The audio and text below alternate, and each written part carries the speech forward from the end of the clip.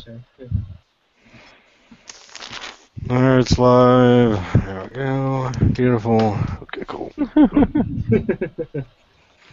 Everyone, that So was enthusiastic. the enthusiasm of this chat. The bar has been set. Prepare yourselves.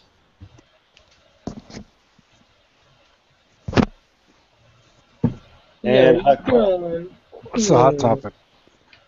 I'm just hosting it. I'm not running Oh, dude, look at we're the going to talk about hot pockets. Oh, I hate it when they get too hot and they burn your mouth. Nathan. Look at the bullet at 750.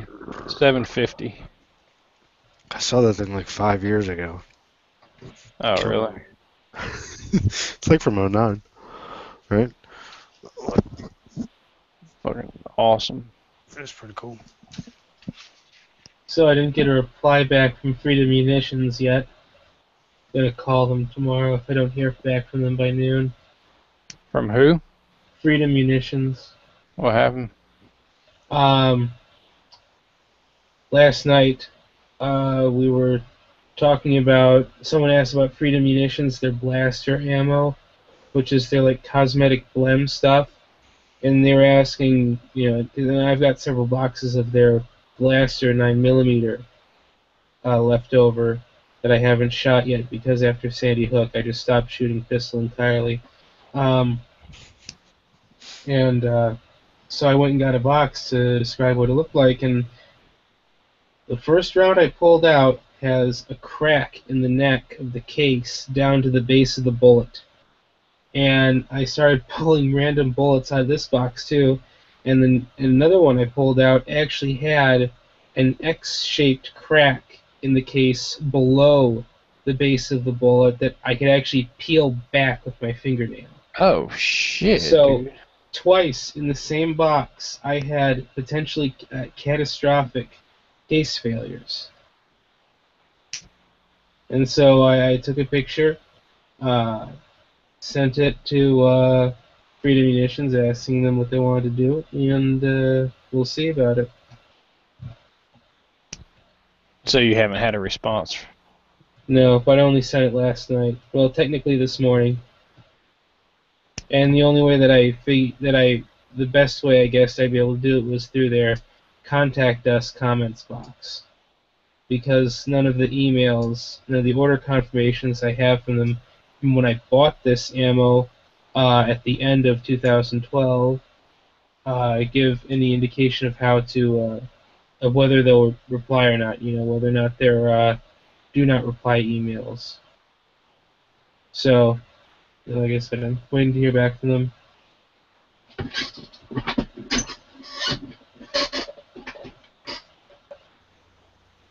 So, Stone Guy, you were having me look at 750. That's pretty cool. Do you know why those bullets did that? I do not. Because those bullets were target type bullets. They are a thin copper jacket over a lead core that is not bonded. The copper is not bonded to the lead. So whenever they collide with something, the copper and the lead don't stick together very well. So when you see bonded bullets, that's why you want bonding, is so that the lead and the copper don't just come apart. Look at this crazy asshole on this link I just posted in the internal.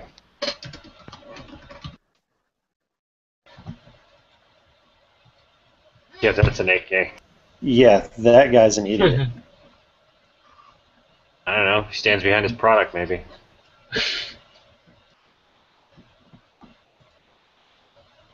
See, that's how they used to sell them when they first came out with them. Guys would walk around with a 44 Magnum or a 357 Magnum and shoot them themselves in the stomach. So that's what I was told.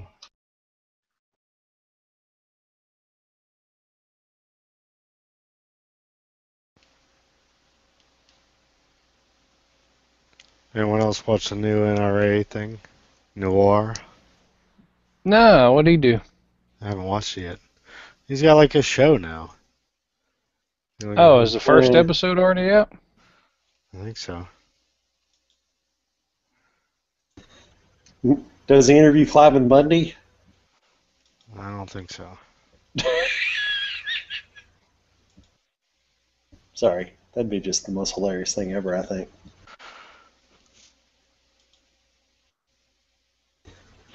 I haven't watched it yet. I'm gonna have to be good drunk to watch it.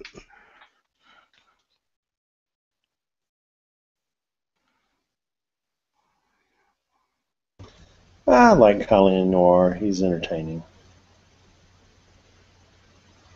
Only thing I would change about him is maybe if he had breast implants.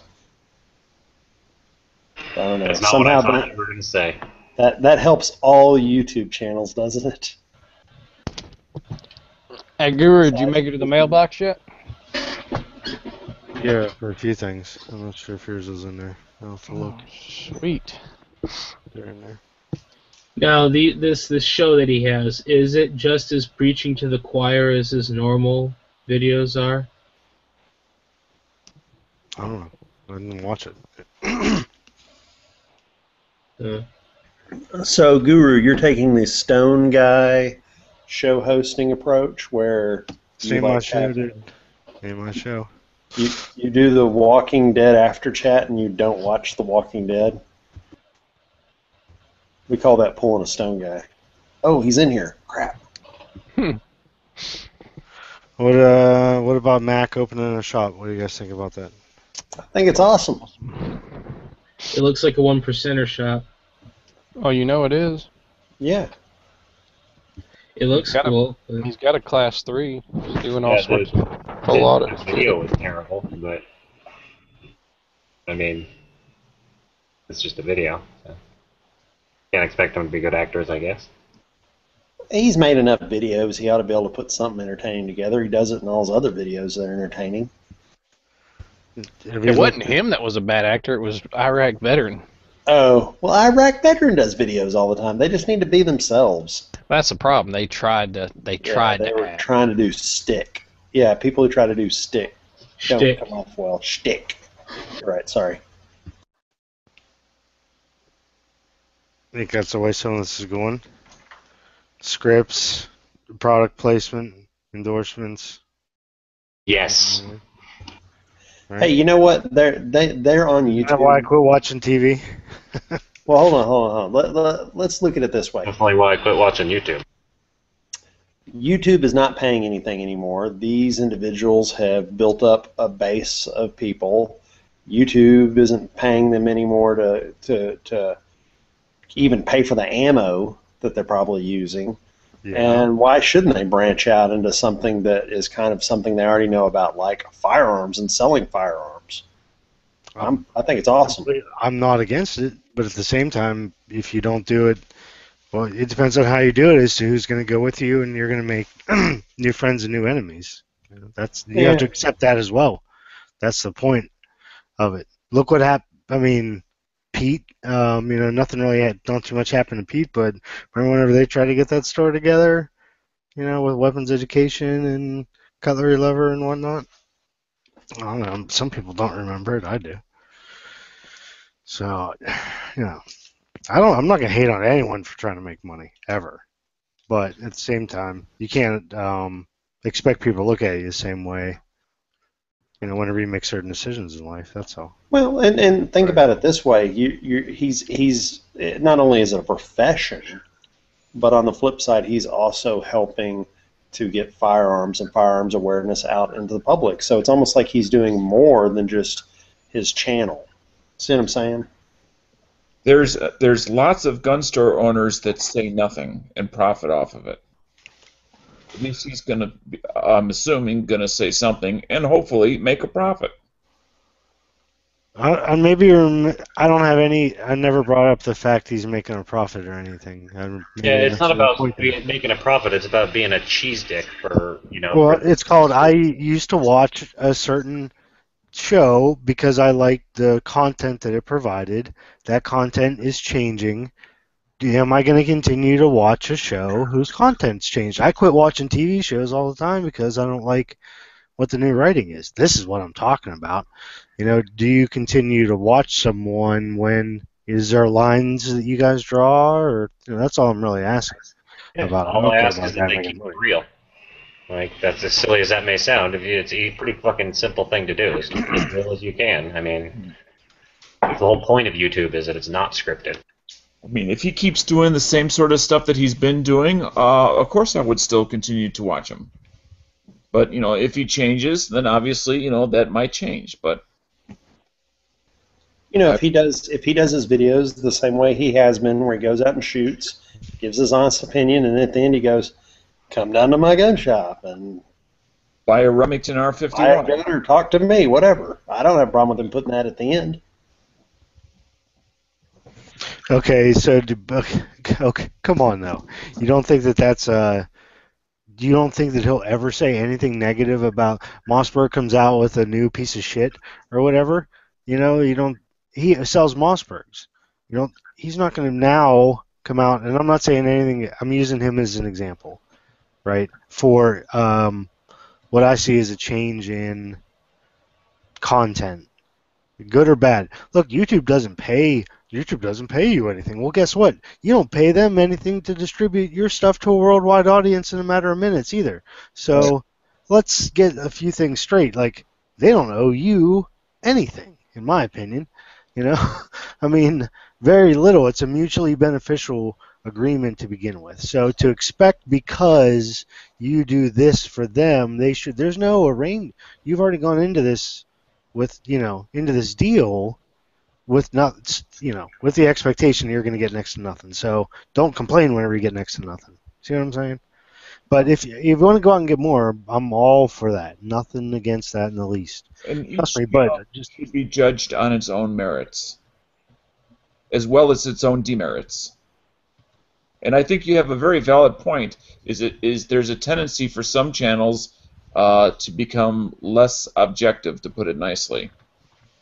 They never say a bad word about a certain manufacturer. Chris is saying he was pretty honest on the R51. I didn't get to watch that whole thing, but I think I imagine that he was. Which is good. Yeah. I'm hearing Guru saying that he's worried Tim is going to become Hickok 45 Jr.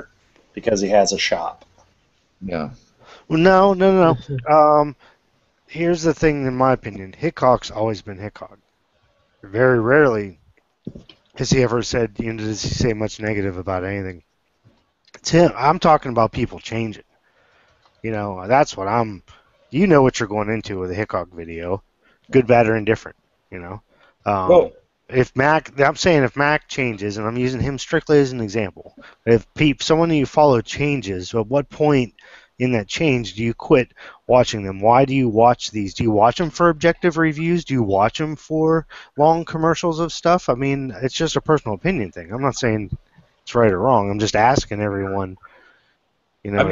Some people have changed, but I'll give you another example. Like Pete on his channel, the Armory channel, he seems to be just as straightforward or whatever you want to call his style now as he was before. Now maybe there's some examples I'm not aware of, but at least as far as the generalization, Pete on the Armory channel. Mm-hmm. I mean, he was I figured this was maybe about a month ago. He made a video about why he doesn't get T&E guns, and he came straight out. He said it's because I say fuck too much, and he said that's not what they want, which is understandable. But then that's his personality, and he made the decision that it's a lot easier to be him than it is to be somebody he's not, and kudos to him for that. And there's a certain audience out there, that's okay with that, and there's a certain audience that's not okay. It's not a question. At least in my mind, it's not right or wrong. It's different.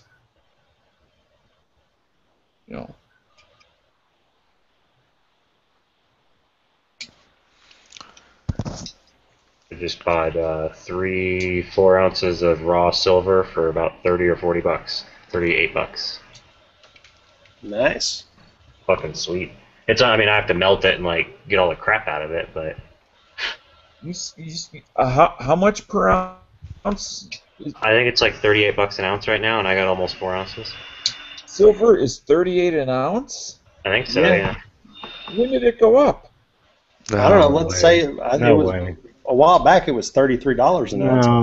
No. It's barely Yeah, I just Ask a bought. jeweler. I Stone just guy. bought some silver. $20. Yeah, It's $20.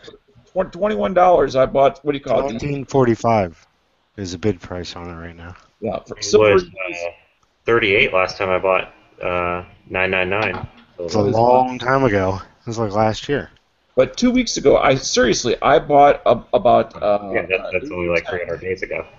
of the Silver Eagles, and the guy charged me $21. That's why I was curious. It's like, how the hell did it almost double in price in 2 weeks? I'm showing 1944 as a bid price. I still scored either way. But yeah, well, hold on. No, so let's say it is $20 an ounce. That's still a great deal. Yeah, it was almost $40, and Well, yeah, I mean, whenever you buy a precious metal, there's always a markup. So I thought I got a good deal. And I didn't buy it for a short-term consideration anyway. He's buying it to put into things as designs and then resell them at a profit. So hey, Right. It's all good for Huck. yeah, Oh, yeah, yeah. either way for me, I make money. But yeah, this was a particularly good deal. But whether it's steel or silver, the less he pays, the more profit it is in his pocket. This is true. I mean, he can't lower his labor rate.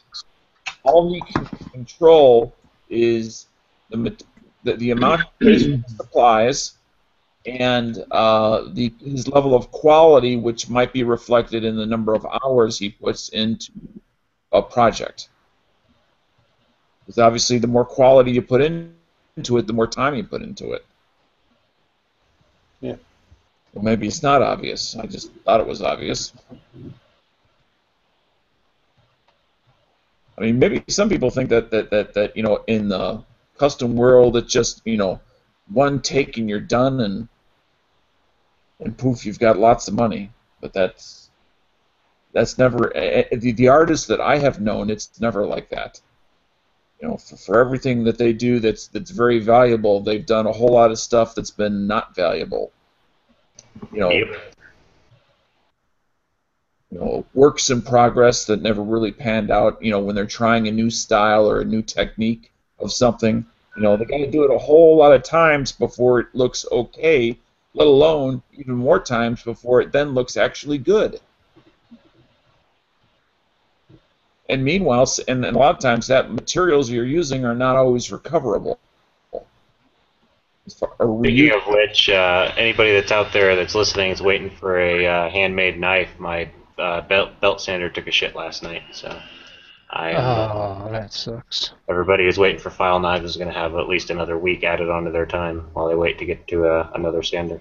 Did you go to? I heard that last night. Did you go to Harbor Freight and replace the coil wire, or what'd you end up doing? No, Harbor Freight's like 150 miles away from me. Oh, okay. So I got to drive down to the valley before I can even get there. And I'm waiting till I can get to the Home Depot and stuff. But we only have one car, so Mandy takes it to work during the day.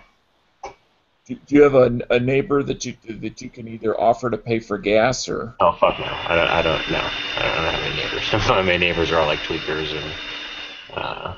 Oh, okay. Well, one of them's a firefighter, but he's a grumpy old man, so. Yeah, and he's only a firefighter because he just puts out the meth labs at the other houses. You don't paint a very family-friendly picture of Arizona. No, my neighborhood's shitty. Is all it is. What's your neighborhood like? Oh, they're a bunch of tweakers. Yeah, there's a big tweaker problem in Arizona. I'm not gonna lie. Okay, what's a tweaker usually on? Meth. That's what I thought. Okay, just want to clarify. Is it that nice blue? Is it that blue crystal? No, it's usually piss yellow because it's made with piss. Seriously? No, Could be one of the ingredients. I was going to say, you got to get the ammonia from somewhere. It's those cats. It's not that high-grade blue meth. It's that low-grade yellow meth. Yeah, he's going. What was it? Breaking Bad. What was Heisenberg is dead now. Heisenberg's blue gold. Yeah. So, speaking of which, I was reading some about how Washington and Colorado and all that do the marijuana thing, and and the government is currently suing some guy because he wasn't paying taxes in Washington on his marijuana thing. But like he's sitting there going, it's illegal for federal law, so why should I pay federal taxes on it? And they've already established in prior cases that just because you do something illegally doesn't mean you get out of paying taxes or something. I don't know. Jesus, that's asinine. Well, There's a lot of people ridiculous. mention it, but it was recently legalized in Arizona too. well, I was just going Now, to ask. medical or Medical, not sweeping, recreational. not a sweeping legalization, just Okay. medical. Medical. Well, Okay. other than Colorado, and I just how many other states have recreational marijuana? Colorado and Washington are the only two at the moment. Okay. The deer slayer. But on the flip side of that coin, there's lots of states that have medical, Right. and then there are, which you have to have prescriptions and get it from a dispensary. And then, but the government is currently, they're in a catch-22 because they want the money from it. And the guys who are in charge right now are a bunch of pot-smoking hippies back in college, so they're not against it. But there's these federal laws that have been on the books since the 30s, probably, I think, and they can't get around these federal laws, and they're trying to make it where it's legal for everyone to do it. They're not prosecuting, and they want to tax it. But the catch is these laws that have been in place for 50 to 70 to 80 years are keeping these people from doing normal banking and normal things that the IRS can track. So the IRS is like going to do what? Go to Colorado, come in and go, we need to audit you. It's your pot business. I got a It's a question. federal crime to run. I actually have I know this is the lobby, but I actually have a gun question. Last night in the chat, there was a guy, and I can't remember his channel name. I want to say it was Lucas something, but I could be wrong. And he's under the impression that something has changed this year in regards to the definition of what is a straw purchase. And It wasn't even just this year. He was saying in a matter of weeks, it's changed. Like because he said he checked Friday, and it's just happened. Okay. Has anyone else heard about them redefining what a straw purchase? Basically, he was saying in a nutshell that they were enlarging the definition of what a straw purchase is versus the traditional, if you give me money for it and I buy it for you, that's a straw purchase. But if I take my own money, buy a gun, and I give it to you as a gift, that's not. He's saying that aspect changed. Now, I don't know how it changed. But he had only had a single conversation, or I should say conversations with a single store, and he said that he knew the owners or the people that ran it well. And if something really recently changed, it's new to me because I had something similar like this just 2 months ago and asked the same questions just to verify that I had my T's crossed, my I's dotted, because it's not something I very rarely have ever done, just to make sure I was on the up and up. And that's not the way it was 2 months ago. So has something changed in the last 2 months? I'll throw it to anybody who might have any input. If not, then we'll just move on. I was in the chat last night too, and I went and looked all over the ATF's website, and I could not find a single trace of a crackdown or a restriction or a further restriction on what would be or would not be considered a straw purchase. So my theory is that for whatever reason, this place feels like they're under a little additional scrutiny from the ATF right now, and they're probably just kind of CYAing themselves.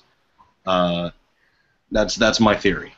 And that was my impression last night when talking to him because we were trying to talk about, are you sure it's not a store policy? There's someone posted a link in the external, Dano, for you about it. Oh, okay, cool. on GunChannels, Dana. There's a link. I'll put it up in here. Let me Well, copy. I just looked up straw purchase on ATF, and it looked like they did a 2008, 2009 campaign where they did a bunch of flyers and stuff out to the gun shops, but that obviously isn't the recent change.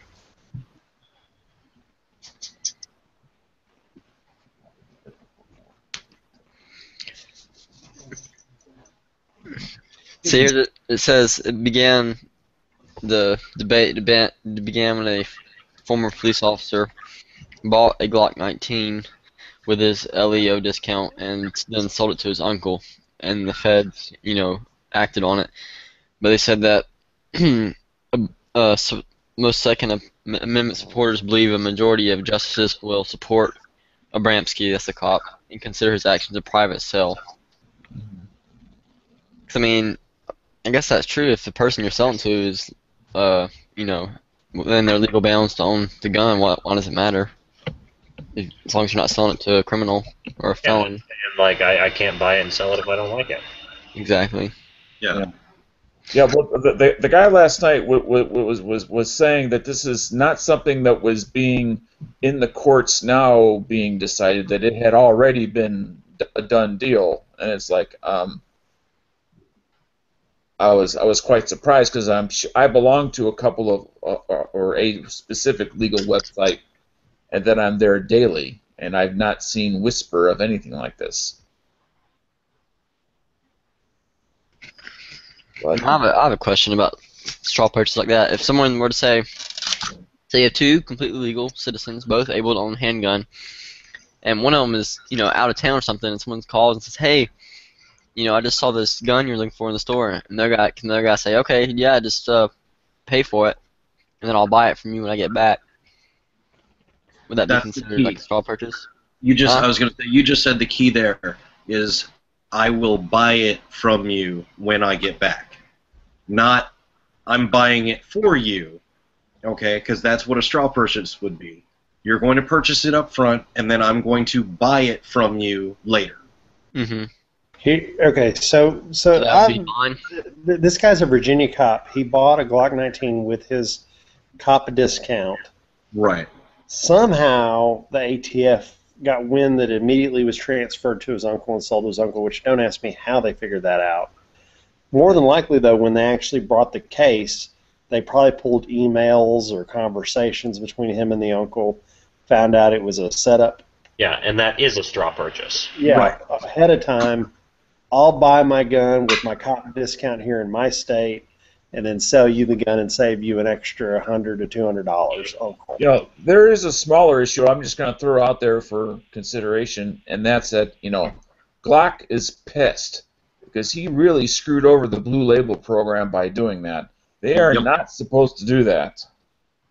Oh, definitely. Yeah, definitely. The same thing with the Oakley standard issue thing. Like, they make it a big deal that Oakley does. When you go to sign up for it, it's your LEO, military, DOD, something like that. You get all the Oakley products, or a bunch of Oakley products, for like half price.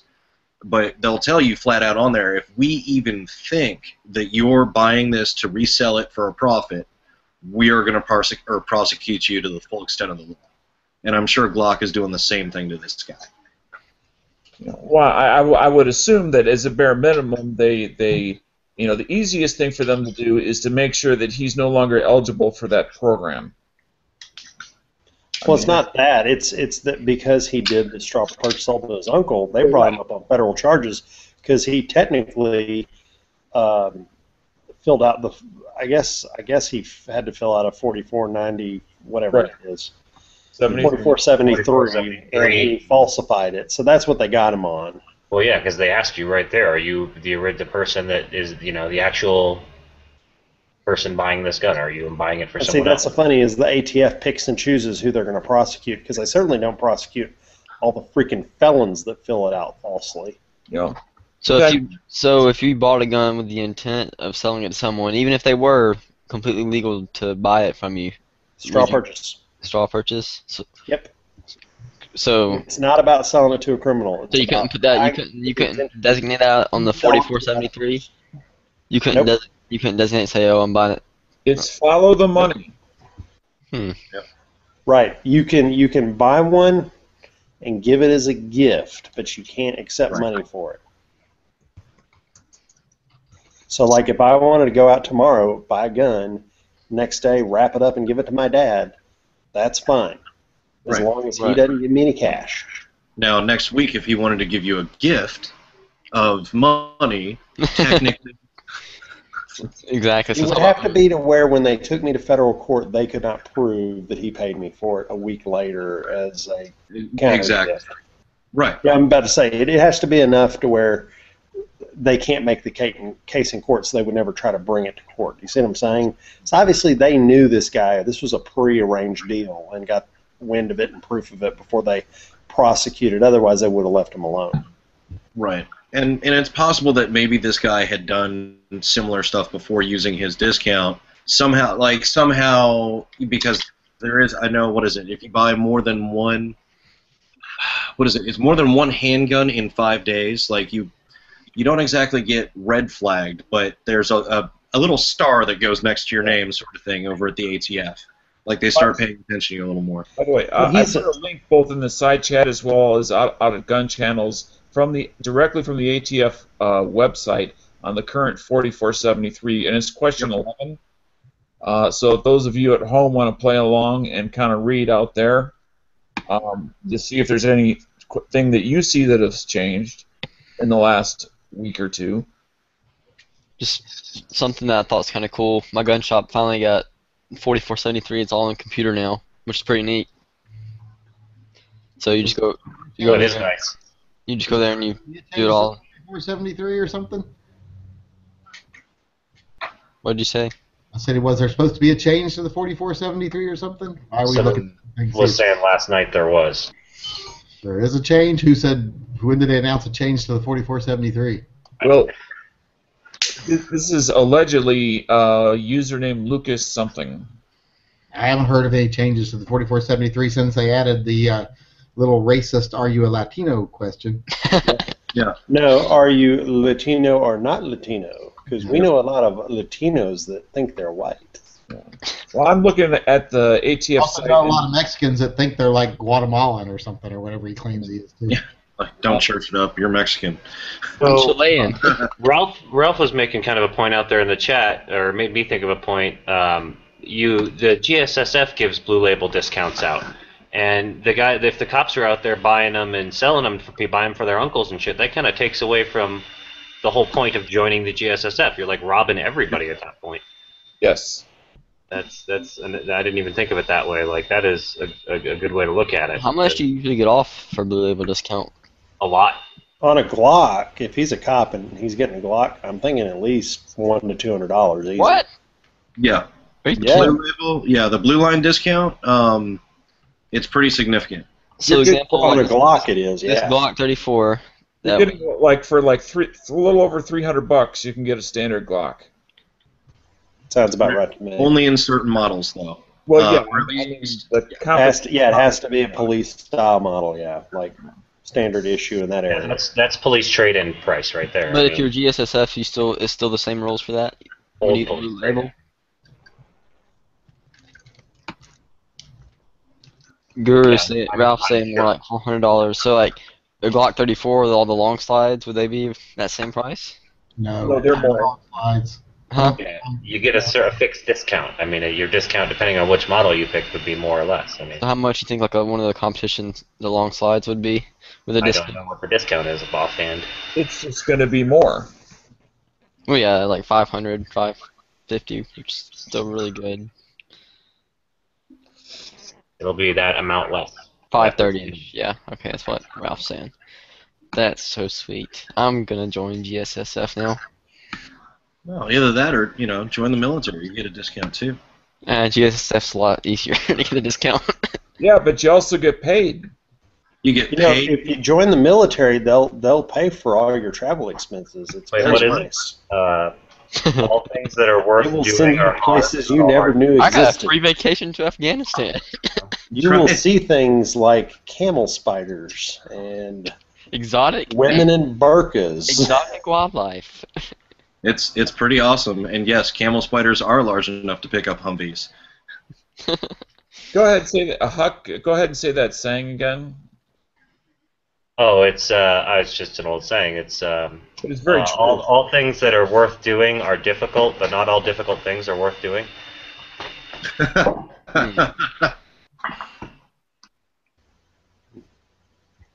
You get to play with a lot of Class 3 firearms. Yeah.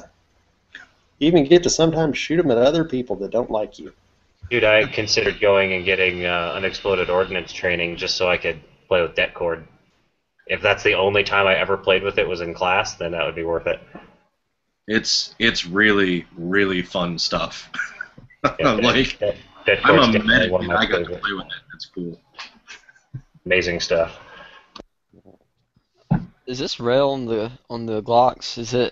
Will it fit a standard like if you have something that's made for 1913 rail, or is the cutout looks a little too shallow for her?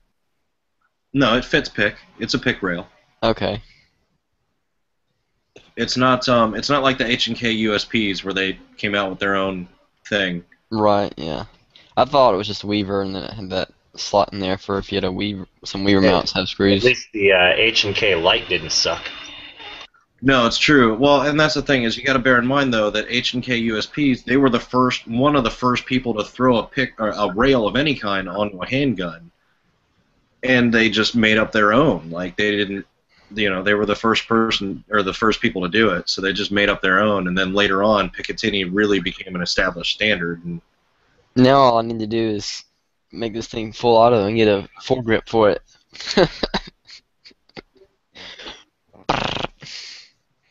That'd be so much fun. Gosh. I got all my stuff to reload 9mm. It's on the way. Hopefully it'll be here midway saying the 19th, but I'm hoping it'll be here this week. How you doing on the knowledge? Huh? How you doing on the knowledge? What knowledge of what? They're not just Lincoln logs. Huh? I'm sure he can watch a YouTube video on it or something. What is he talking about? Reloading. I've Yeah. already been reloading. It's not. I just had to get the right dies. I didn't have 9mm dies. Oh, okay. So you do have the various manuals and have done it. Oh yeah, I just actually got done reloading some 45 tonight for my match this Saturday. I was gonna shoot my other Glock 34, but even if my holster and stuff does get here this week, I'm not gonna have time to. I'd be real tight on time to practice and have enough rounds. I have a loose 223 in my bullet collection that I reloaded once. It's the only bullet I've ever reloaded. Did it at a buddy's house just for shits and giggles, so I can say I'd done it. I have 140 case that I accidentally picked up last time at the range, and I don't even have anything to reload a 40. I don't own a gun in 40, so I'm like crap. Lee sells a reloader kit that does you can kind of do one bullet at a time. Yeah, the single stage. Yeah. But there's no vice or anything involved. It's just it's like you use like a hand crimper to like. Yeah, they have a hand one that you can do right. Put it in and do the cartridge in like. Oh, you're talking about You're talking about the ones that's portable, like the. Right. I have one for. Like you take to the range to reload while you're at the range. Exactly. My dad's into that, and I just don't like that. I like to reload at my house. Yeah. Take my bullets with me. It's much more efficient. But using a press. I even do my mags at home. I don't even like reloading mags at the range. But as an example, people who have their stuff in their garage, except their garage is not attached to their house. So in winter, when it's -20, it's -20. So and doing it inside the house is not really practical. That's pretty valid. So then they'll tend to do the single stage sort of thing. I mean, Sounds to me like somebody doesn't want to reload bullets at 2 in the morning while their wife's asleep. Like a ninja. I'm gonna like a ninja. You know how hard it is to crimp bullets? Ninja loader. Cuckoo. Yeah. That's what it sounds like. Exactly. That you ought to record that. Make that a little. I don't know, but I just think that would be an amazing text noise, like incoming text. Yeah, junk. Because only certain people are going to get it, but the people that do are going to think it's awesome. I like the sound of like an incoming phone call as you just hear like the brass falling. You know, when Oh, it that would be bounces cool. I off. like Yeah. I like my incoming phone call to sound like an old school telephone. Yeah, Or but then you everybody That's knows too what it is. confusing. you could have a text tone like of a slide being racked. You know. Yeah, that's almost too obvious. Yeah, I guess so. Some people. But brass hitting the ground, only other enthusiasts are going to know what it is and then say, "Hey, that's pretty cool." But Or another good one, another like incoming text noise would be the little just flick that you hear like from an AR-15 going from safe to semi. Because only gun people are going to know what that is, and it is instantly identifiable.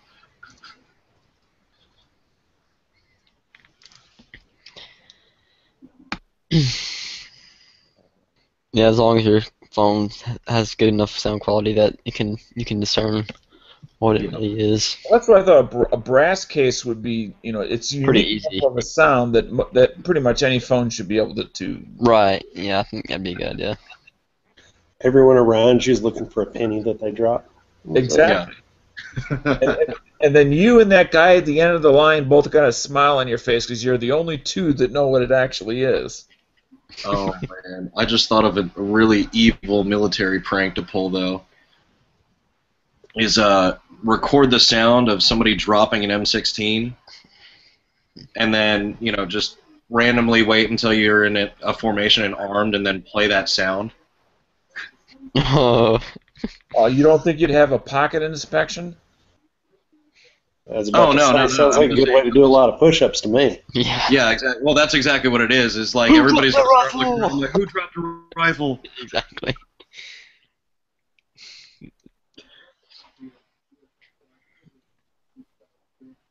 Oh You man. think you're pretty funny, Scotty? Don't. Be like, yes, I do. Sir, yes, sir. Get Man, down and it's choke true, yourself. true. Don't put in my hand, I was do watching a you? drill sergeant video on YouTube earlier. There's one I've seen it. I had already seen it before. I feel so bad. The guy had like a overbite and his lip stuck out on top.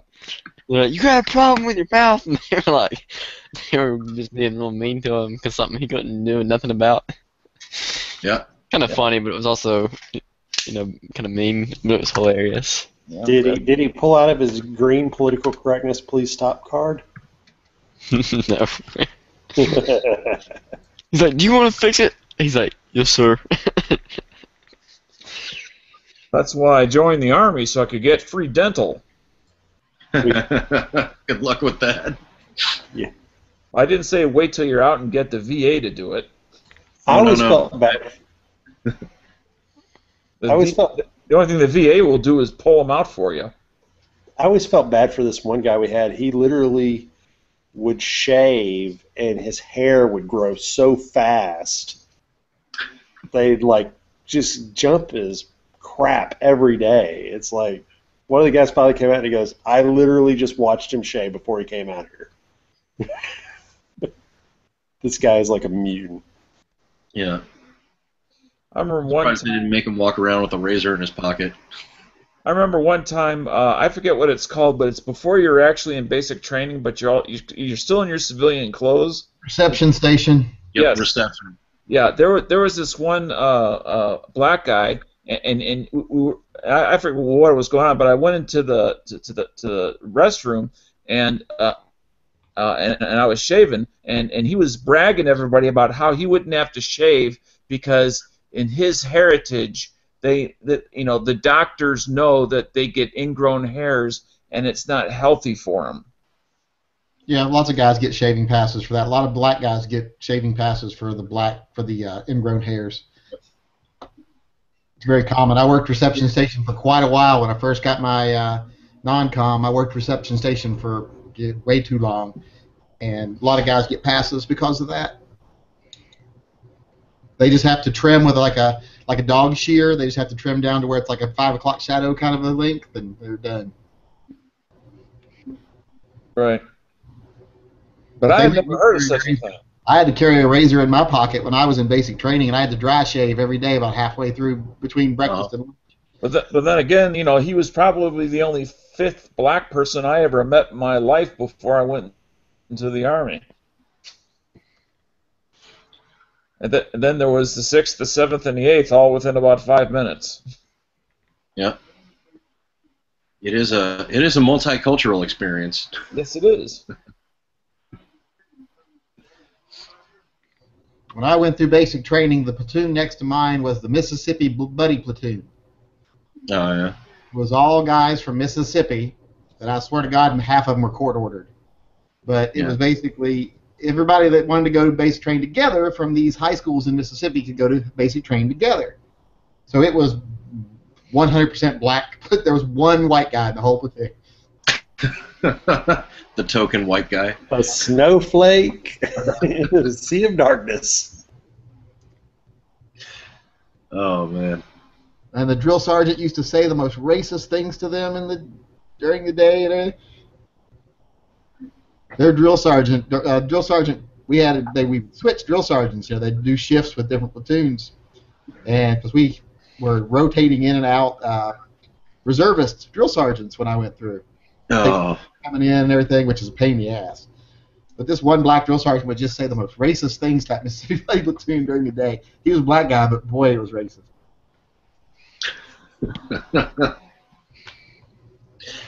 Yeah. No, those reservist drill sergeants were always hilarious because they'd come in, and I mean, you kind of get a nice little groove going on. You could figure out how to act around right, or how to be around certain people, kind of what they look for, what they don't, that sort of stuff. And then you get these reservist guys that would come in for like a week and a half and like just try and prove that they're alpha beyond alpha and whatnot. It just got irritating. We had a guy like that. He had a hair lip, and I only had him for the last 2 weeks, unfortunately. But he literally marched us off the parade field due to his lack of timely commands 3 times during our final evaluation. Oh no! I mean, it was humiliating. I mean, this is something that had never happened ever until he showed up. And it's like and you can feel it's like, okay, give the command, give the command, give the fucking command. We're gonna go off in the goddamn grass. Yeah. And of course, by the time he gave it, it was 3 steps too late. We were off in the grass. That's pretty funny. But it was like watching the Titanic go down. It was like, you just wanted to shout it out yourself.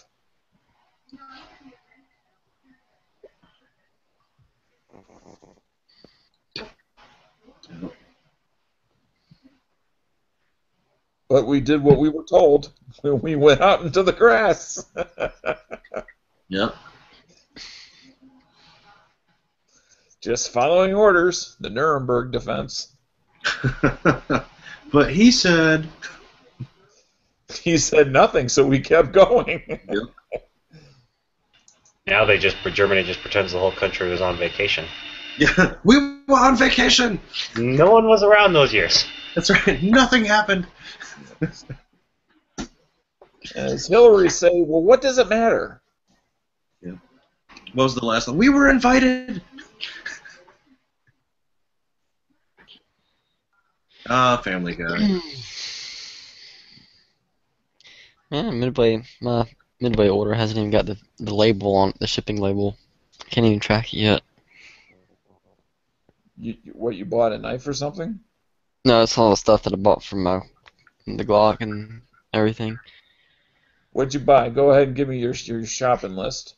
I got 5 items. I got CompTech holster, got 3 double alpha magazine pouches, 4 die set, and then I got the handles and the mold for 9mm bullets.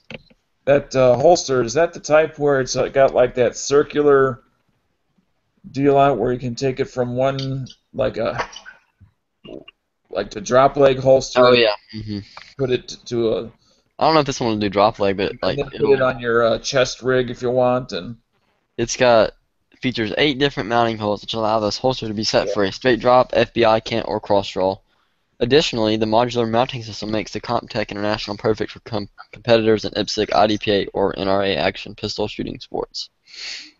That's why I got it, so I could shoot all divisions and not worry about it. Is the mounting interface kind of almost circular in shape? Or no? Oh no! Crap. Oh no, I can't order the right one. That's weird. Sorry, what? Where it mounts to, whether it be your chest rig or something else, that interface plate, does that tend to be round in shape? I'm not sure if this one is or not. There's the link to it. I don't know if they even have a picture of the. Oh, they only have one picture of it, and it's of the front of it. Oh, okay. That scared me. I was reading something on the bottom. It said, "Attention: the Gen 4 Glock 34 and 35 are larger than the Gen 3 version, and holsters are not compatible." For some reason, it made me think that the one I ordered was Gen 3, but it wasn't. It's like I was about to be very upset.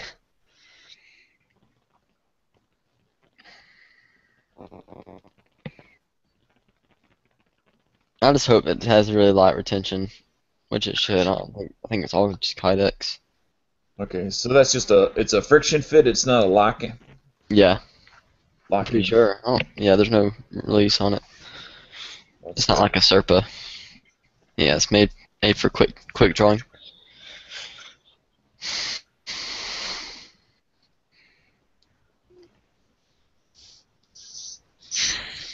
I just hope I can get my lead bullets to work. We'll see. So you either do or want to compete in IPSC? Yeah, I haven't done an IPSC match yet. I've done some that are like IPSC style, but I haven't done like a actual sanctioned match IPSC yet. So. Have you thought about or looked into getting those? They sell those. I want to say they're aluminum, but they may not be. Base plates for your magazines to give it a little bit more positive. Right. Quicker. Yeah, I'm probably gonna get some from Dawson Precision. I think the guy I shoot with my RO, he has some. I might ask him about which ones he uses this weekend.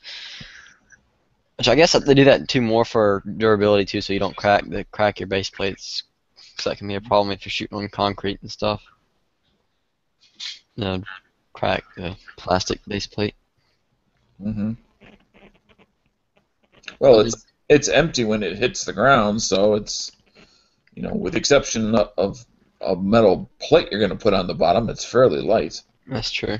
And I guess that, like you said, it extends it some. So when I put a flared magwell on here, you can see it without having to use your fingers. You can just use your palm.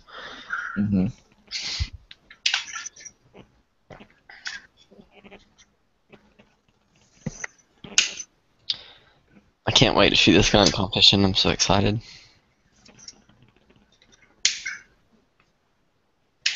You haven't shot your Glock yet? Oh, I shot it. I haven't shot a match with it yet. I shot it yesterday. I've only shot about 70 rounds through it. Just practicing. Shooting, like, been practicing some reloads, just shooting one bullet out of each magazine. And then I just shot it some on paper to see. You got snap caps to go through your No, I want some. I was wanting some the other day though. I was practicing. I was like, I could use some snap caps right now. What I did though is I had 3 magazines, right? So I put like 2 rounds in one, 3 rounds in another, and like 4 or 5 in the other one. And I mixed them all up on the table. And I just grabbed one real fast and I would shoot. And then I would do it. And then that way I wouldn't know exactly when it'd be out, But it still doesn't give you the malfunction, having to clear it and everything. I mean, do you or have you considered just using them for practice at home, like changing magazines, clearing your weapon? I mean, the practical parts. I mean, I realize they're expensive. For like $20, you only get like 5, which seems like kind of a rip off. When for $20, 9mm, you should be able to get 50. We keeping you up, Nathan? Actually, I just put some cookies in, so I got to wait till they're done. Cool off a little bit. So y'all just entertain me. Oh, okay. I'll talk if you like. Well, we're not going to get naked like Cork, so I don't know what you meant by entertain, but... Oh, no, that is some entertainment I can do without. I have the entire internet if I want to be entertained. I could get naked right now if I wanted to, but it would still be nothing like Cork. Yeah. Where is Cork? He's not around. Pretty sure he Y'all- died last week of something. Yeah, he was sick. Pretty sick. Did y'all even have a chat tonight? Yeah, we had a body armor chat. Yeah. Oh no, I was skating. Who hosted it? Stone Guy, it's Monday night. Look at the schedule. Oh, Stone Guy Chat, Body Armor, Friend or Foe. Gotcha. It's hard to make these chats in the summertime. In the summertime, there's too much shit going on. You're always out doing something with your kids or with the school. Like tonight, my 9-year-old's grade school had a skating event tonight, the local skating rink / drug den. So you know Yankee was out there in his 1970s Daisy Dukes and skates.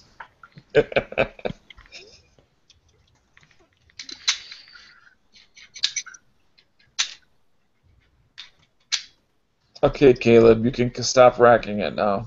Oh my god, you always hate that. That's one of your pet peeves. I wasn't even fully racking it. I was just sitting here moving it a little bit. Well, you were just taking it in and out of battery. Yeah, I had the barrel loose and walking. But I'm assuming you have this little mute thing. I can't reach it. Wait, here we go. I can't hit the mute when I'm playing with my gun. It bit me last night. I guess it was getting ornery from getting handled so much. Well, you work the action and practice enough, that's going to happen. Yeah, I was sitting here. You know how when you disassemble it, you put your 4 fingers on the other side of it and just grab it, and then put your thumb underneath the grip. I was doing that and just taking it in and out of bag like that or doing something, and I pinched my ring finger. Mm-hmm. Got a blood blister. I was like, ow! It's like, man, it's like I only had it for a day and then already pinched me. I don't think I've ever got pinched. I've gotten pinched like once from my 1911. But I really like the sights on this thing because the long slides, they come with a different set of sights than the standard size Glocks, don't they? Or Yeah. all the Gen 4s come with the white ones, right? Well, are yours metal and adjustable? Yeah, they're adjustable. Then you have the competition sights, and no, the other ones don't come with that. I mean, they look the same, but that's about all they have in common. So the Glock, all the long slide Glocks have the competition, or is it Gen 4s? What denotes what sights you get, or is it what model you get? Like which model of Glock? It's the model. So you could get like a Gen 4 19 and it not have the competition sights. Well, I mean, if you have a 34, whether I don't know what generations they have, they're all going to be the improved sights. Right. Yeah. At the time. Yeah, and same for the 35, and then of course now the other one, what is it, the 42? Is that right? Mm-hmm. And the 41. No, the 41's the long slide. 45. Yeah, that's the one I meant. Was the long slide 45? I think I want to get that one too. Would Grandma die or what? No, not quite. Not anytime soon, but like if I were to get another. You got a brand new gun. You got all these accessories. You're planning on all this competition, which means you're going to be buying all sorts of ammo. Reloading on ammo. Well, you still got to buy supplies. Components, yeah, that's true. I already have a good bit of powder. I have enough powder to last me for a month or so. If I shoot every weekend. So if I were to ask you how much powder you have, you're not going to actually say on air how much powder you have, are you? Like that guy did from worked at the big box sporting goods store, and I asked him what's your store number, and he said it. No, it wouldn't matter. I don't have over 50 pounds, so. I don't know how much you got, and I ain't asking. Yeah. I don't have. I'll put it this way: it's not over 10 pounds. Definitely not over 10. That's The answer is always enough. enough. Actually, no, I don't consider how much I have right now enough. I need to get some more. As far as anybody else is concerned, it's always enough. I'll probably pick up some more when I go get some. I gotta get some small pistol primers. I don't have any small pistol primers. What part of I'm not asking you did you not get? I didn't tell you how much powder I had. I mean, trying to keep you young kids from screwing yourself is getting difficult. There's nothing wrong with. Like the gun version of Don't Ask, Don't Tell, man. Really. I think you're just paranoid, Dan. Though. Well, ever since I jokingly asked that one guy when he was so stupid to ask. Oh yeah, I'm not that stupid. and he actually came out and said it, and then just kept rolling with it. Well, good old Dano. Just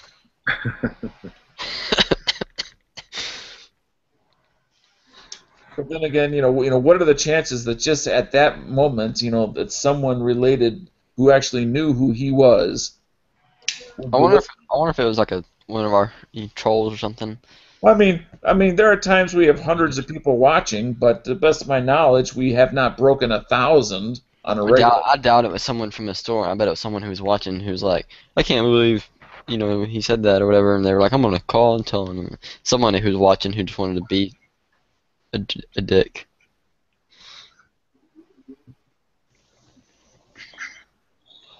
It could have been. There are people like that. Exactly. The other thing was Glock. I wish they sent them in bigger cases because there's not much. They don't give you much room. Room for what? All the stuff they send with it, like pretty much if you don't put it back in there exactly the way it came when you got it at the store, you're not gonna get it all in there. Well, I mean, one mag goes in the gun. Two mags go in the slots. How much more room you need? And then I gotta put this little easy loader in here. Yeah, Which you put that over the top of the mag. shit. Huh? That easy loader doesn't work worth a shit. Yeah, it does. I love mine. Works great. I've been using it a lot. So how much you buying them for? Because I can probably dig out a few. Buying what for? Well, they seem to work so well for you. I figure you maybe want a few more. The Glock easy loaders?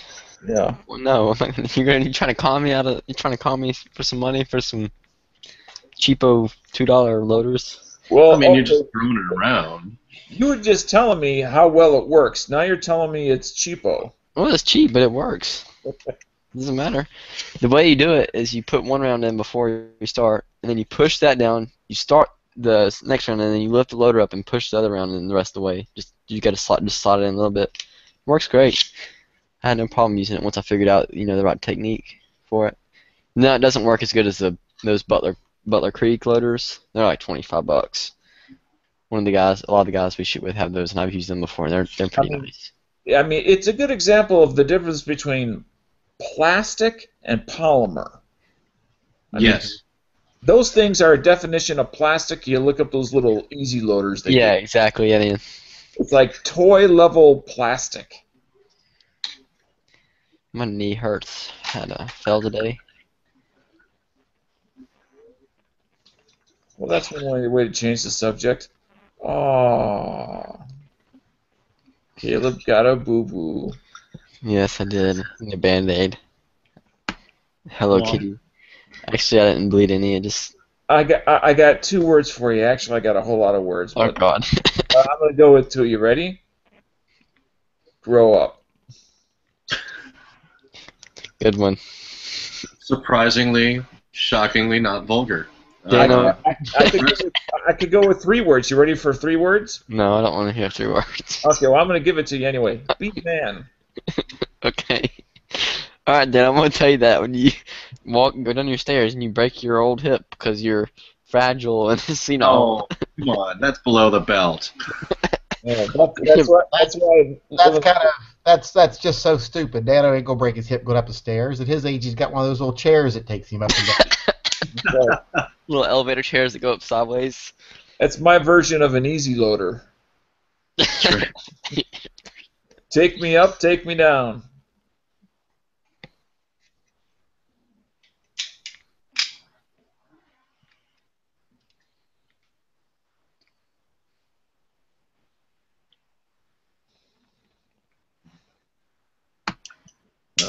Speaking of, we were talking about classes there for a little bit. I noticed today I got an alert from I think it's the Costa Ludus or whatever. He's doing a payment plan thing for his classes now, where he's offering basically what you can split it into 3 or 4 payments, like 90 days out or 120 days out. Bob just have to have it paid off. On gun rights. I'm sorry. Bob Costas is doing classes on gun rights? No, Chris Costa. Oh, okay. But that's the only place, or he's the only trainer I know of that's offering to do payment plans that far out. So Does he travel, or do you have to go to him? he does do some traveling, but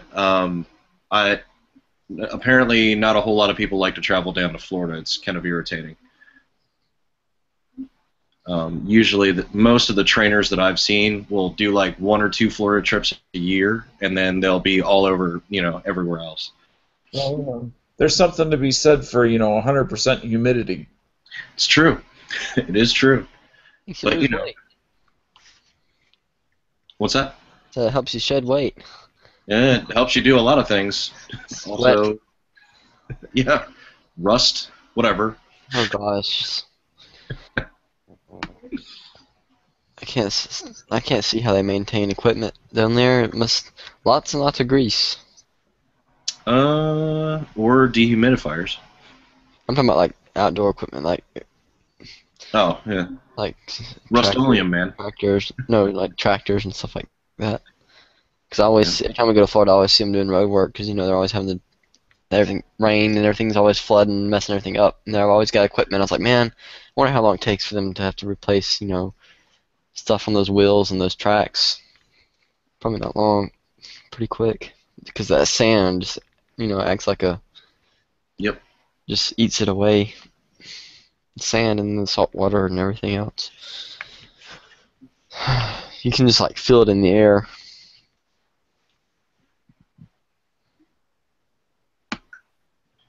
Not like that. Usually it's not like that in Georgia. Usually it's just like a really, really hot, like arid. I don't know. It depends on how close you live to the coast. Yeah. Oh yeah. Yeah, I don't know. Benning was a little humid. Definitely, like in Savannah. I've been to Savannah a couple times. It's like way more humid down there than it is here.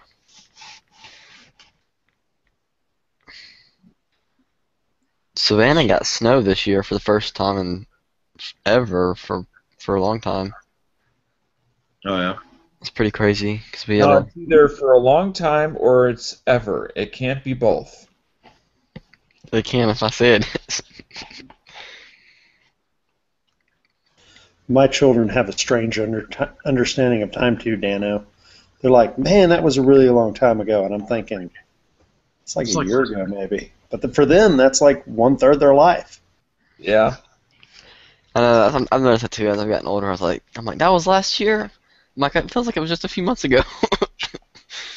It's like, oh, okay. It's like crap. Time's going by faster. I probably got underwear older than you, kid.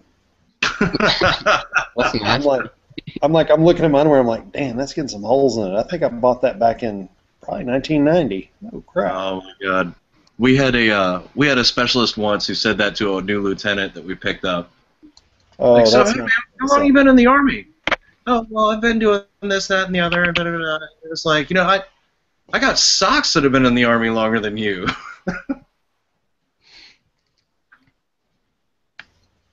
Yeah. It's just really funny. I just remember hearing that as a young private, and I was like, whoa. That doesn't really mean anything to me, but typically specialists have been in the Army. Like specialists are E4s, so they've been in the Army for at least 18 months. no, I'm saying just like when people say that kind of stuff, it doesn't really mean anything to me. It's just like I don't care. Just because you're old doesn't mean you're automatically wise. 'Cause I know some pretty. We weren't saying we were wise. We're just saying it's a different perspective. We were talking about perspectives. Time passing. And someday when you're older, you'll understand.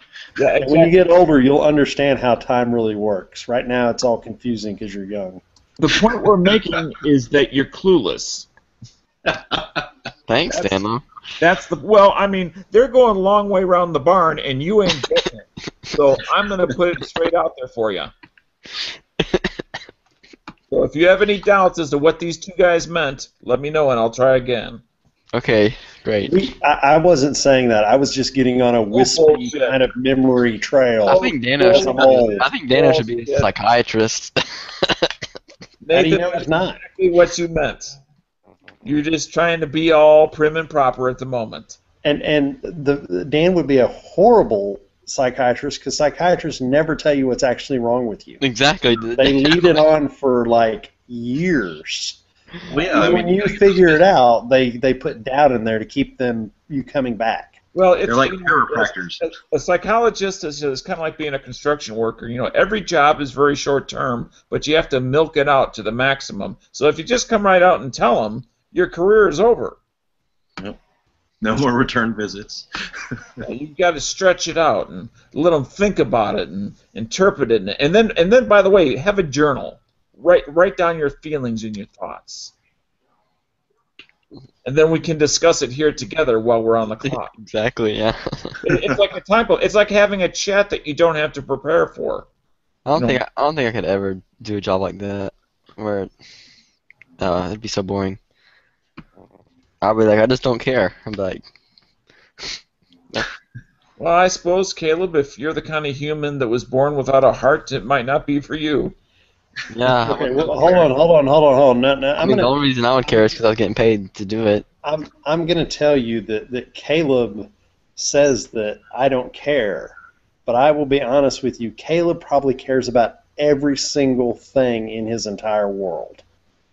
If he gets a text message that it could be skewed awry, he gets all bent out of shape and has to find out about it. I'm just saying, young people say they don't care, but they really do care a lot about everything. Usually things that aren't even important. Yep. No, I'm saying I don't care about other people, other strangers. No, it's not you. Okay. It's not things that are unimportant. It's usually things that are unimportant. This is true. Yes. That young people don't care about things like bills or their credit. I care about paying. Driving safety. Things I care about right now. They care about what somebody said at a party while they were drunk the other night. Oh, you said that about me? Or drink. What do you really think he meant when he said that I'm a dick?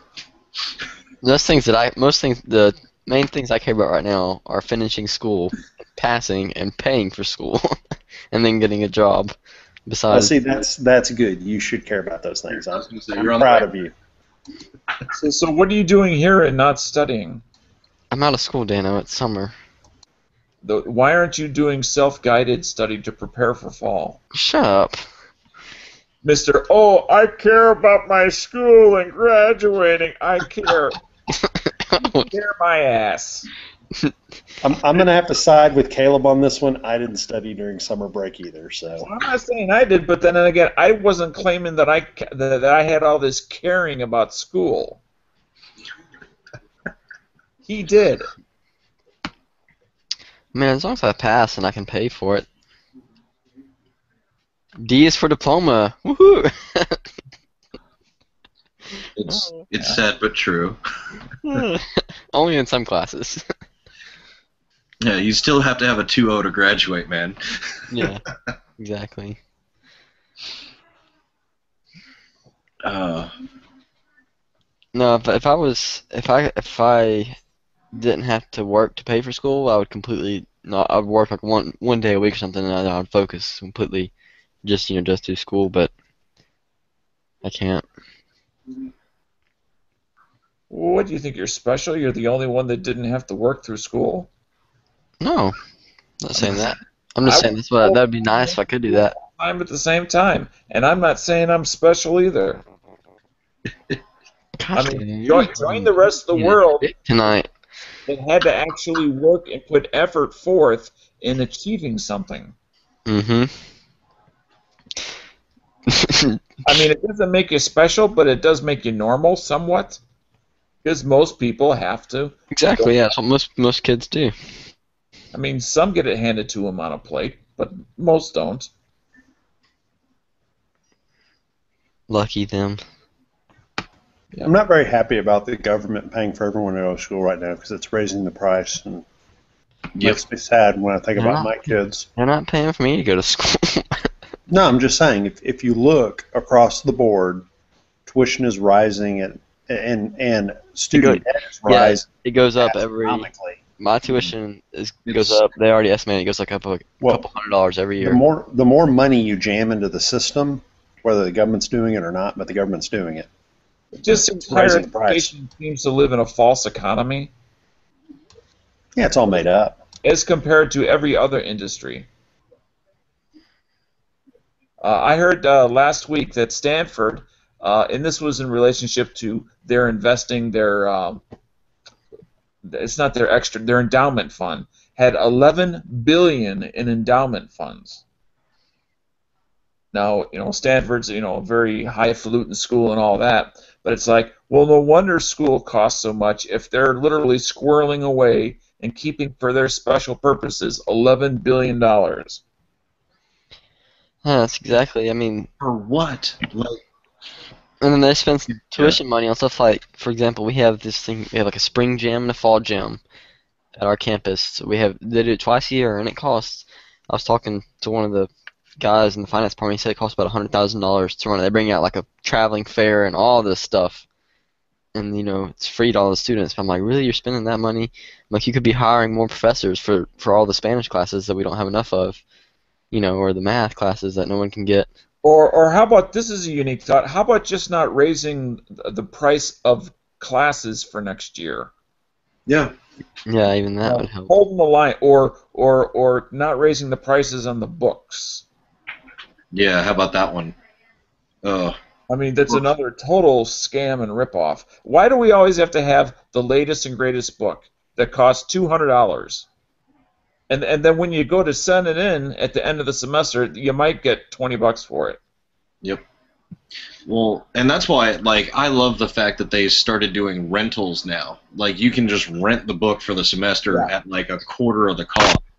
That's what I do. I rent some of mine from Amazon mostly. Yep. Our bookstore still rapes us on the rent fees. Oh, yeah, no, it does. It's still astronomical, but it's, at least it's not paying $200 for a book that you'll use once. Which reminds me, I gotta send mine back. I need to look on my Amazon account now and see when they're due. And most subjects, do not change that drastically within 12 months that you need a new one every single year. Oh no, there's exactly. There's our bookstore has their own printing press, and they print a book there that one of the professors who works at the college, he wrote, and they print a new one every year. And literally, all they do is add a new cover and some stuff, and then they make that one the required one. So they keep selling them. The funny thing, They won't buy them back. They won't buy the back old ones.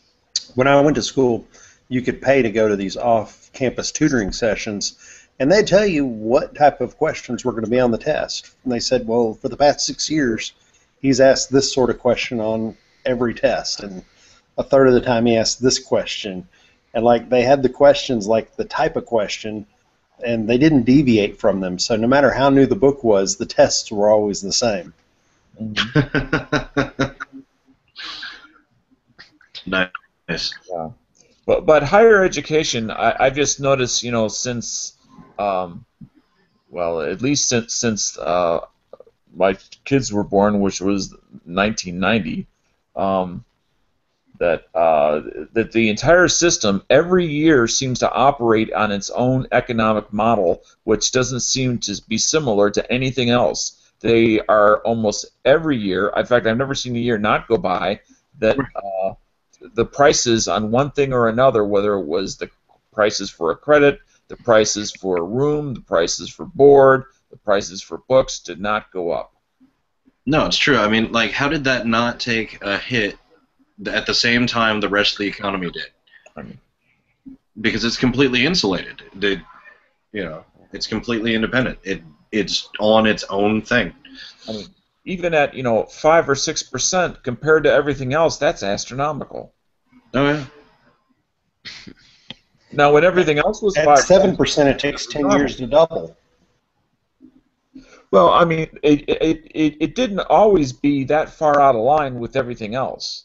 I mean, when other things were, like I said, 5 or 6%, it was 5 or 6%. Maybe sometimes 7. Yeah, and it matched inflation, which it doesn't now.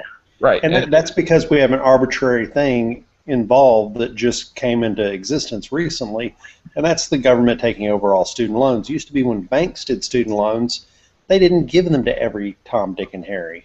Nope. What is also? I have got a question, Nathan, that you might know the answer to. What is currently the maximum a student can in student loans can get per year? I don't know. It depends whether they're undergrad or grad. Well, let's start with undergrad because that's the majority of kids getting loans. If I'm not mistaken, you can pull like $10,000 a semester in undergrad. Okay. Because I'm assuming it's It not is. a percent So of. hold on. 10,000 a semester is 20,000 a year for the average student. That's not taking summer classes. Right. So you're talking 80,000 in government loans by the time you go through a 4-year degree. And that's if you do it in 4. Well, I've heard of people getting their bachelor's with owing similar amounts to that. Yeah.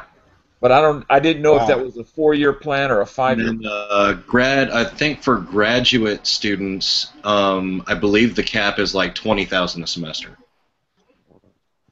Wow. Semester or a year? No, he's saying a semester. That's per semester, yeah. $40,000 a year. Well, that's graduate, but in graduate you're only doing, or you should only do 2. Yeah, in theory. Yeah, in theory. Well, that's like a bachelor's. It should only be 4, but you know. Realistically, 5 or more. So, yeah. so let's say that I go to just a state university, which is in the 12. I think they're now in Texas, 15 to 17,000 a year to go to. Okay, well maybe that's not a good example. That's it. Yeah, well it's a state university. So let's just say I'm going to a university in some state, and I charge 20,000 a year. Then I get my master's. So in 6 years, I accrue $160,000 in government debt, loan debt. With interest. $160,000 when I graduate after 6 years, and then I have to start paying it back.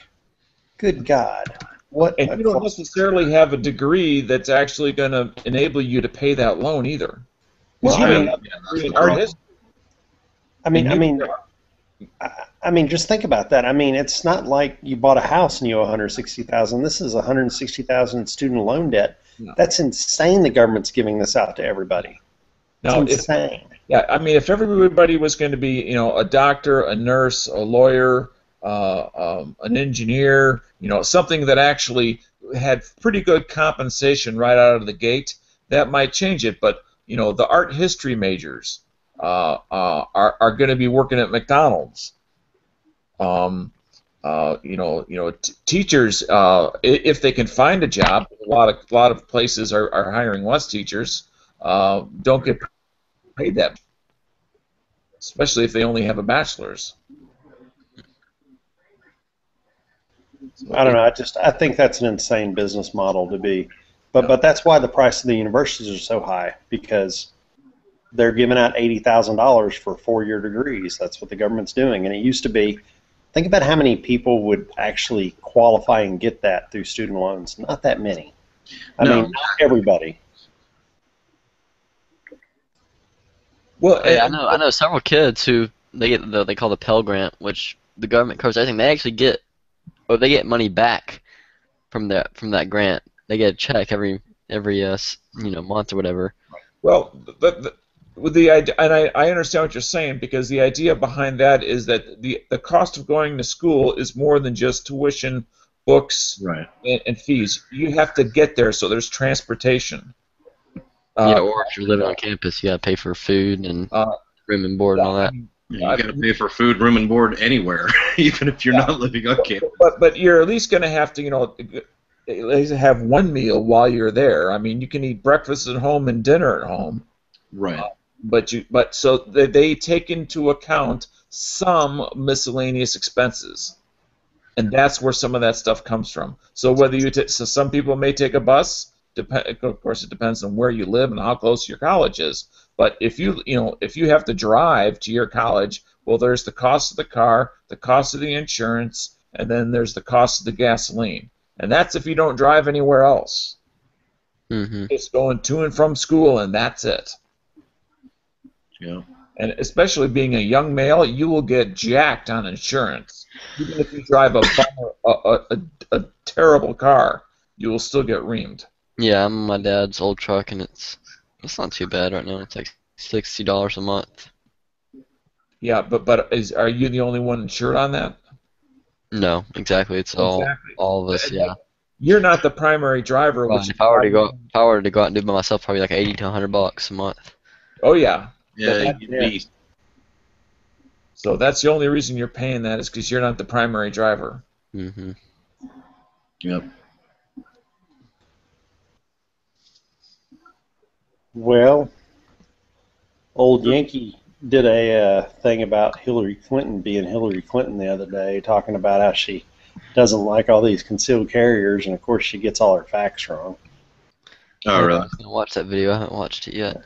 Okay, well, I'll give you a quick rundown if Yankee's probably not. He's probably FK. But anyway. Yeah. Well, it'll take him too long to talk about his own video, I'll so I'll just sum watch it it. up for you. Basically, Hillary Clinton was saying there's too many people out getting concealed carries and carrying guns and blah, blah, blah. And she mentions how people will shoot each other in movie theaters who are talking on the phone. And he points out the fact that that was a former cop who shot the guy, one of her elites that's supposed to know what he's doing, a cop. You know, but concealed carriers don't really shoot people. But you know, again, we all know that concealed carry has expanded, and crime rates have gone down for 20 some odd years. The statistics don't lie. Right. But they can't admit that. They can't admit. They're going to say, well, it was our crime bill we passed, or it was cops on the street that did it, or something. But it's like, no, it pretty much means concealed carriers are safe to have guns and it deters crime is what it means. Direct, and you can go state by state where it was introduced and see the crime rates drop in each and every state over the years. So there's like sitting down and putting it pencil to paper, it's undeniable the effect. But they don't like the idea that we're running around armed because again, they think they're just anti-gun in general, you know. No matter what they say, they don't like guns because, well, I'm sure each politician has a slightly different view on it, just like we do. But there's scary things to them, and things, they represent a threat to their power. They don't think we, the little people, need them. Maybe like each one has a different reason or combination thereof. She's going after her base in California and New York, which is her main voting base. Right. She knows she's not going to take the South, so she has to take all the liberal and blue states. But Well, and that's. you know what I find that's ironic is that she's not from those states, and of course she didn't ride up the political trail to the national level through those states either. I mean, she was born and raised in Park Ridge, Illinois, and then of course she, you know, her was the wife of the governor of Arkansas. was through Arkansas. And then, but how she suddenly got a base in New York and California, other than just her beliefs that she pushes. I mean, but she has no, you know, I grew up there, or that's where I was an attorney, or that's where I was adjutant general of the state, or lieutenant governor, or anything else. Not to get us too far into, I don't want to go into a political rant or anything, but I think she would be, for the gun community, would probably be the worst one out there right now. I mean, outside of Feinstein running for president, she would probably be one of the worst ones to win the nomination for our side. Just wonder what Obama's got in stock for his, last term. Who knows? I mean, He's unless halfway through his last term. What do you mean? Yeah. Unless something comes out of the Benghazi thing, I think she's going to be the anointed Democratic nominee. Yeah, I mean, it's pretty apparent. Even if something does come out of Benghazi, I think they're gonna. She's gonna. Yeah, it's not gonna. The base doesn't care. They haven't. I'm sorry, Scotty. Sorry. No, go for it. No, I'm saying they have enough fingers to point. Mm-hmm. You know what I'm saying? They have enough reasonable doubt to come out and go, hey, I stayed up all night. I called in as much help as I could. I busted my hump to save that guy. You know, whatever these Republicans are saying is a bunch of BS. That's what they're going to say. Exactly. Or it could be something as simple as, you know what, those crazy white right-wing guys are going to come out They're going to say whatever they can possibly say to go ahead and discredit me, but obviously it's all crap. Like, they don't even have to give an actual excuse. They can tap dance around the entire thing, which is what they've done, and I just don't feel like it's going to stick. I mean, look at what her husband, all the crap he got away with, you know? Yeah. I mean, He talked his way out of impeachment. She stayed in her position long enough to get what I'm going to call street cred, and then got out to make sure that she didn't fuck up any more, to make sure that the opportunity when Obama was over would be available for her.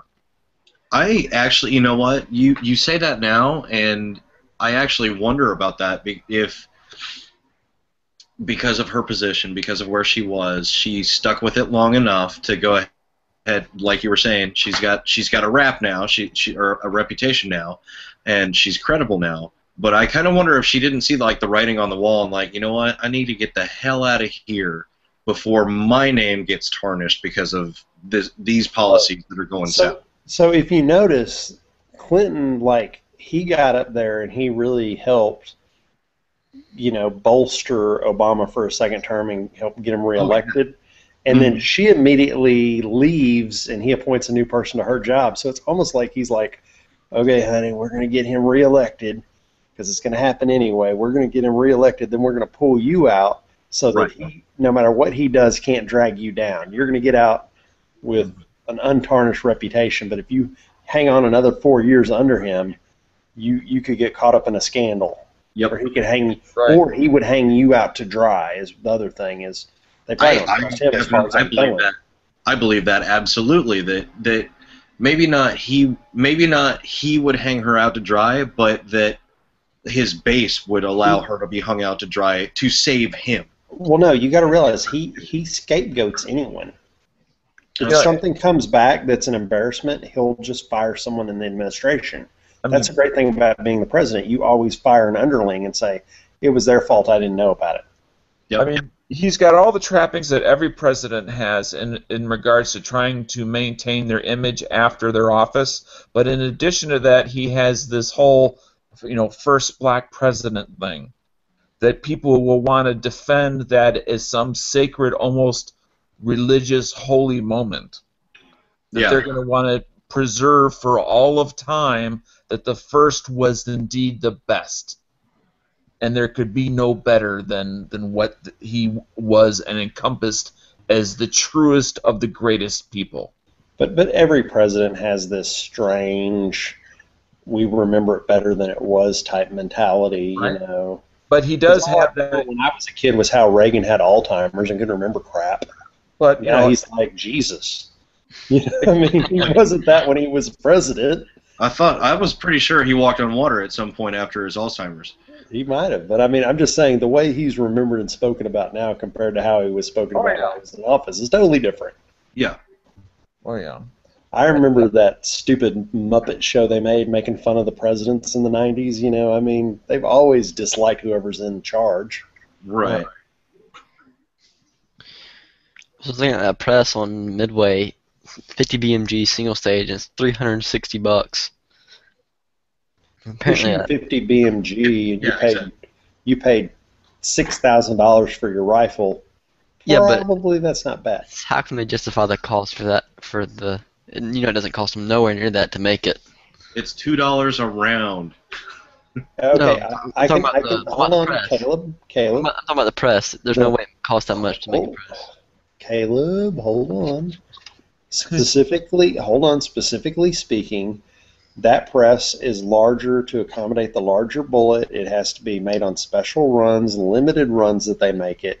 Everything that they produce on limited runs, whether it be a die or a press, has higher price because they're making less of them. And then, because they're a more demand object, they can charge a higher price, which is marketing. And that's the way other ones are too. But you try to go and get yourself like the reloading dies for one of those Willies that Charles Bronson had. It's $300 for the dies.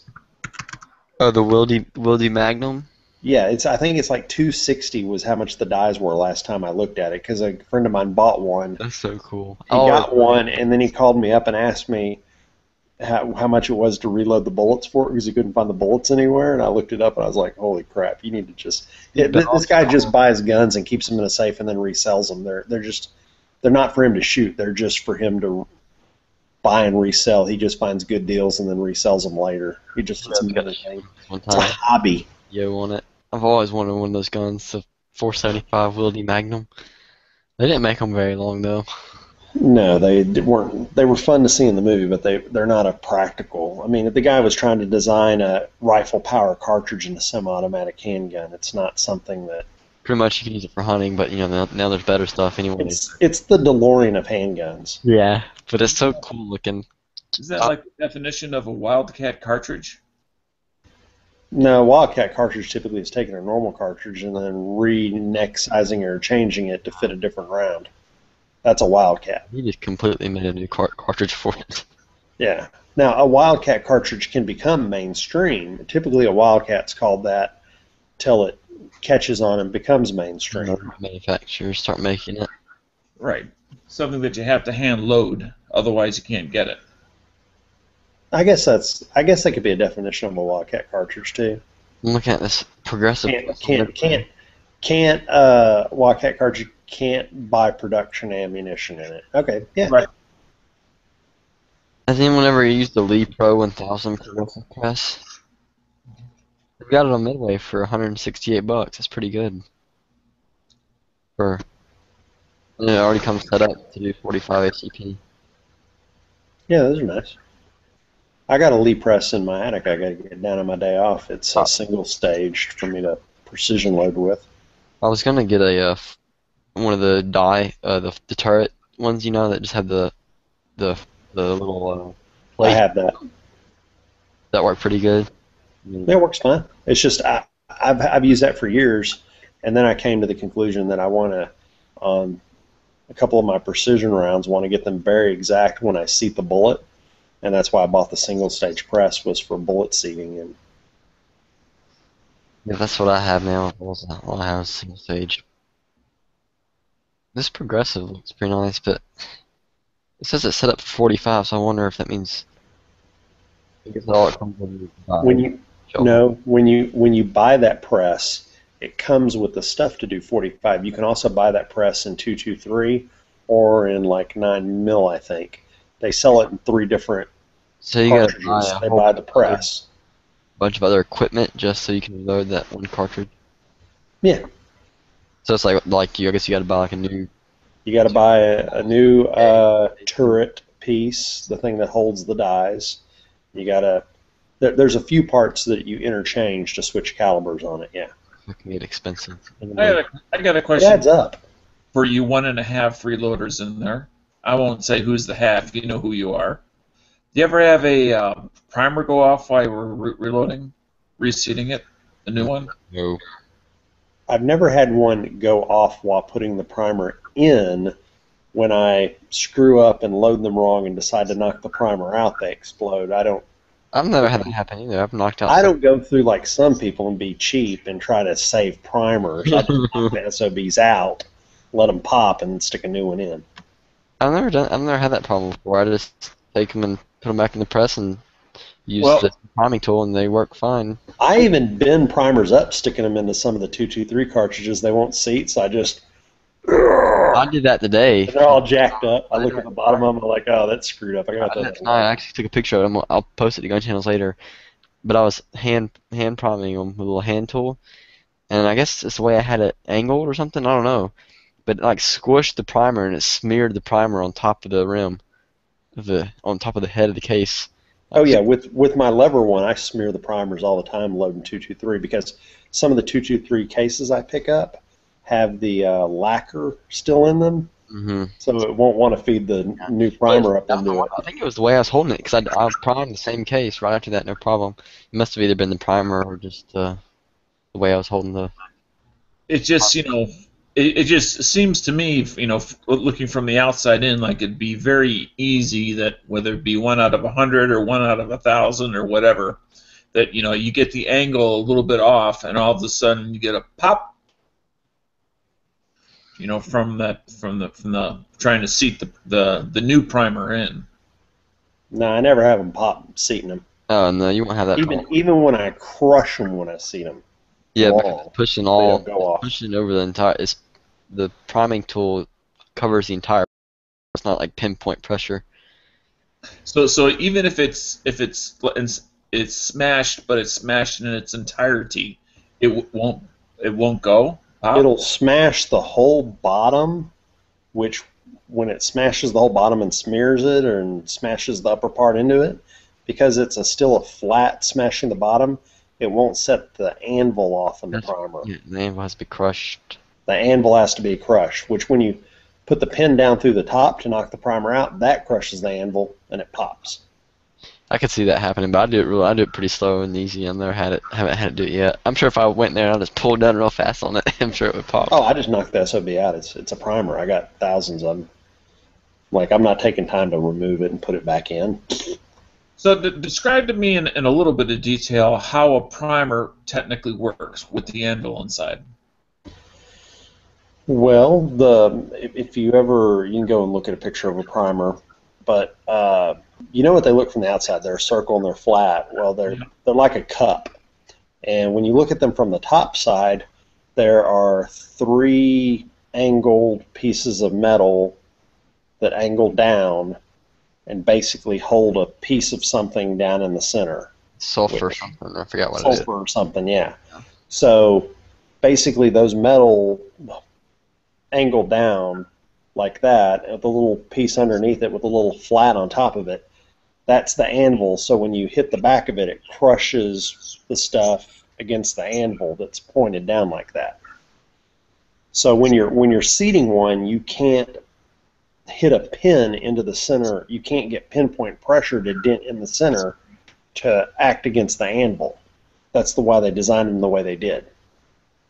They don't want them being set off while you're reloading and igniting a whole thing of powder in your face. Yeah. So over the years, I guess they figured out how to design them where they don't accidentally pop. Oh yeah, there's been a lot of accidents. It just seems that by crushing the powder, it would set it off. I mean, but obviously that's not how it works. Oh, you mean like if you pack the powder charge really to the top? I mean, maybe I'm using the wrong term. I'm going to call it the powder inside the primer, or whatever's inside the primer. Right, and that's what I was trying to say is when you seat them that way, because of the way they're designed and the anvil's designed with it, the anvil will rise or pop out before it crushes. That's why a hammer hits it so hard and fast. You know what I'm saying? If you're completely bending it the wrong way, the anvil will just give out. So is the anvil creating heat? No, the anvil just is basically just the thing that is at the angle and holds that piece in place, so that when you hit it and dent in the backside, there's something on top to give it resistance. Okay. Just think about squishing one of those poppers, those white poppers in your fingers. Yeah. Like squishing them, you got to have top and bottom. So it's only pressure. It's not a chemical interaction or anything else. Pressure. Simple pressure. Simple pressure. And that's why it just blows my mind. It seems like you should be able to just crush it and pop it like a popper that you threw against the ground as a kid. Yeah, it takes a certain amount of pinpoint force to. Yeah, I would say a primer is the most detailed component of a. Because think about how many bullets you drop on a cement floor. Oh yeah. It doesn't do it. It's got to be the pinpoint force in that right spot to have that little bit of whatever it is crushed against the anvil. Mm-hmm. Is there something else other than just the powder on the anvil to help encourage that process? Like I don't know, some other chemical that's just, I hate to say the word dabbed on the anvil, but you know, there's no, the compound that's between the base of the primer and held down by the anvil on top, that just requires pressure to ignite it.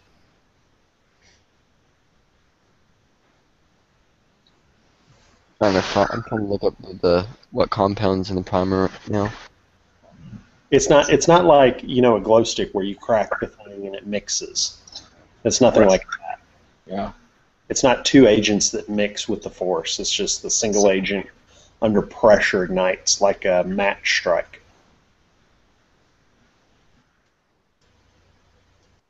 Yeah, I didn't know if it was like where that little anvil type device where actually the act of crushing it created friction, and then therefore the friction created heat, and therefore the heat was the catalyst to the reaction. He'll have to look it up and double check, but I believe it's. Oh, I trust you. Well, I mean, just my understanding of it is it's the compound itself, once it's compressed properly and quickly, causes the chain reaction, just like It's like the implosion of a nuke. Very, very Not precise. really. Okay, let's see here. Not really, but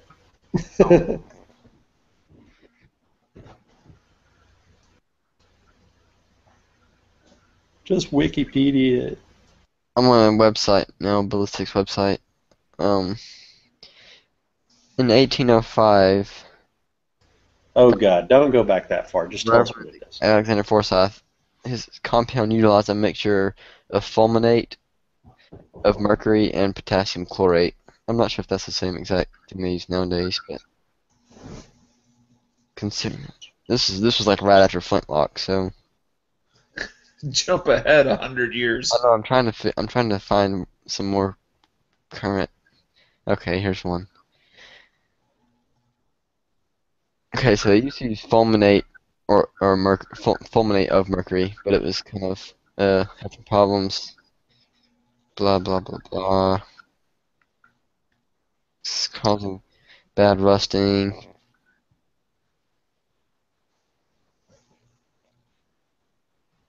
Okay, here it is. Eventually, a priming compound was developed that omitted the potassium chlorate using lead trinitro I don't know how to pronounce that. Resurcinate? Resurcinate? I don't know how you say that instead. Usually referred to as lead styphenate. This is still a common oxidizer in many of today's primers.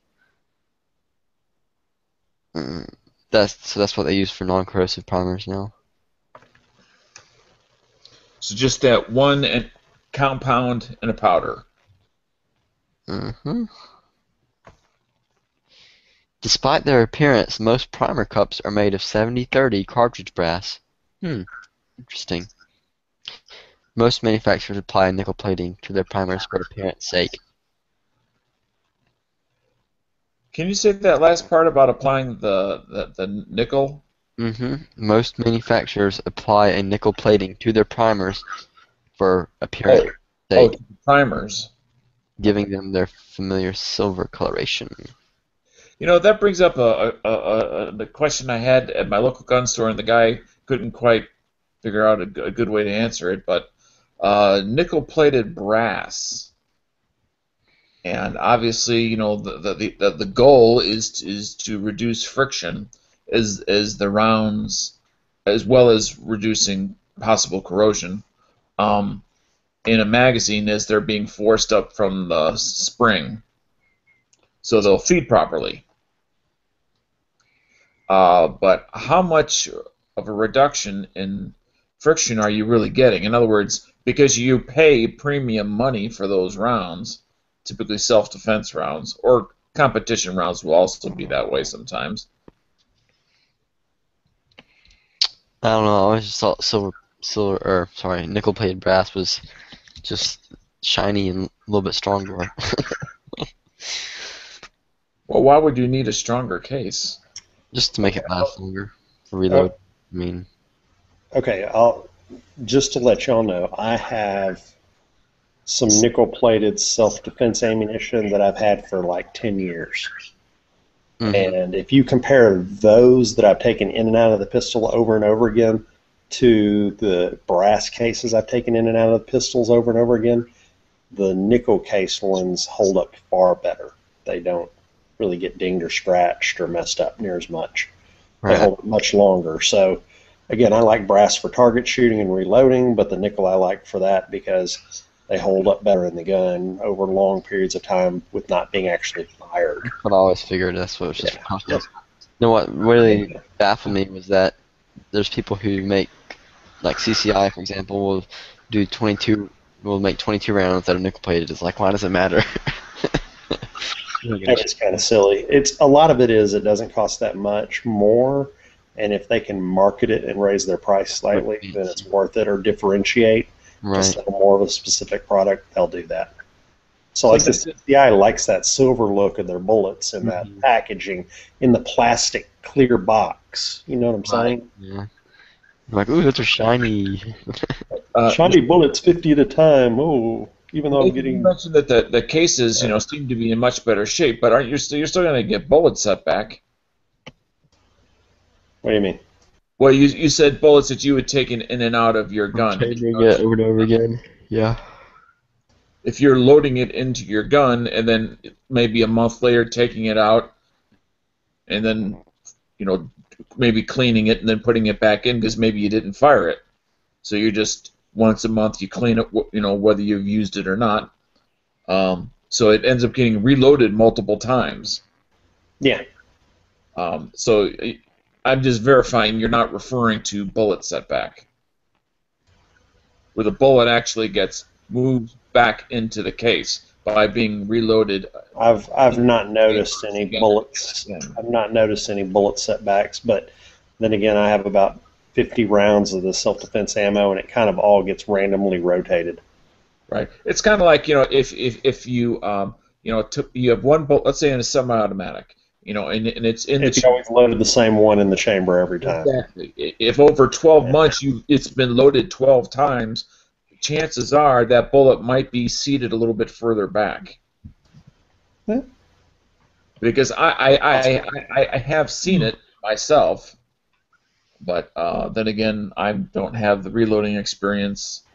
Well, these aren't bullets I reloaded. These are self-defense handgun ammunition. So I believe they're crimped and pretty tight. But I mean, I've not, I put them all in the box and I've looked at them, and none of them, if one of them looks damaged or funny in some way, I get rid of it.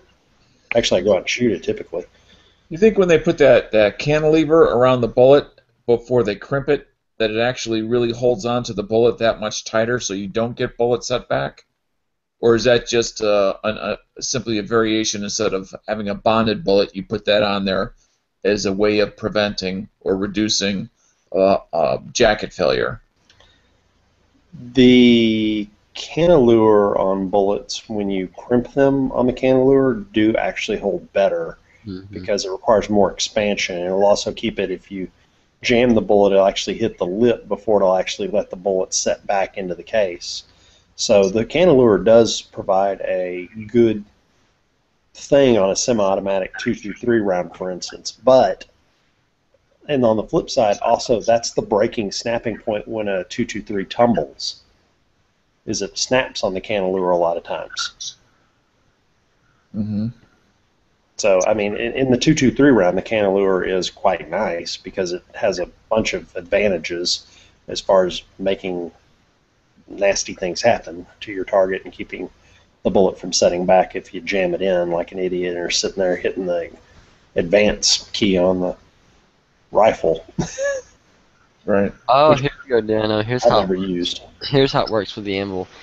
In examining a primer, you will note that the anvil extends a few thousandths of an inch above the cup. This is to allow the anvil to slightly compress the pellet, which is compound, like floating compound, when the primer is seated, thus sensitizing the primer. So it's like you're activating it once you seat it, and you're making the anvil, you're forcing it to come in contact with the primer compound.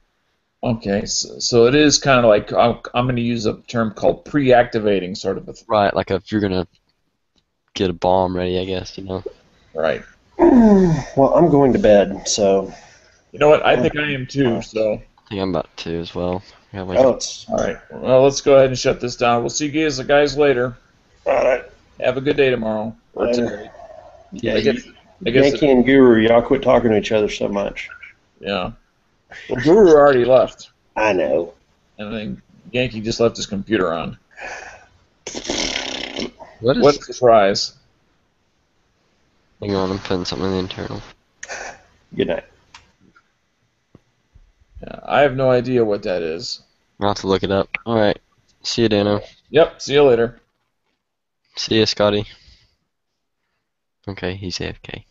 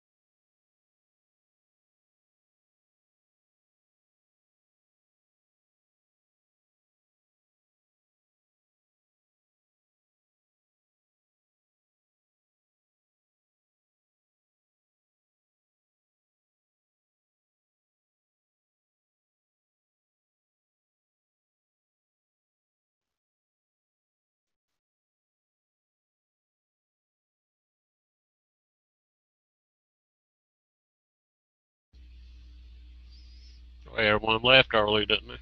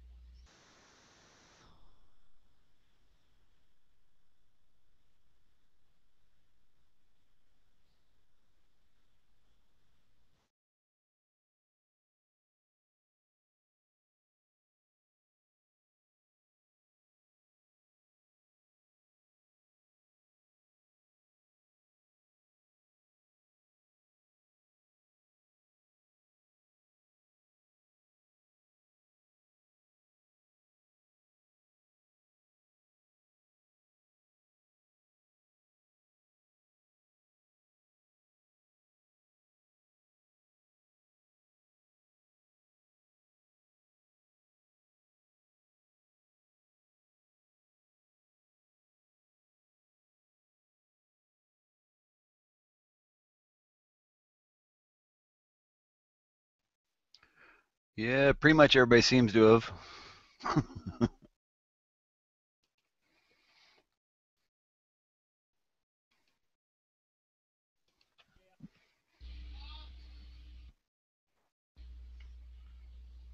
Off early. Yeah, it seems to be. I don't know. Everybody seems to. I think the chats are kind of starting to so obsessed with them as we were for a while, because it used to be like it was every freaking night.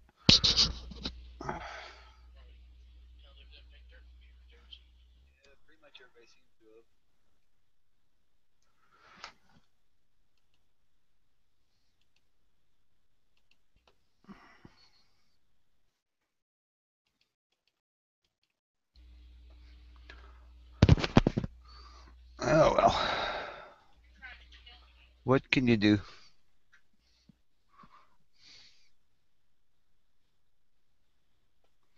I think Yankee just leaves his computer on.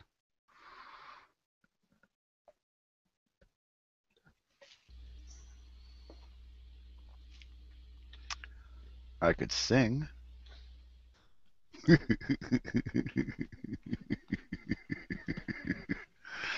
right, that'd be too funny. I know. Should turn my camera. There we go. There's the Bob classic picture.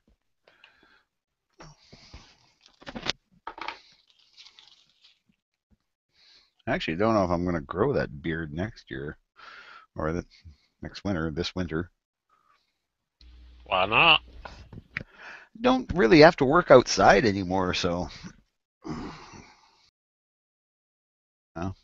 they're a pain in the ass in a lot of ways. Shaving's a bigger pain in the ass, but it's kind of one of those balancing acts, you know. I pretty much have to shave every day, otherwise I look really scruffy. Yeah, I do too, and I also shave my head, so it's twice as much. Yeah, see, I've tried that a few times, shaving my head for summertime and stuff, but it's just too much fucking work.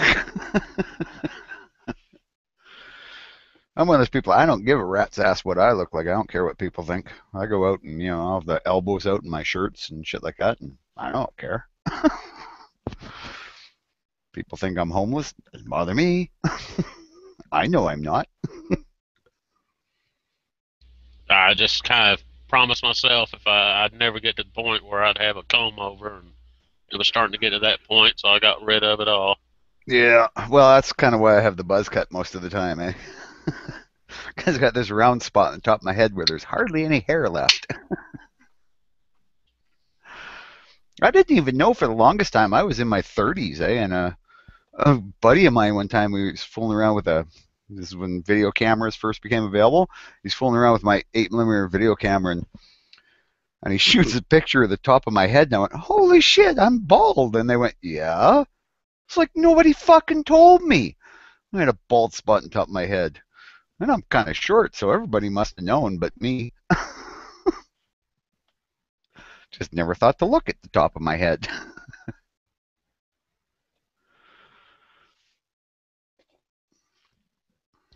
Mine mine was in the front, so it was pretty noticeable right off. Oh yeah. Well, I get the really, my widow's peak kind of thing. It's been getting further and further back. So eventually that's going to meet up with a bald spot in the middle, and then I can just be Friar Tuck.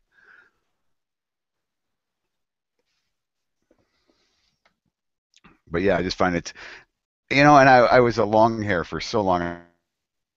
I was early 30s, and my union was trying to raise money for leukemia research. It's one of the charities they give a lot of money to. And I said, well, I'd be willing to raise some money, and how about if I shave my head? And got the whole lumberyard I work with, all the guys there, and we all got together and said, okay, well, we'll take pledges on, shaving our heads. And I think there was 9 of us all together shaved our heads, and I'd always had long hair before that. Once I shaved my head, I went, fuck, not only is this really cool, like meaning cooler, but I can hear everything. The fucking wind noise. Like stuff I'd never noticed before. It was bizarre. And yeah, ever since that point, it was like, nah, I'll let my hair grow up for the winter, but it'll never grow that long, right? And yeah, summertime, it's like, keep it buzzed off. So much cooler, it's no maintenance. Plus, when you shampoo your hair, you clean your fingernails when you got that little buzz cut. Work kind of cool. Multitasking, I like that. Yeah, but there's nothing like when you get sunburn up there. Yeah, I've had a few of those. Well, that was a funny part. There's one of the things that should have clued me into I was losing hair on top of my head was I never wore a hat before.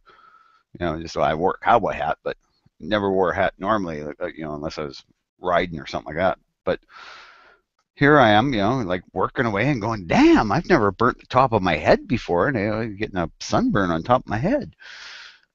Should have clued me into the fact I didn't have as much hair up there anymore. Yeah, it should have been a good hand anyway. Yep. But I'm a little thick sometimes. I think we all are. Too true. Like everybody has their duh moments.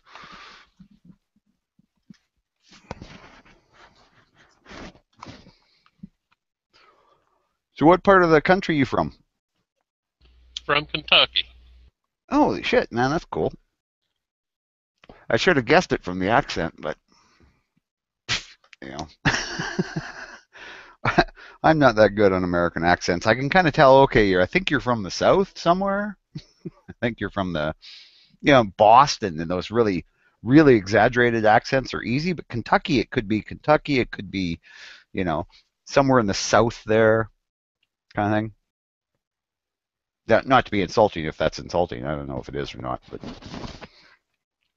no, that's not insulting. Yeah, it does sound like kind of like a southern state accent, I guess.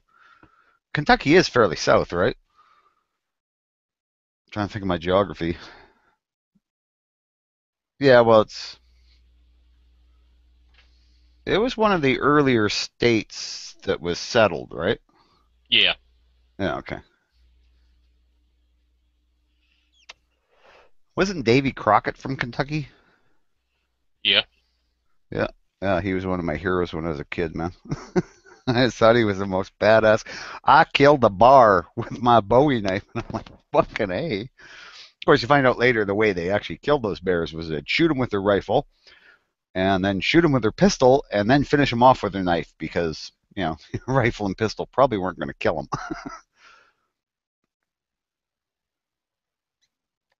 Because that was back when they had grizzly bears there and everything. What part of Canada you in? Oh, Saskatchewan. So right in the middle of the frickin' country. I think we're the only province that's actually like an actual normal square shape. It's, well, not quite square, but almost square.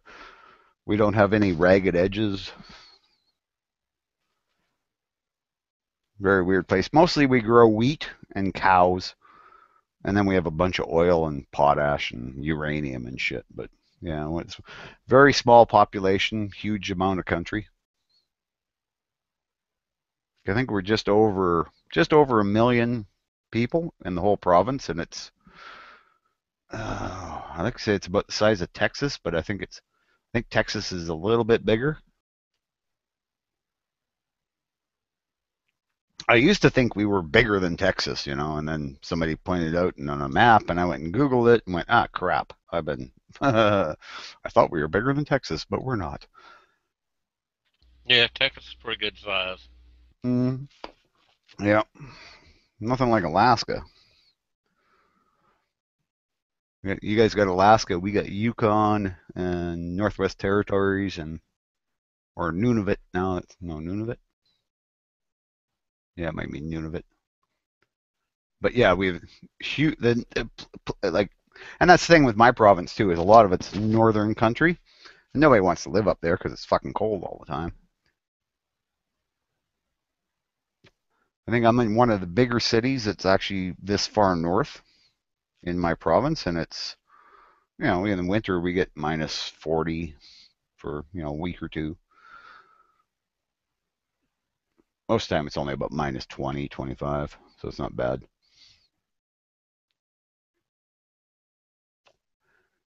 Yeah, minus 40, you have to start plugging your vehicle in. It has a little heater that keeps the coolant warmed up a little bit, eh?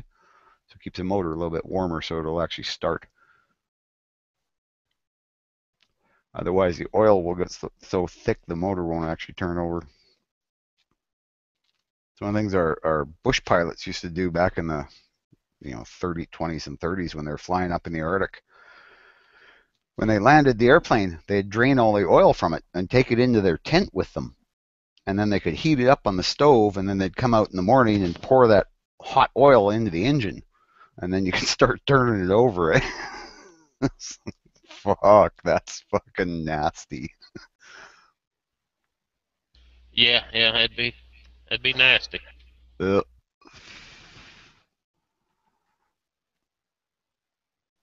I mean, then down in the south, I hear about the kind of heat and humidity you guys get down there. It's like fucking that kind of humidity just kills me. We get I've been to Toronto, which is kind of on our eastern side of the country, and it's close to the ocean, and it's close to one of the Great Lakes and stuff. And in the summer, it'll be like 30 degrees Celsius, which is like around 90, 100 degrees, whatever. And it's 100% humidity, and you can't even breathe. The air feels so thick, you can't even breathe it. Yeah, the humidity's starting now. It was like, I think it got up about 93 today. Holy crap. See, that's about 30 degrees, I think, our temperature. So I mean, that's what we consider a really warm summer day.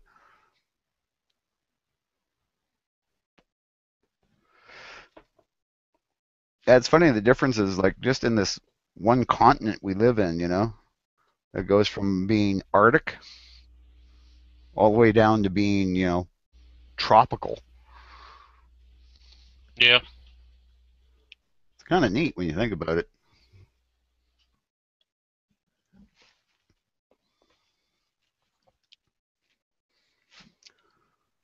So you and me. Sorry, go ahead. No, I was just going to say, you and me are the only ones actually awake. No. I just I had to step away for a few. Oh, okay. So. What's going damn? Yeah. No, actually, we were all talking in here, and then you guys showed up, and it got weird. Oh. Yeah, okay. I was watching. It wasn't getting. Nobody was talking. It kind of quit. Dano just said, "Okay, I'm going." Yep. And then somebody restarted the chat, I guess.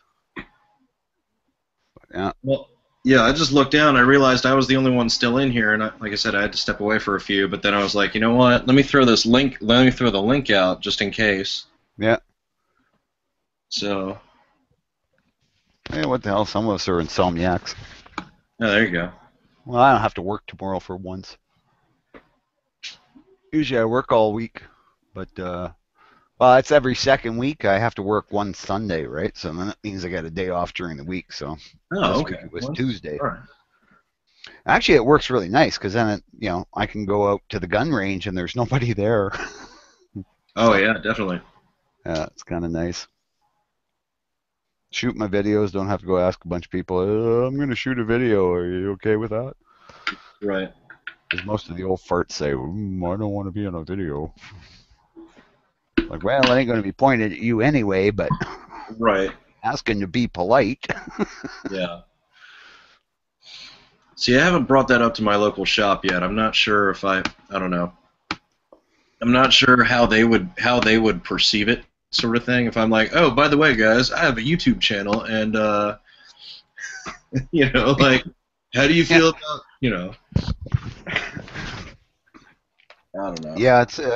I never bothered to ask the powers that be at my range either, because it's kind of a semi governmental funded. It's Saskatchewan Wildlife Federation, right? Runs the gun range, but they also Okay. do all kinds of stuff saving wetlands and shit like that, right? So Okay. it's this big wildlife So kind of federation. like our version of Fish and Wildlife, just for Saskatchewan. Okay. Well, yeah, but it's not a government agency, but it does have some government support, because Okay. our government Okay. supports our wildlife projects and stuff like that, eh? So it's kind of semi-affiliated, but yeah, it's not. Yeah, but it does really cool stuff. I mean, they do stuff like they have free archery and 22 rimfire classes for like kids, and any Okay. kid, and it's free, right? So if you're a poor person, it's a way to get your kids into something that doesn't cost them a fortune. The big problem with Canada is like everybody's into hockey, and hockey is the most expensive sport you can be involved in. Okay. Oh, seriously, yeah. You can spend, like, for your 10-year-old kid, you can spend $1,000 on equipment, and then Yeah. probably another $2,000 taking them to tournaments to all the different towns. Right. So yeah, it's really gets outrageous, and you have to volunteer so many hours of your own time to doing stuff for the hockey team. It's crazy. I'm so glad my son never got into hockey. Then if your kid's a goalie, it just gets that much more expensive. Yeah, I mean, there's a whole lot of kids in Canada that would love to play hockey, and they can't because they can't afford the damn equipment and the fees. Like, I mean, there's like, just to have your kid playing on a hockey league, like a 10-year-old kid, to have him play in a local league will cost you about $800-900 a year. Wow. Okay. And that's on top of the equipment and the volunteer time. It's just because the rink time, to rent these indoor rinks is so much money. And apparently they can't play outdoors anymore. When I played hockey as a kid, it was outdoors all the time. Apparently kids can't do that anymore, apparently.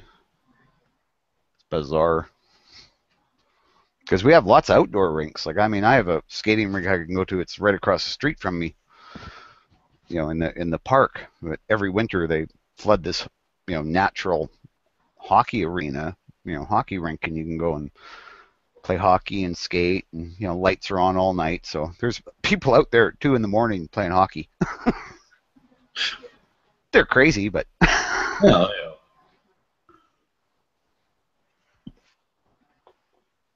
but it's just but yeah, for kids to get into nowadays, it's getting so expensive because all the, like I say, the equipment and just the ice time, to rent that arena has got outrageous. So that's why it's nice that they got shooting sports and archery that they're making free to the kids, because that means some kids who maybe can't afford to go into hockey will get into shooting. Not a problem with that. Yeah, exactly. And that's not like, popularity in shooting's not exactly like it's going to drive up, price on everything long term anyway. Nope. No, and I mean, the neat thing is, I've actually donated a couple of 22s to the rifle club, just because they 22 single shots. That's a big thing, and those things, they only cost me $100 to buy and fiddle around and refinish the stocks and stuff and reblue them. So it doesn't cost me nothing, but it means that when those kids come, they can shoot one of the guns that maybe had something to do with putting into their hands. So that feels good. Yeah, absolutely. That's a Get, pretty like, cool thing. you know how you seen like those park benches that have those plaques? And, you know, it says donated by so and so. Oh, yeah. Year. Wouldn't that be cool? If you put down like the Biker Bob family donated, you know, so and so. Wouldn't that be cool to have that in the stock? I think that'd be a cool thing to do. Like, Yeah, actually, one of those little medallions. Inset get that one, in the stock. like just get it inlaid into a stock or something like that. That'd be cool. Yeah. You know, like you Kinda see, neat, like actually. when you go to like my high school, we have like the plaques that says this bench was donated by the class of so and so. You know what I mean? The year, blah blah blah blah. Yeah, Well, you it'd probably, can- yeah, I mean, it'd probably be That'd be fine cool. with them if I did that. Is that? I mean, you could do that. You could engrave the side of the receiver. You could do a few different things with it. Yeah. Well, I meant like, you know what I mean, like if you were to like really like donate like say 10 rifles or something like that, 10 20 like, you know, 10 Right. 10 22s. That'd be a cool thing. I mean, like as like if I was like the range people, like I'm like, "Oh yeah, the Biker Bob family have donated this." I would do that. I would totally get like Yeah, I would do that as the range. Yeah, as the the operator, range people. Yeah. Yeah, I would definitely do that. But I mean, we all most of us shooters have done that. They have probably 40 or 50 22 single shots for the kids, eh? So I've given ammo out to people at the gun range during the whole, you know, gun ammo. yeah, that we've never had a problem with. All like our local sporting goods stores are really good about donating ammo for shit like that. Yeah. And like arrows and stuff for the archery classes. Mhm. Like when my kids were, they're pretty much outgrowing the bows I got them when they were, you know, 10 or 11. I'm thinking like if they don't still want to hang on to them just because I bought them for them or something like that, if they're willing to, I'm going to see if they'll, you know, donate them to the archery school or archery classes, because I mean they're, you know, nice little regular fiberglass recurves, nothing fancy. Yeah. Just like little 30-pound bows, eh? So A lot of fun to shoot. What was that? So Scotty, have you finished any of your AR-15s yet? I had one finished, and then I decided I was going to sell the upper. Oh, really? Yeah. How many are you building? I've got 3 that I'm working on currently, or 3 planned. Basically, I was going to do the original idea that I had was I was going to do one budget AR. I was going to do one like high dollar or high end custom job. Which, luckily enough, for an AR-15, you can literally buy it one piece at a time. So, for high-end, you know. So I was going to do like a nice, really high-end one. And then this whole thing happened with the SIG braces. So I was like, well, now I need an AR pistol. You're set. Yeah. That's what you need. Yeah, well, because that was the thing. The original plan was I was like, oh, I'm going to buy 3 complete lowers, and then I'll build 2 of them. And then I'll hold on to the third one, and if shit gets really weird again, like I can just go ahead, I can sell off the third one or do whatever I want to, you know. Yeah. Well, now I have plans for all 3 lowers, so I'm like, well, shit, now I have to get a 4th. Lowers, yeah, I'm gonna have to go buy more lowers. So earlier this weekend, apparently Ares Armors did a misprint in the ad. I don't know if it's a misprint or not, but they marked down their full auto bolt carrier groups for $79, and then so I bought another one. The nickel boron. This is the phosphate one. Lame. The M16 one. Yeah, because see that I was just looking at it all last week, but I only looked at the nickel boron one. But they're $110, but they're out of stock right now. Yep. And they're saying there's up to a 90-day waiting period. Oh, I'm sure. On it. So because they were like $180 and they dropped down to $110 and they were all sold out now. Yeah. If you're looking, I just linked that. I put that link in there, and I could have sworn last week there was 800 Ares Armor regular, full auto phosphate coated bolts, and now there's only 550. So they still threw her in bolts within the weekend. Because apparently they did on sale for $79. Yeah. Really, for that price? 79 bucks is if you wanted to get like a Fail Zero like bolt nickel boron bolt key is more than that. It's like 80. It's like 84 bucks. Yeah. Now, what I mean, you guys are talking about the pistols and stuff. Now, are there lowers different for the pistols than for the rifles? No. So The buffer tube is different. I'm no AR expert, but there are designated lowers that you can get that just says pistol on it. Okay. But it doesn't really. It has no legality to it as long as you don't make it into a rifle. Here's the kicker, and I did a lot of I wanted to make sure I was going to be fine when I decided to build stuff, because I only bought the lowers. So my FFL, when he registered them, when he called it in, he said that they were marked as other receiver. Okay, so that means I can do whatever I want with them. However, the very first upper that comes into contact with a specific lower will designate what that is forever. Mm-hmm. Okay, but who the hell would know that? Exactly. There's no written record of it. There's no record of it anywhere. Yeah. Oh, yeah. So it doesn't really matter. Yeah. And for all practical purposes, someone documents it. So let's say right now, Scotty bought 3 completed lowers, right? Right. So they had a 6-position stock on it in a stock. So even though that has a stock on it, he can still take it apart and put a regular buffer tube on it, a pistol buffer tube, and it'll still be a pistol. Exactly. Until he mates the upper and the lower receiver, it's still anything right now. Oh, okay. You could go up, and you can't go down. So you could go from a pistol, like say if you had an AR pistol, right? Yeah. And you'd be like, oh, I don't like AR pistol. I'm gonna take off the buffer tube, take off the upper, and then I'm gonna put on a stock, and then put it on a rifle upper. It's fine going up, but you can't never go back down. But again, who knows? That is fucking See, that's the stupidity of gun laws. Yup. I mean, they're just ridiculous. So when I was first buying my AR-15, I was like, oh, what's the best AR-15? Like you would buy. I went to go. That's what I went to go do. I went to go talk to 4 or 5 different gun shops, and the majority of the people told me to buy one. But at the time, I was 19 and I couldn't buy an actual lower receiver. Yeah. You still, even though being you still have to be, you still have to be 21. And like I asked them, oh, well, can you sell me a completed upper with a 6-position stock and mark it as a rifle? And they're like, we can't do that, because they sell it as stripped. So you know what I mean? I guess they don't want to put the lower actually as the rifle at that time. You know what I mean? Right. Yeah, I don't know.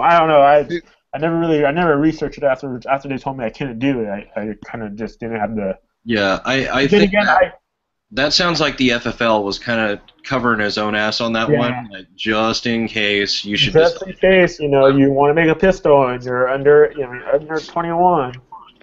But I actually bought my first lower receiver via private party, and again that was my AR pistol. Yeah. I bought it when I was 20 because the Sandy Hook happened when I was 20. Oh, yeah. So I bought one. I paid way more than I should have. Child, you're barely older than my daughter. Yeah, I turned 22 this September. Now here's good news. But I've been still carrying longer than you have. Say what? Yeah. Canadian good news. Canadian good gun news. Or gun law news. Apparently the government is working to get rid of our original, Bill C-68, which is the one that outlawed everything and restricted our our mags and yeah. I mean, it was. Are they going to replace it with a new law that will restrict more? No. This is going to just take that law and make it go away. It'll be gone, right? So we'll be able to go back to 30-round mags. We'll have AKs again. Awesome.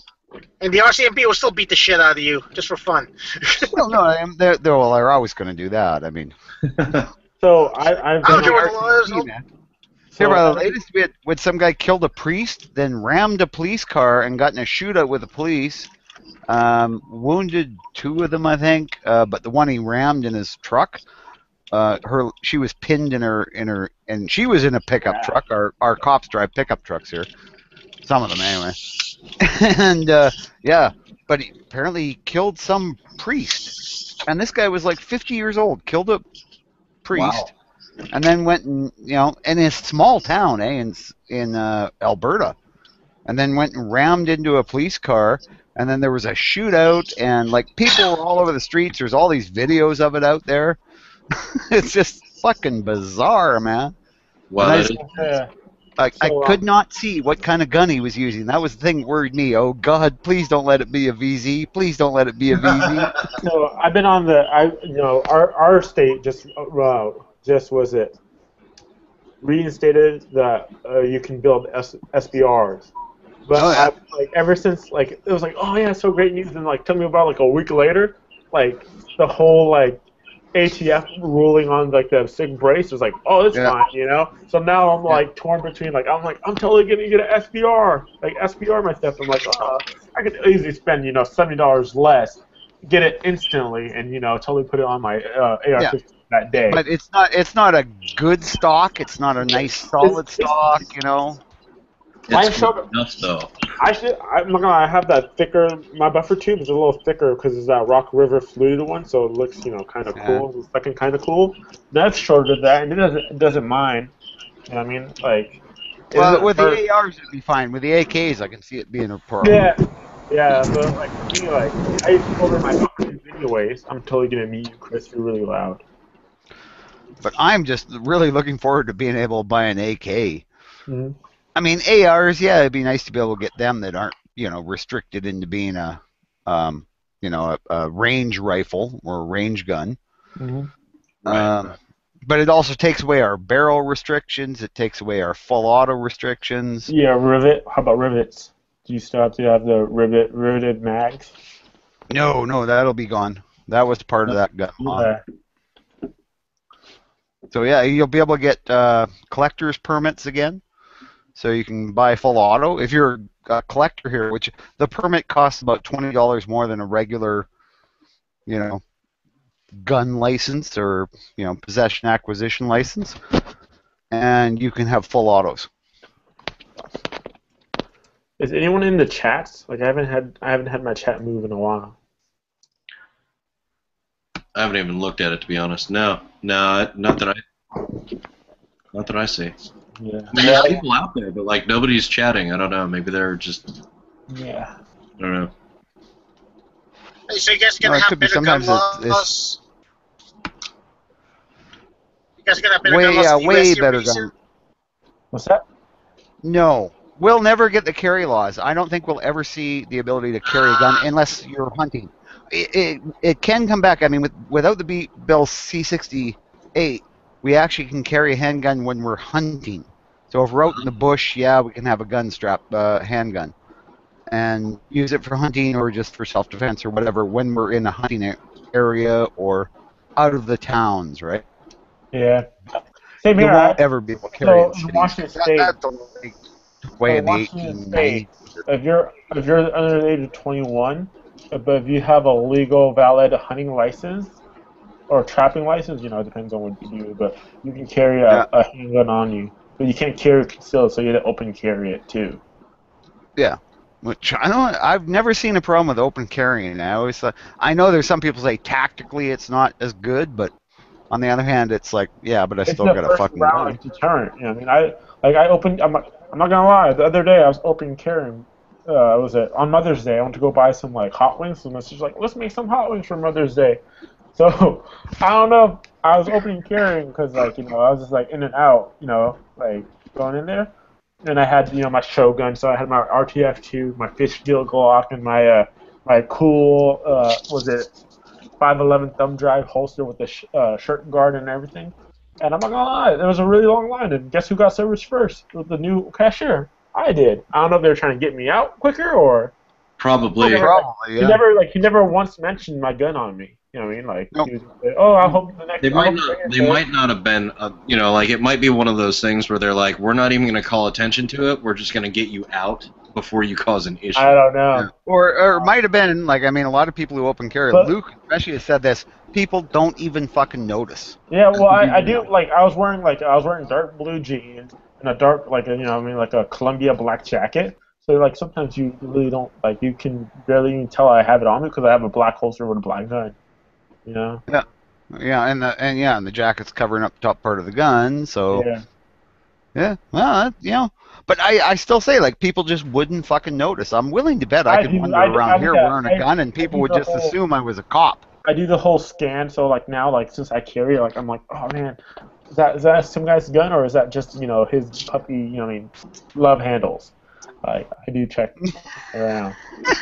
Well, yeah. I mean, you might have to talk to Yankee about that, or maybe Quark about whether love handles covering up the gun is a benefit, or does it make it harder to draw when you got to pull the flesh up over the gun to. Like I forget who was complaining. I think it was Edge. Well, now he lost 25 pounds or something like that. But he was complaining about like one of like his gun's like grip and how it rubs up against him, or like how this holster wasn't like he wasn't satisfied about the holster or something like that. And I'm like, if it rode a little high on his belt, I could see that. I carry an RTF2 Glock, with the sandpaper grip, and like. I've never had a problem with it rubbing against my side, and I'm a bigger guy too. You know what I mean? I'm still, I'm 6'1". Yeah, but you look skinny as hell. Like, what do you weigh? $1.50? No, I wish I weighed $1.50. I weighed what? 240. Ooh, I'm pretty big. That's kind of chunky for an Asian guy, isn't it? Yeah, but I'm the abnormal. I'm 6'1". Well, that's kind of tall for an Asian guy too. Although, I've always kind of like doubted that stereotype, because I mean they always get that stereotype. Oh, Asian guys are short, but only some of them. You get some guys in northern China and stuff. They're fucking huge. Yeah. That's where that basketball player comes from, and also like you look at some of the guys on the islands. Some of them are like, big fucking guys. Yeah, they look Asian, but they're... Well, like, if you look at... You guys, I don't know if you guys know Cambodians. So, like, Cambodians are, like, mostly, like, short and lanky guys. Yeah. And, like, when they see me, they think I'm either... Well, my name throws it off, too. The Kisan part, the San part throws it off. So I either get... I'm, like, Korean. Oh, yeah. Korean or Japanese because of my name. Yeah. And like they always think like they always think I'm like mixed. They always think I'm like half like white or something like that. Was your father like a white basketball player? No. My dad's like 5'10". My mom's like 4 foot. No, 4 foot. My mom's like 5'1". Yeah. My mom's pretty short. Yeah, my mom was 5 foot. My dad, my 5'11", and I ended up 5'8". So go figure that. My grandfather's pretty tall too, but like he's on the declining age now, so like he's shrinking. Oh yeah. I know what that feels like. I feel like my dad's shrinking too. Because every time I see people do. When they get older, they shrink. There's very few really old people that are as tall as they used to be. Mm-hmm. By the way, Kisa, I get my sick brace tomorrow. Oh, did you? Yeah. Right, cool. man. I'm gonna hold off on the SBR. Yeah, well, it's that sick brace or that the Sentry brace, because yours is AK, so yours is different. But it's always going to be in high demand, so you can easily flip it for the price you paid for it. You know what I mean? Like if you want to sell it on eBay right now, you can still sell it for that 100. I forget $130. Oh, that is so cool. Oh yeah, Right here, this is what my gun's gonna be. I'm gonna Duracoat my gun. About around J&G sales. I bought a J&G sales and it was like $120. So I paid $130. So do you since J&G sales? Do you have to pay in-state taxes? You have a J&G Oh, that's nice. Yeah. In your state? Yes, I have to pay in-state taxes. Yeah. Yeah. So you just drop that in, man. Yeah, this is what we're talking about, that SIG brace, But that's what I want to Duracoat my rifle into an all-white rifle. Oh, I wouldn't want to do that. That just looks black silly. accents. Well, black accents. Why not? That'd be a second kind of different. I was gonna say, It'd be a second kind of cool. It looks like something a stormtrooper would carry. Yeah, heck yeah! You want to be? I'm on the side. I want to get like the Stormtrooper armor? Stormtroopers carry black guns. Stormtroopers all the way. Yeah, I know. I'm just saying, it just looks funny.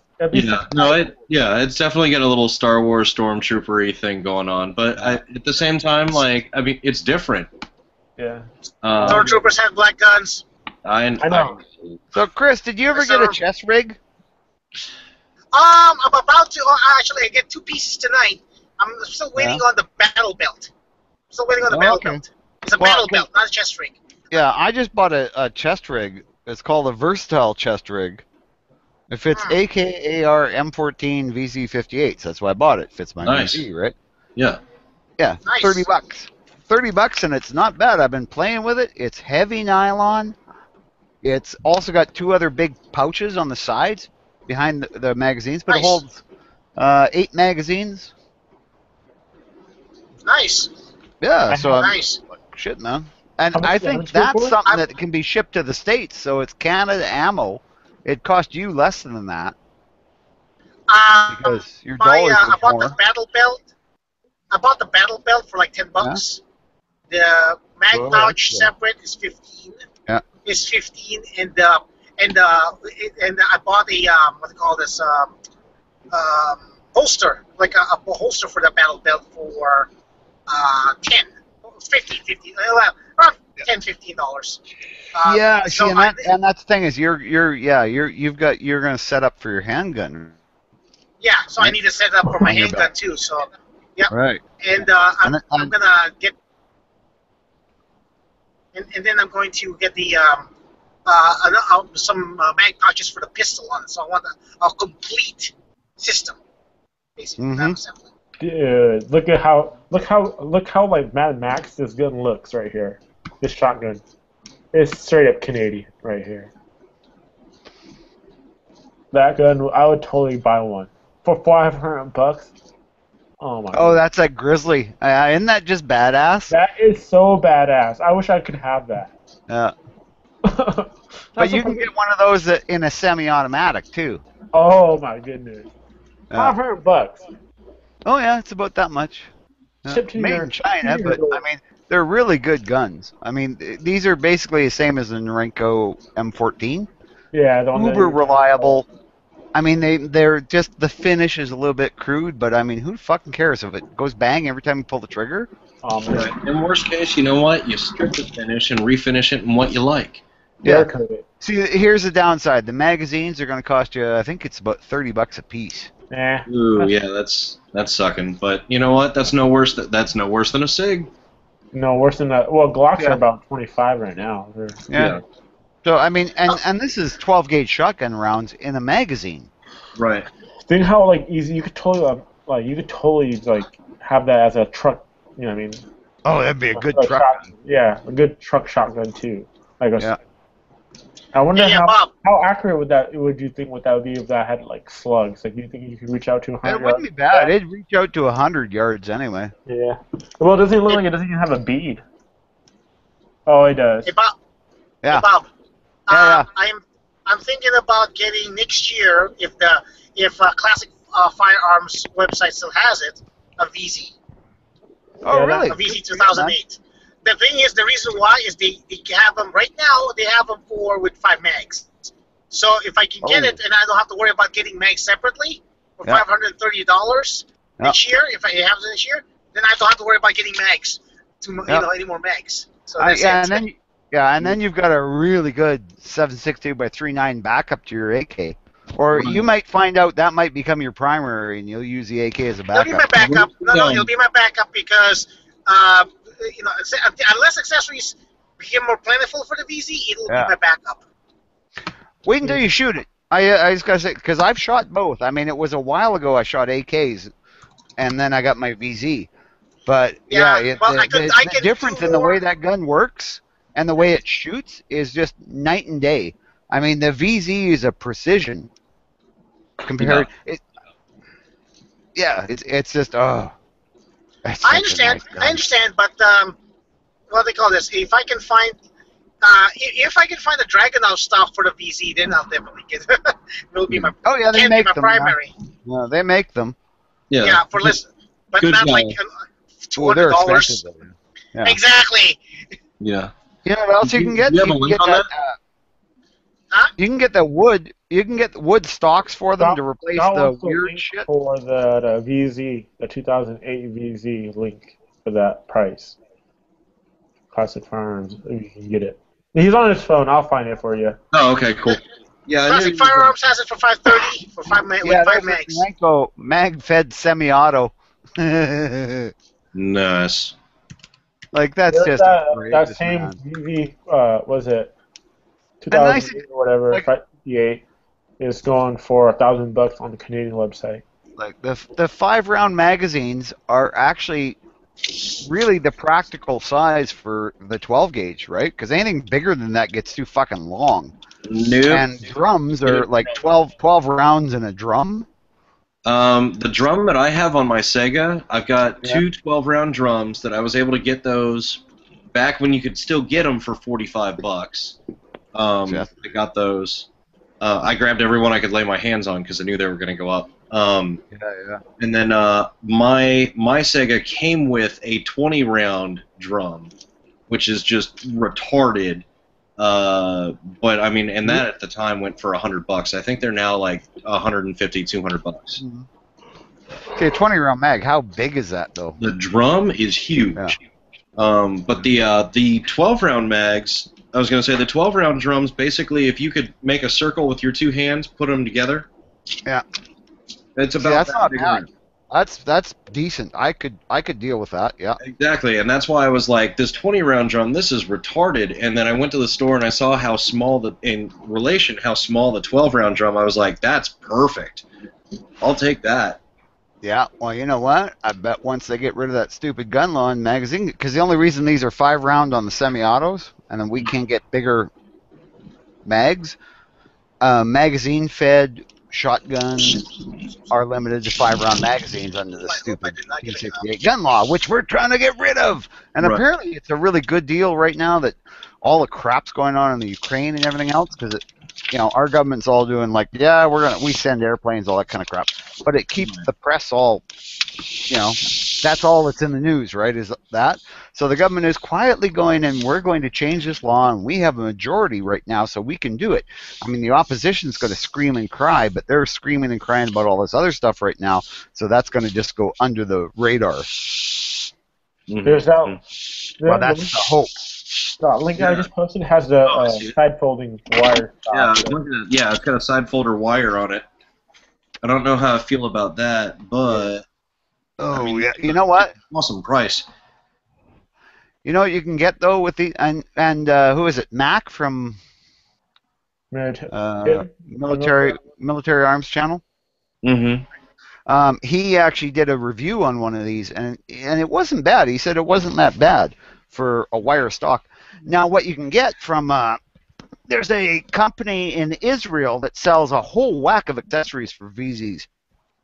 Okay. What's all that called? Zal. And I bought a whole bunch of stuff from them, and they have like an A4 style stock, slide up and down, but it also folds because it's a VZ. It doesn't have the tube or anything, so it's a folding A4 style stock, and they are fucking great. I got one on mine, and it's just sweet. Works really well. So they do have an exchange, like you can exchange out that stock or adapt it. Mm-hmm. Okay. Yeah. Oh, they're easy. Yeah, there's one bolt.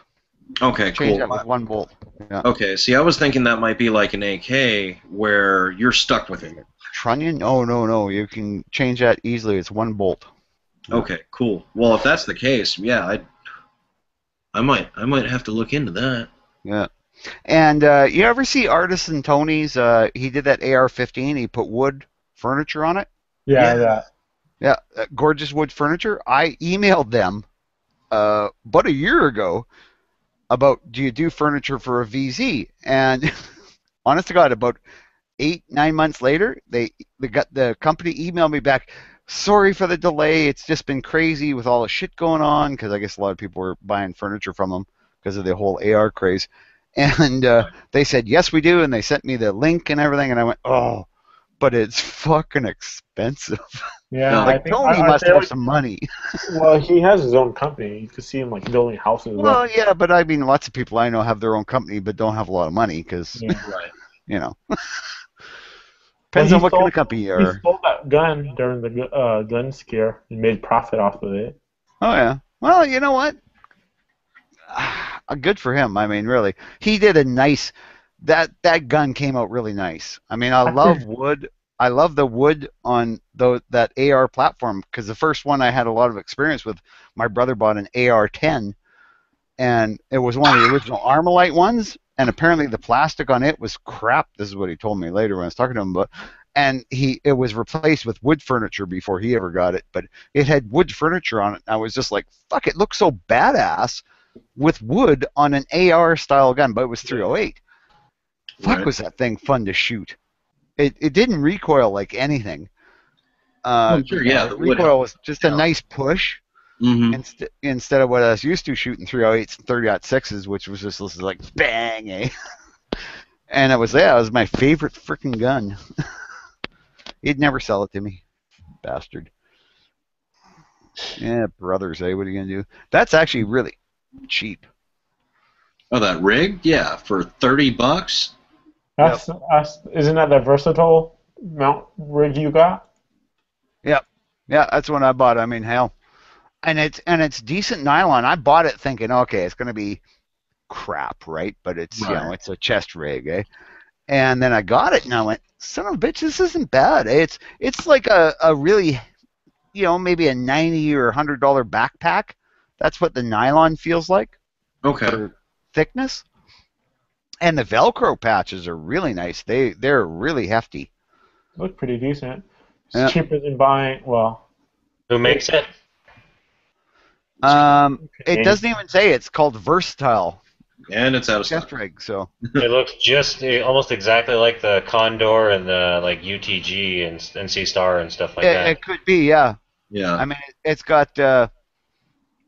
But like, I mean, I stuffed it full of my mags, and I mean, the VZ mags are particularly nasty to fit anything, right? Now they are cheaper, but the way I look at it is, if you buy something like that, you need to look at it like the ammo bandoliers they had in Vietnam.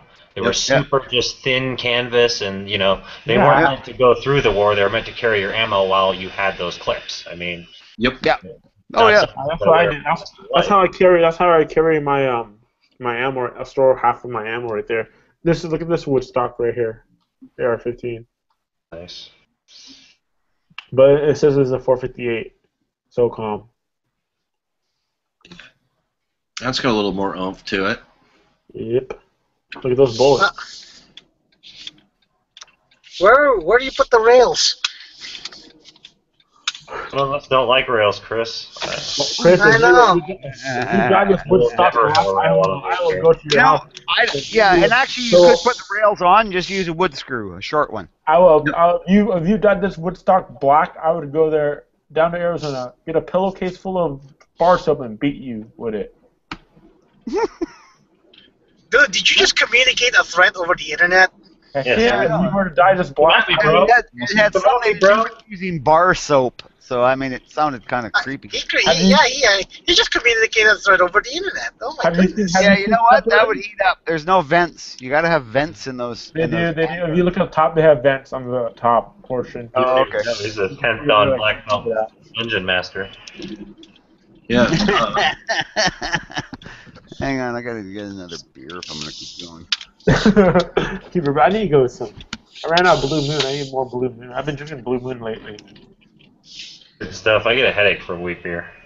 Really, I like the whole. I get like, I can drink a whole pitcher of that. Oh, I love it. Don't get me wrong. Like I can do. Give me a pitcher of Blue Moon and a whole orange. Yeah. Hey, Huck. Hey, Huck. I get the brace tomorrow, man. Dude, that's exciting. You're gonna have the thing either tomorrow or the next day. It could be tomorrow.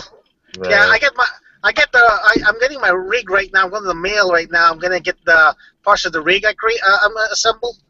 Cool. So. What kind of barrel belt did you buy? Like the main piece? It's a marine.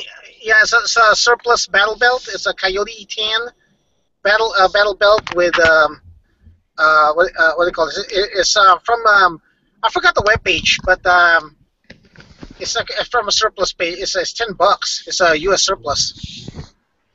That's all right though. That's good quality stuff usually.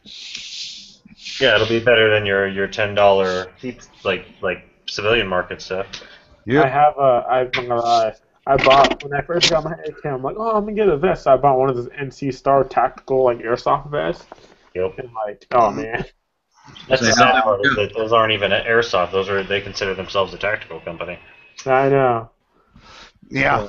So speaking of new stuff, I just got like they're like it's for the AK and it doesn't even fit like one of the tactical AK mags. I just got the Cold Steel Kobun in, and got the custom paracord wrap on it. Nice. Awesome little knife for the $30 that they cost. Oh, that's pretty cool. It?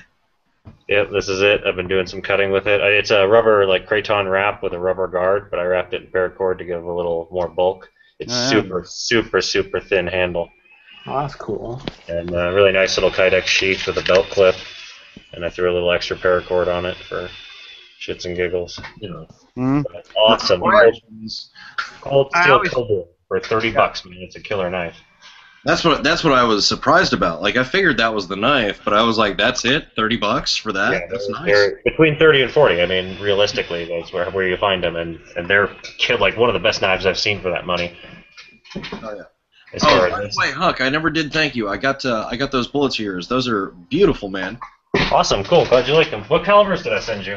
I got 7.62 by 3.9 and 40 cal. Cool. Right on, man. Glad you like them. Yep. Ever since Yankee did that pitch video, like, have you seen an increase in? Oh yeah, I got quite a few orders, and then people mention that they saw it on Yankee's channel. So I got the grip going on too. I really appreciate the grip. Makes a huge that's cool. What kind of grip is that? These packs. It's the Hogue. The Hogue. And it's really That's nice. Yeah. I had that for my. Yeah, I had that for my AK before I changed it to Dragunov, so that's a good grip. Yeah, they're great. I love it. It's a little tacky. It's a little tacky, but like almost kind of like a little sticky or whatever. But I mean, it's great. It grips and. And it matches the rubber because the SIG braces for the 247 is nice rubber too. So. That looks great, man. Yeah, and I don't know where this mag is from. I ordered it from AIM Surplus, and it's like Parkerized. It's not blued like the rest of the mags I have. Blued steel. That's pretty cool. So like, you know that sharp edge that DB always complains about. Yeah, DB was crying about. It doesn't affect you, right, with that grip. What edge? Oh, you mean back here, the grip? No, you don't feel it at all. Like I don't know if you can see there, but it doesn't even with the Hogue grip. It doesn't even contact your hand. Oh, okay. That's me with a full pistol grip, and this is the sharp edge up here. So. Yeah. And then with the brace on it adds even more. With the brace, I did end up cutting this angle down here a little bit because it was really, really, really sharp. Yeah. And I just kind of wore it down the way it would wear down with use.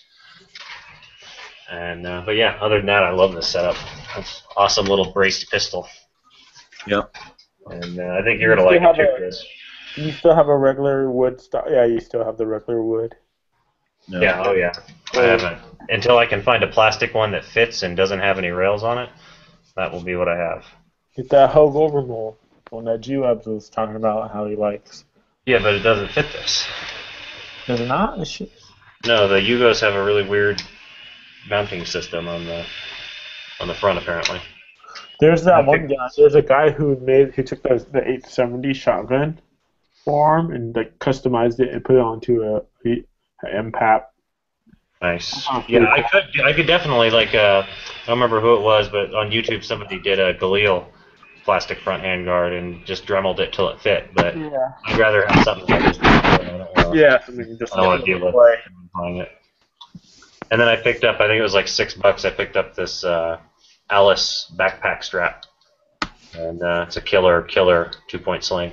Yep. Nice and wide. It's like 2 inches wide. Oh yeah, that's nice.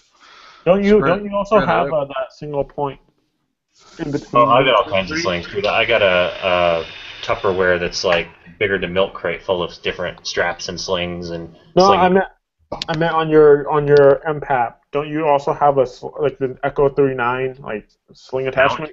No, I'm actually that's in the mail on the way to Chris right now. Oh, you sold it to Chris. Yeah, because I didn't want to. It won't really fit with the brace in the way I want to mount it because I don't like single point slings. So like, he's gonna put it on his washer then? Yeah, if I was to mount it, I would have it attached here, and then it would be attached right here, and then I'd still have the stock, so the gun would be sitting like this. Yeah. And I'd rather have it attached to the actual stock. I went and got a single point sling and put it on my VZ and went, no, not for me. Yeah, I've always used 2-point slings. I've always had like 22s and like Mosins and stuff. So yeah, but I just find with the single point it hangs low, and it just doesn't feel secure, you know. And if I cinch the sling up so the gun's up to where it should be, I can't swing it. You know, I need to stretch my arms out more. Just show off a little work too. I'm a little bit reverse. I find single point slings very comfortable because especially when I was doing the that tactical response thing, and that single point sling allowed me to freaking get to that weapon really fast. I have the VTAC Kyle Lamb 2-point sling, and I love that thing. Super comfy. I just find it just puts the gun so close to so tight on my shoulder. It's not comfortable and it's hardly shootable. This one has that. Pretty much all it has is that Alice like cinch like buckle thingy majigger device on it.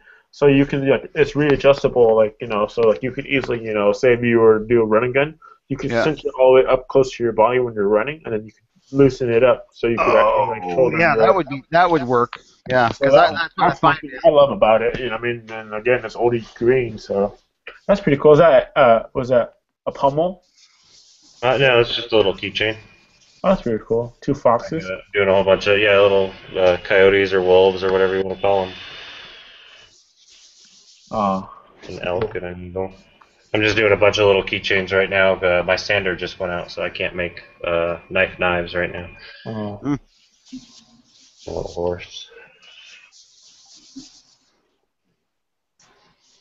Yeah, I'm still working on the stock on my 30. Yeah, my knife sander died. Yep.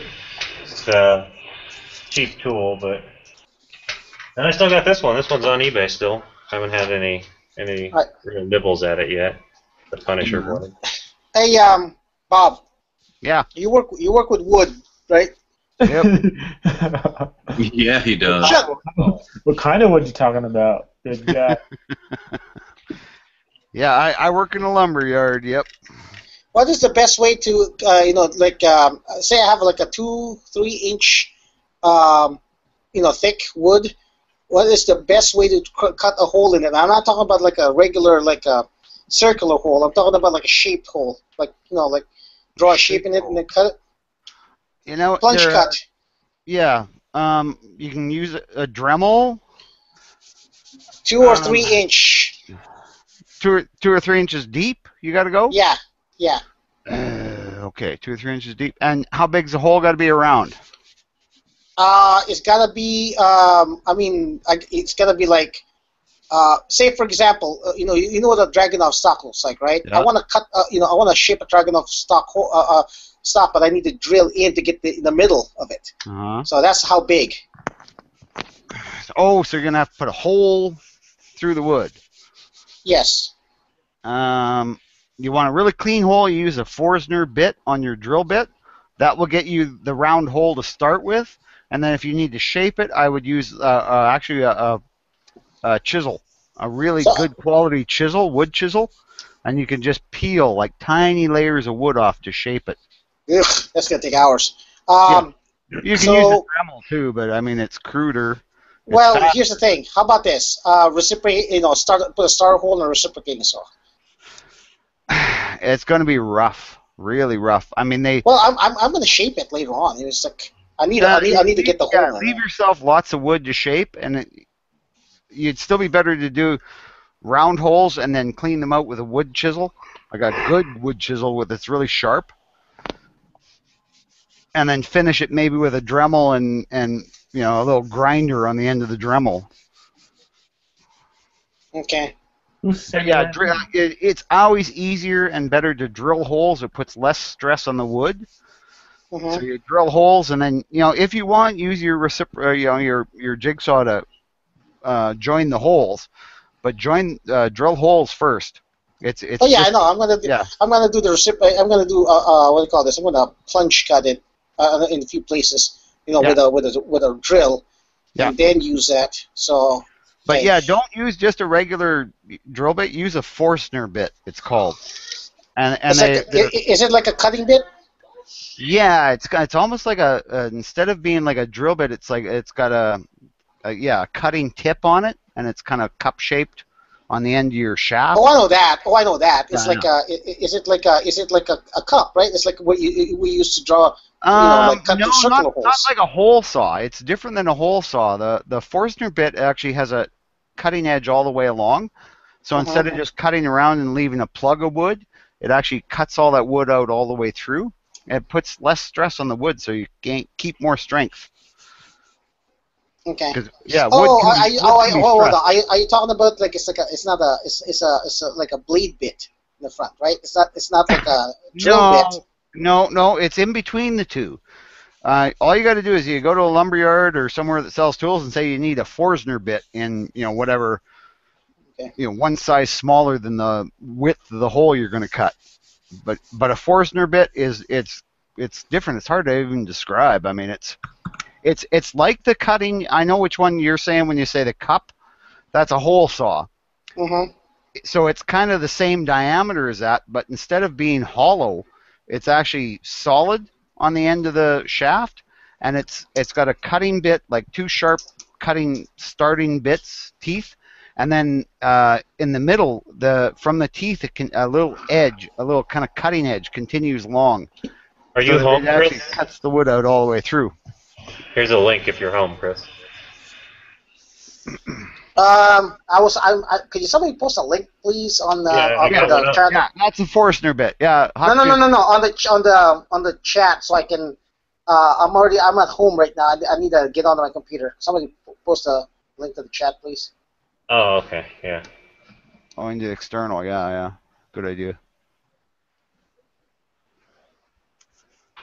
Then I'd like to see that link if you can.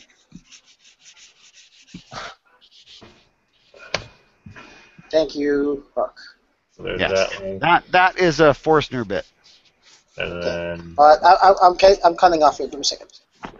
there's a Forstner bit in the chat if anyone's interested. Yep. It's a good bit. I've used them. Yeah, they make a really clean hole. That's the big thing.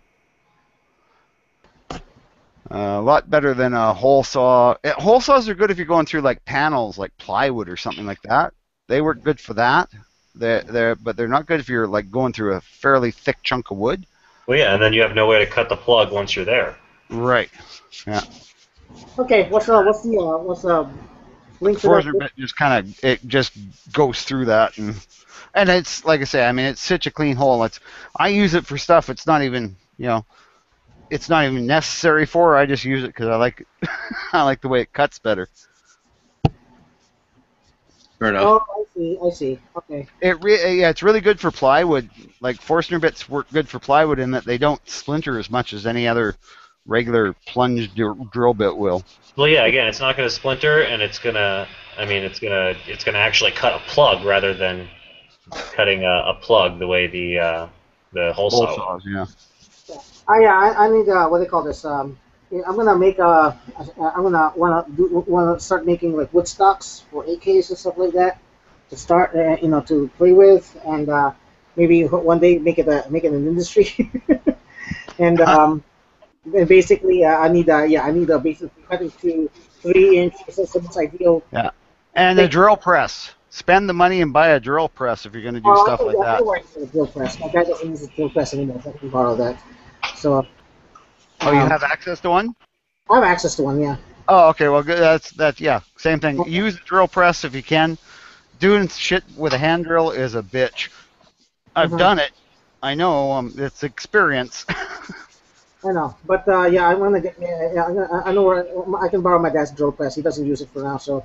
And what do you call this? I'm gonna use like either whatever wood like oak or poplar, whatever. Yeah. Hardwood that I can find, and Birch is good and it's inexpensive. yep. And I'm gonna use maple. I'm gonna use an oscillating tool to shape it. Mm-hmm. I found I actually went to my local if I'm gonna buy my own tools, I found my local Harbor Freight had good stuff in it. So. Yep. Okay, we were just having a discussion about them last night. There's definitely some good deals to be had there. Oh yeah, $20 for an oscillating tool. I don't even care if it's a plug-in. It's not a battery operated. So. Well, and then like even if you get something that happens to be shit, it's only like you're only out like $20. Whereas if you spend 40 or 50 at Home Depot, you're out a lot more. I mean. Yep. Mm-hmm. Or 80 or 100. Man, a lot of times it's the same damn tool. Yep. But yeah, I'm gonna use So I'm gonna start. I'm gonna start with making a what do they call this? A Dragunov stock, wood Dragunov stock. That's a neat idea, Chris. I really like that. I think that's great, man. Absolutely. Yeah. And that's a woodworking skill that translates into dollars. Yeah. Oh yeah, let me show you what I got here. Well, isn't it the Mac 90 the one that came with a wood stock too? Didn't it have like a thumb hole stock? Yeah, I think it was a Mac 90. Yeah.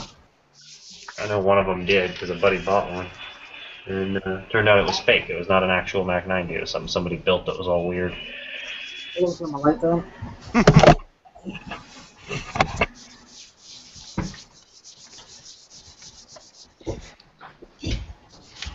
Whoops.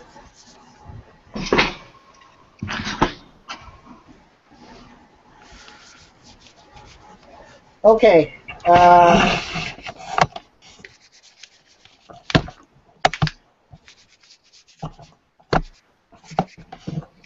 Okay, so this is the let's see. So this is the mag pouch right here that's gonna attach to the rig. Mm-hmm. How many mags does that hold, Chris? 4. What is it? I missed it. I'm sorry. Yeah, for a battle belt, that's actually pretty good. Yeah, mine only holds 3. I have one of the surplus ones. It's only a 3-cell. Yeah, my battle belt, I just put my VZ pouch on. It holds 4, but it's leather and bulky as hell. Is that the big curved leather one? Yep. I almost bought one of those for the AK mags. Really? Yeah, they're cool. I like leather stuff. I mean, I prefer leather gear over anything else. That's pigskin, I think. It lasts a lot longer. Yeah.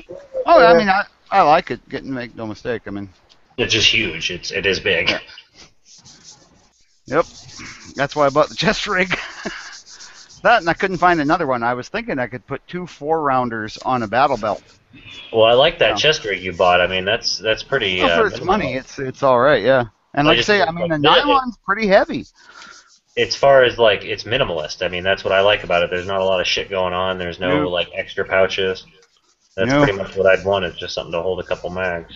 Yeah. Well, I was looking at one of these side pouches. Is actually perfect to throw 12 gauge rounds into, for my little shorty double, which I'd probably carry also, because I'm crazy. And I just can't imagine going anywhere without a 12 gauge shotgun that weighs next to nothing. Sure, why not? Yeah, I'm having a really hard time leaving the. The flap doesn't. The flap will Velcro, but not button or not snap on with mags in there. It's kind of light, but that's okay. It contains it fairly well, so. No, always throw an extra snap on it too. Yeah. Yeah. I have all kinds of snaps and snap setting stuff. And, now, if I was to put a chest rig on my dog, would that make him a tactical dog? I have a harness for my dog. Even putting a Ziploc bag full of ammo in his dog backpack would make him tactical. Well, see, now my dog weighs 200 pounds. I'm saying it depends on the size of the dog. Well, that's a 200-pound Saint Bernard, because they've kind of been bred real gentle since that movie Cujo. He's an English Mastiff. He's still puppy. He's still drawing. English Mastiff. Oh my God, yeah, that's going to be a monster. But you know what? My Doodle would love to play with him. My stupid Doodle. He's as big as those dogs, right? But he only weighs like 90 pounds because he's all legs. But he loves big dogs because the little dogs, they run away from him after a little while after he stomps on them a few times while he's playing with them. So only the big dogs play with him anymore. Our other dog is a Dachshund, and he's been stepped on several times. Well, my wife wants a smaller dog, right? And I'm saying, you know what? It probably wouldn't be bad for Emmett, because then he could learn to be a little better about being so rough with them. Because we have cats, and there's one cat that will actually tolerate them, and sometimes even that cat will just go like, "Get the fuck off me, you son of a bitch!" Because he'll be just like chewing on the cat and going, barking at him, and like doing play bows in front of him and saying, "Let's roughhouse." Cats don't roughhouse. Not with 90-pound dogs. We've got 2 cats. They just run from him. Yeah. Yeah. See, one of our cats will actually go after him if he gets too rough with the one cat that tolerates him. This one cat that's normally just a big scaredy cat because he's mostly blind will actually attack the dog. The weirdest thing.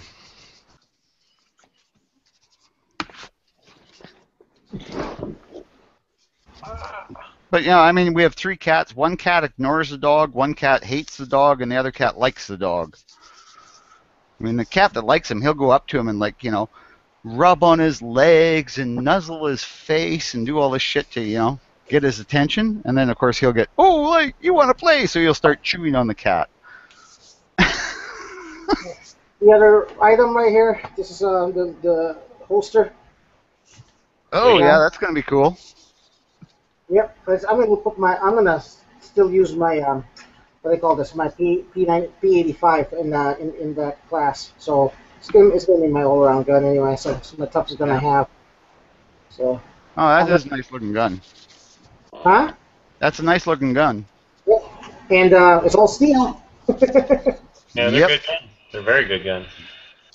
Yeah. The thing is though, is it did kind of jam up during that class because it was dirty.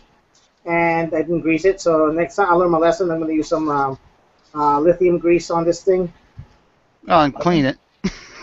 Well, it was clean. It's just that, because, you drop your mag a lot. Oh, okay. Yeah. It's dirty.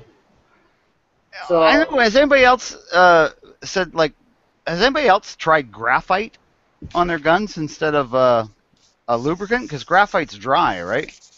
Like, you're talking like graphite, like lock lubricant? Yeah. Yep. I've never tried it on my guns. It seems like it'd be a good idea, but it doesn't seem like it'd last very long.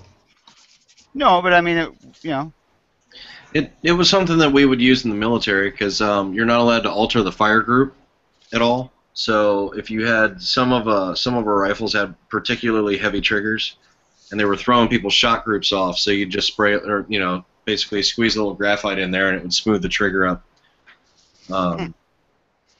I mean, it works. It keeps the crud out. It doesn't collect sand and dust like a oil-based lubricant would. But yeah, I mean, it's a temporary fix. Yeah. I know we used to use it. I used to sell cars off the farm because we had an army base right next to our farm. So you got all these German soldiers that were training. And they would come and go, "Oh, you have a car for sale. How much?" And I'd go, $900. It'd be like a 70 Dodge Duster, eh? Nice. With a 6-cylinder. And it'd be great. They'd buy it for $900. They'd drive it for half a year. Then they'd come back and say, "Oh, well, we're going back to Germany.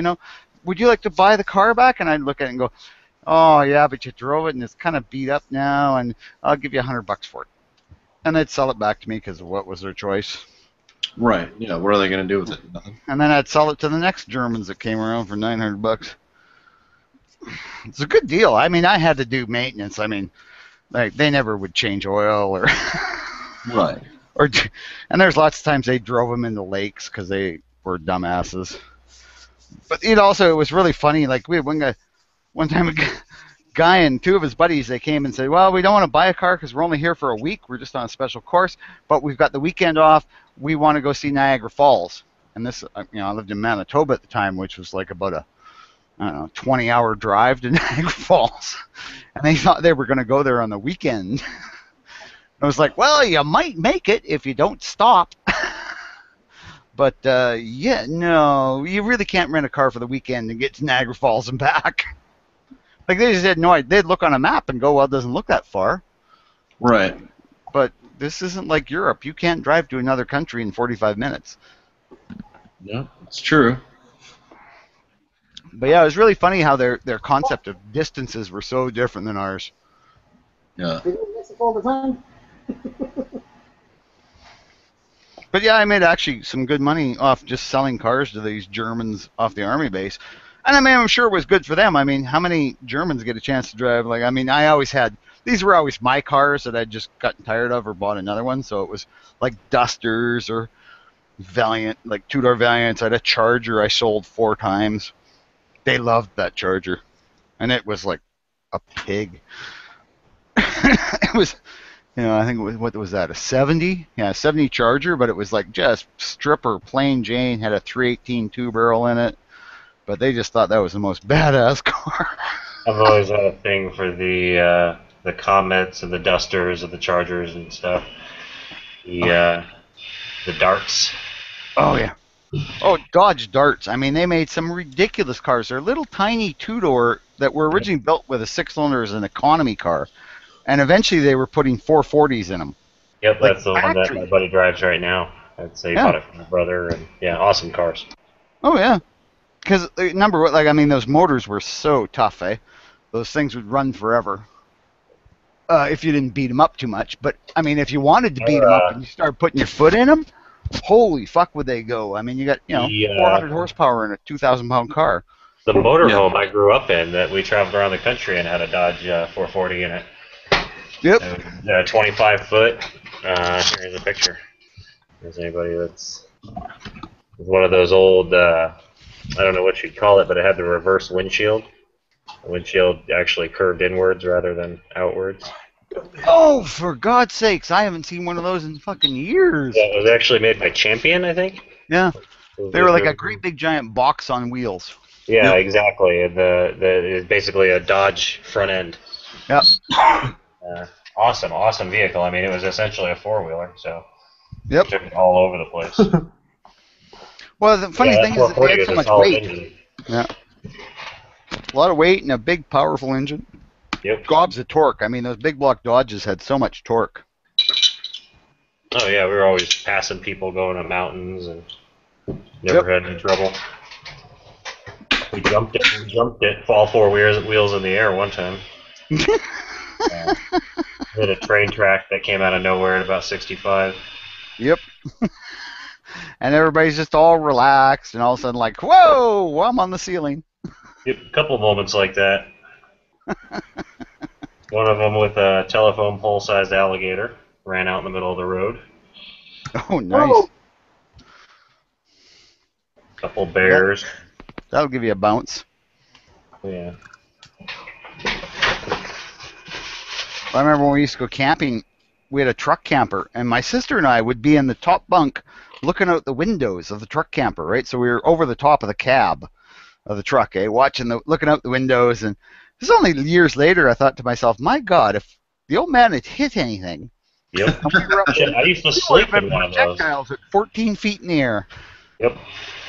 I used to sleep in one of those beds above the one in the picture I just showed. There's a little bed above the driver's seat. Yeah, there you go, eh? The windows, just right, full body length window. That would, even if you were sleeping, you'd go right out. Yep. Yeah, at least the truck camper, they were kind of little square windows. You'd fit out them if you were pointing frontwards. But yeah, that was some of the best times I ever had in my life, man. We used to, and we got lucky. My mom could have, I don't know, what was it, like 7 weeks of holidays a year. something like that. And Damn. my dad worked up north, so she would just take her holidays, and for 7 weeks, we would just go up north and fish in these pristine lakes. And on the weekends, my dad would drop in if he was close enough, which was most of the time, right? Nice. It was a neat way to spend your summers, I'll tell you that one. Like, that was from the time I was 5 years old until I was probably 15. But yeah, it was cool, man. That was a nice thing about living in Canada, and in the north, we had so much wilds that were just right, a 10-minute drive away. Yeah, Arizona wilds aren't that exciting unless you're really high up north. There's, deserts are cool and everything, but yeah, well, I could see the mountains and stuff. Cause, see, for me, mountains would be exciting because we don't, have mountains. Yeah. We had to make a hill out of garbage so we could have skiing. Nice. Yeah. Well, actually, that's just here. I mean, we have ski resorts in Saskatchewan, but instead of going up mountains, they go down gullies.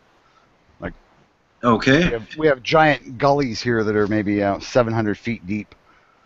So they'll just put a ski resort kind of at the bottom of the gully in a valley, and then this lift takes you to the top of the valley, and then you ski down to the resort or whatever. It's one of the ways you get around living in a really flat place. That's a nice rail there. That was C39. That's why. C39. I know.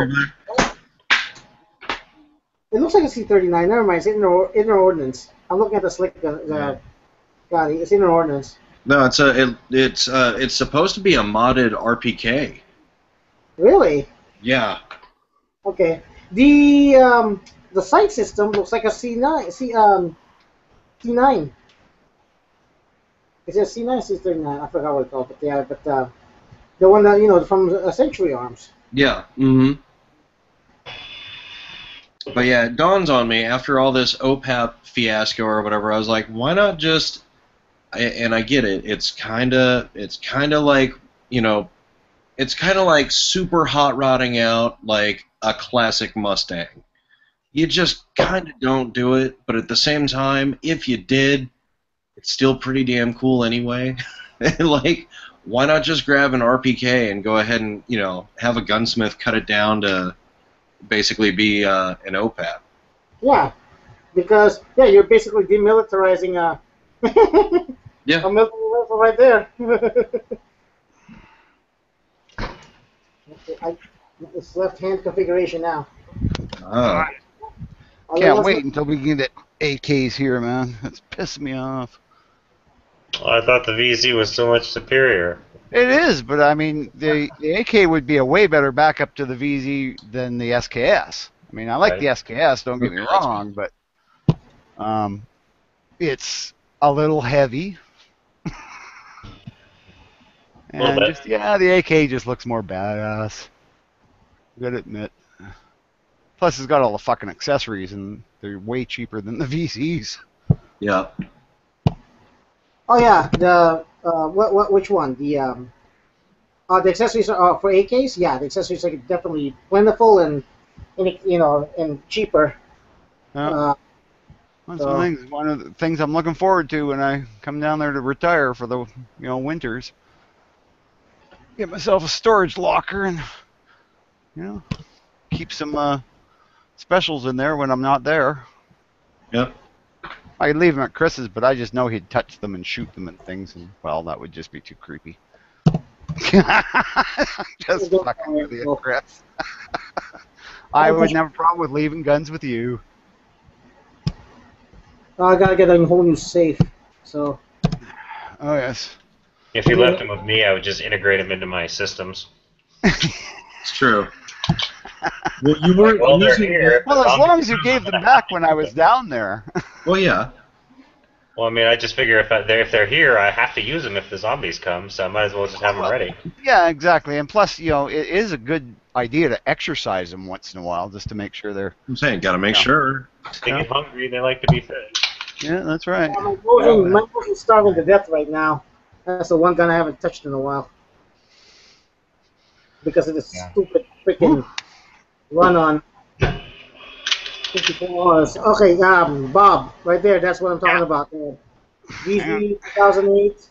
Gotta take my rubber gloves off. VZ 2008 with 5 rounds included on it for $519.99. Yeah.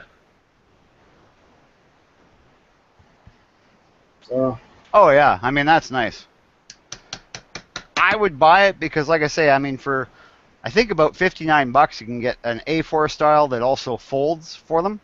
I wanna replace that stock if I could with a freaking drag. You can also get you can get front furniture for, it's actually cheap. I mean, this place I buy it from, it was like, I think I got the whole, like the stock and the front thing and the pistol grip was $169 for all of it, and there's 4 rails on the front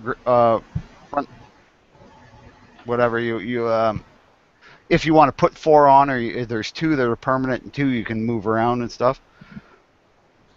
The thing is that your receiver cover, you can buy a receiver cover that has got a rail on top of it, plus it's got also 2 locking pieces on the bottom that lock it to the frame so it doesn't move. I bought one of those, and I think that was kind of was unnecessary, and it was expensive. It was like $249 or something. But it's a milled piece, so a really nice piece. And I find I don't really need it because of the front handguard has rails on it that you can put either a long eye release scope on it, or you could put a EOTech or red dot.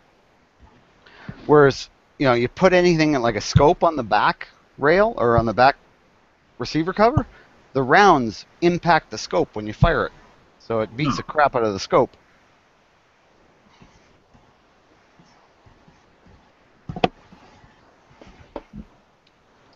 But I definitely I'd buy that. Like, if I was down there now, I'd buy that. Now. Hey, have you guys heard of this webpage, this YouTube channel called Polinar Tactical? No. Polinar Tactical? You mean the guy who does the NRA stuff? No, it's not. It's not like a tactical. They do a lot of AK stuff. It's like a. Here's the YouTube channel here. It's they do a lot of AK tactical stuff. They're like Corey and Erica, but it's like a very large group. Okay. No. Yeah, I think I have heard of them actually. Polinar. Yeah, they're in Slovenia. Yeah, they're in Slovenia. They apparently they got loose gun laws over there. But they do a lot of AK stuff. Well, one of the they did the reason why I got interested in the VZ again is one of the they were training with it, and there was this one girl who was using it. She was doing good. Yeah. Yeah. Oh, speaking of which, speaking of like rage and stuff, I found this interesting app online here on my phone. It's a shot timer. Oh, a shot timer? Yeah. Oh yeah, those are cool. You know how much a shot timer costs, like an actual shot timer? So I thought, hey, I could do a video of me trying to do speed shoots now. Oh, you and Edge could do an online competition, because he likes to do that too. Yep. So I'm going to go to the range next week, and I'm going to see if I can do that. Yeah. Yeah, I downloaded one a while ago. Actually, I've got 2 of them, but I haven't had a chance to use it yet, so I don't know how well it works. Well, they were using it at that Polinar Tactical thing. That was what reminded me. I saw them using it over there in the race, Slovenia. So hey, if it's good enough for that group. We'll see. You have to. You can set up the. You can change the what do you call this? The sensitivity on Yep. it. So it matches the noise of your gun. So yeah, I can't wait to try that out. Yeah, that's gonna be cool. I'd like to hear what kind of phone are you using? I have a Samsung Galaxy Note 2. I wonder if they got them for iPhones. They do have them for iPhones. They do. You just have to go to the Go to the Apple Store Yeah. and just Google or search shot timer or shot clock. Oh, I'm gonna do that, man. I pulled up like 2 or 3 of them, and the 2 that I have are free. There are some that you can pay for, but Yeah. like I said, I don't know how well it really works. I haven't had a chance to test it out. Yeah, I'm thinking I gotta go try that if it's free. I like free. I do too.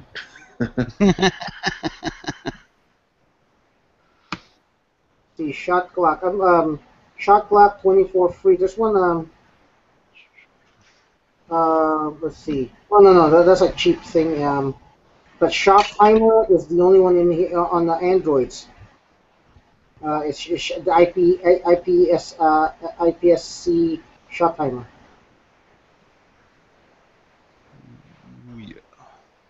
Yeah, IPSC shot timer is the only one that they have for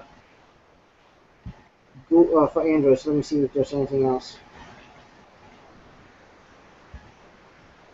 Oh, they got dry practice drills. Oh, they got a few things too, but the IPSC looks like the best one.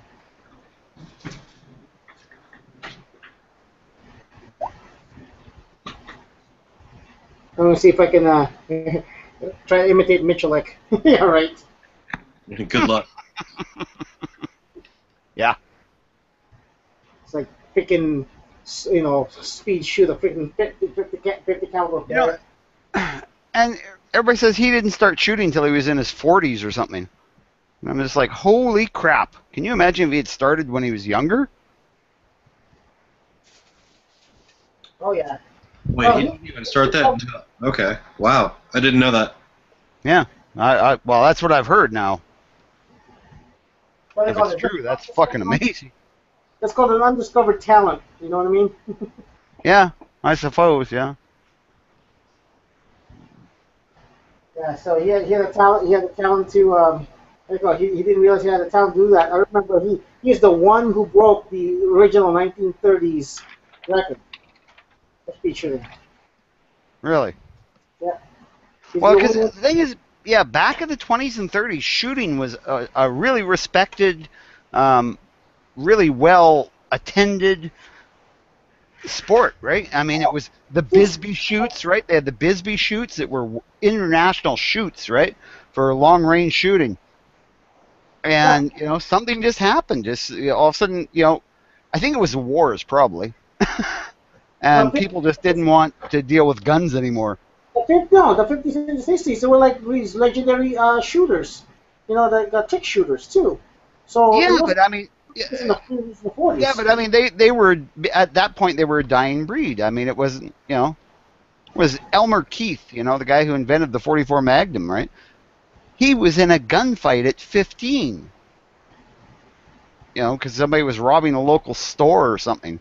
It was just incredible stuff. And that was, he was alive that would have been probably I think that was 1915 or maybe even earlier than that he was in that gunfight as a kid. But, he grew up when there was it was common that there were gunfights. Of course, nobody ever heard about them. So. Oh yeah, there was people defended themselves more back then. Yep. Oh yeah, every store owner would have a double barrel shotgun under the counter, or more likely a 45 or something. Yeah. Oh yeah, we were talking about it last night. Back then, they had barrels and barrels of 45s, World War I surplus for $10-12 a piece. Yep. Oh yeah, it was like that here too. Like in the when I was a kid, you used to go into a local hardware store and there would be a wooden barrel full of 303 Lee Enfields, and they'd be stuck in this wooden barrel every which way, and you just pick your gun, take it as $15. And we didn't have laws so like a kid could buy one, because I mean a kid could go hunting deer back then. Like a 13-year-old could go hunting by himself. Yep. I You was know, probably one of the last people who actually went to a school where some kids would come to school in the morning with their 22s, leave them in the cloakroom, and then when they'd walk home through the fields, they'd shoot gophers, and you got 5 cents a gopher tail. that's the way it was here. Yeah. That's the way it was here a long time ago. Yeah. Yeah, it's kind of sad the way shit changed, man. So it's like nobody trusts anyone anymore. Like we don't trust a 13-year-old not to shoot himself or his friend or something, Yeah, well, they're trying to demonize guns because some progressives they think that a modern, futuristic, uh, progressive society does not need to have the civilian arm. They classify people between civilians and officials who protect them. Security. Basically, they want us to turn into sheep. It's more honorable to be a sheep than a guy, than a dog. Yeah. I don't know. I mean, you not think if we start to get out to Mars and places like that, I mean, Mars, first, when we first go there, if there's no external threat, yeah, it's going to be just, well, no, you don't want somebody having an accidental discharge and blowing all the air out of the hab. That would suck. So, there I could see maybe restricting things, but once it depends it depends on what you do in the future because you can't really have civilians in in a place like that until like you've seen the original Total Recall, right? Yep. Yeah. That like that. And you have people with guns, but they're all underground. So, and Yep. it's Yeah, that would be reasonably safe. yeah. So just don't be just blowing windows out. And I think in that situation, because it would be drummed into everybody from like birth, that you don't do anything that might breach the containment of the atmosphere, because everyone will die. Yep. Obviously. Yeah. So that's going to be something that's going to be different once people finally do get out to other worlds. And I mean, I think we're getting close to where people are going to start doing it. Like they're already talking a one-way trip to Mars. Which everybody thinks, oh no, a one-way trip, who would do that? And it's like, yeah, the same people who went to Europe or went from Europe to America. Bob, yeah, if we ever say, for example, we do a habitable planet one day, like where we don't need to have special habitats. Yeah. I would encourage colonists to carry a gun because I'm sorry. Oh yeah. Oh yeah. Yeah. You're gonna be on your own. You're pioneering. You're exploring. Plus, alien biology, you don't know what you're going to run into. Yeah, you need to be armed. You can't have a progressive society of unarmed people in a new world. You just can't. No, exactly. No, you're right there. I mean, and I don't disagree with that at all. I'm saying it. I mean, we're on our way to actually going to, like I say, Mars is to start with because it's the easiest one to actually survive on. I mean, basically. Your temperatures aren't that extreme. Low air pressure, but they actually think that if you get down to the bottom of some of those canyons and the really big craters, that the air pressure will be quite a bit higher than it is on where the landers are landing and stuff, right? Because they're looking for flat areas that they can land on safely. So if you actually get down into the bottom of some of those canyons are a mile deep, right? That's got to mean your air density will be much more. Now it's going to be carbon monoxide. You couldn't breathe it, but you might be able to go outside without wearing a full spacesuit, right? What do you call this? A while back, we had. I was watching this documentary. This guy said, "If we ever go to a distant planet one day, the one gun I would carry is an AK-47." Is it what? If we ever go to a distant planet one day, the gun I would take with me is an AK-47. Oh yeah, I think that's not a bad choice, really. I mean, I'd want more punch. I'd want a 308, but the AK is uber reliable. It's got large capacity magazines. Yeah, I mean, the AK is a general go-to gun. I don't disagree with that. However, given my druthers, I want more punch. But that's, because I live in Canada and I know an AK will stop a polar bear or something. I mean, especially with 30 rounds, but it's going to take 2 or 3 of those rounds to stop him instead of one.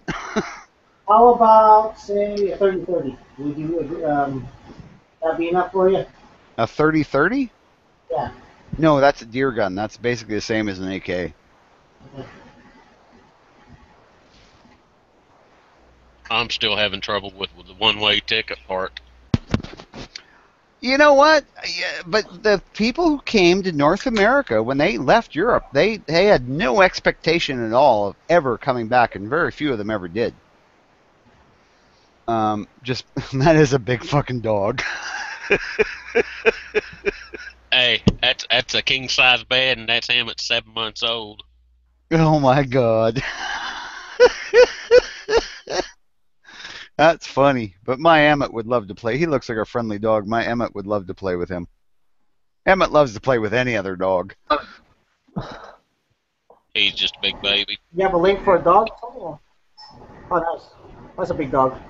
Yep. What, As you what just breed? saying, that's a king-size bed. So. What breed? Yeah, Emmett had to learn that when he's on the bed and the wife and I are in the bed, all he can do is lay at the foot of the bed because my wife and I are both short. So, he's a big foot warmer at that point. What breed? Oh, mine's a golden doodle. That's a. Huh? Bad part about him, he likes to just jump up there and just plop down with us there. Yeah, I know. Is he a mother or what breed? What mix? He's a full stock English Mastiff. Oh, Mastiff. Okay. You ever see those Irish wolfhounds? Oh yeah. My neighbor had one.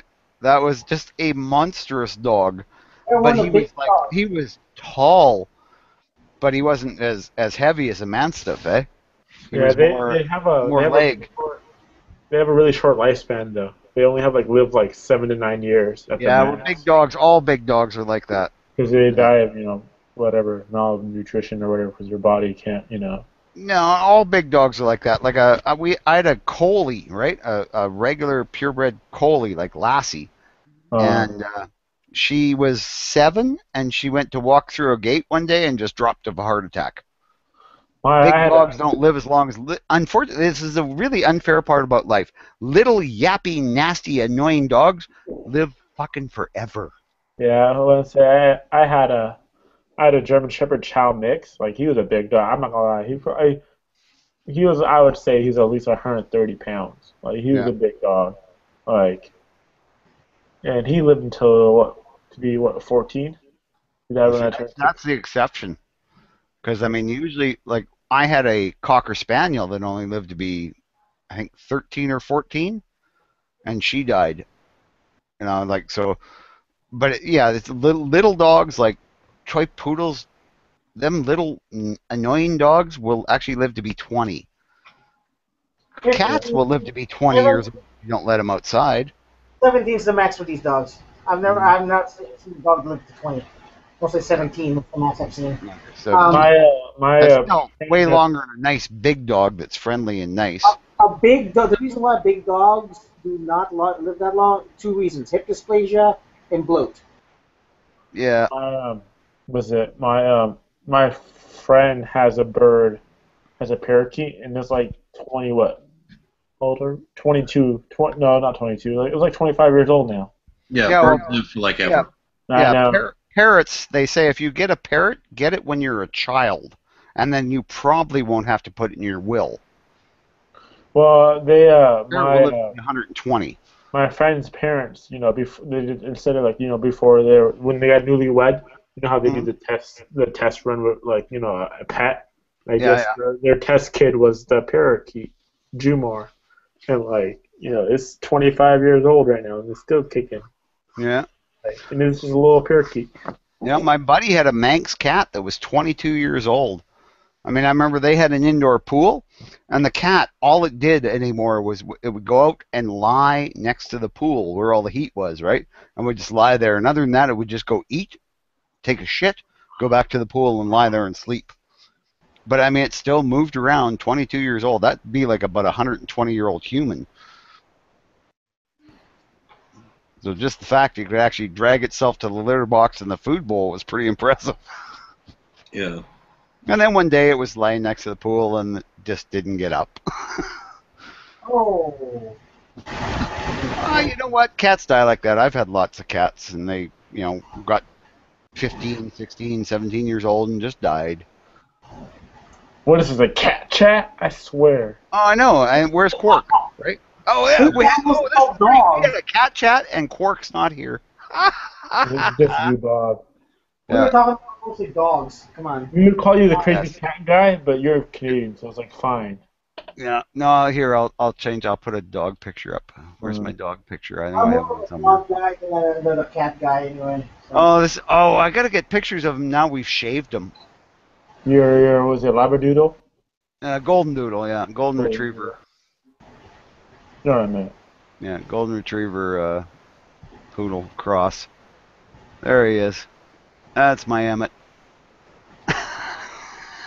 That's when he's furry. You should see him now. Now he looks like a poodle. Once you shave him, he looks really poodle-like. I only see your picture, Bob. I don't see the dog. Really? Oh, well, I see it just fine. Oh, now I see it. There you go. Oh yeah, it's just that little delay thing. Eh? Dude, you're massive. It's huge. Oh yeah, I mean, like Emmett's, I think almost 90 pounds. He's over 80 pounds now, but I mean, he's all legs. When he's shaved, it looks hilarious because all you see is these fucking legs and feet. His legs are, what my daughter measured them, they're 30 inches long or something. This is ridiculous. But man, can he run? I have this blue nose pit bull right here, and he's like, right now he's 6 months, and he's about 40 pounds. And no, man, he's getting big. Oh yeah, and that's pit bulls. Like when we go to we have dog parks where you can let your dog run loose, and there's just other dogs there they can play with. And Emmett loves pit bulls. He just thinks they're the greatest fun because they'll just keep playing with them. Most dogs wear out after about half an hour of running around and ramming into each other and stuff. Pit bulls, nope, they're not. They'll just keep going. And he likes because he can outrun them, and he just runs away from them, turns around, and then charges back at them and bowls into them, and they both go tumbling and chewing on each other. It's hilarious.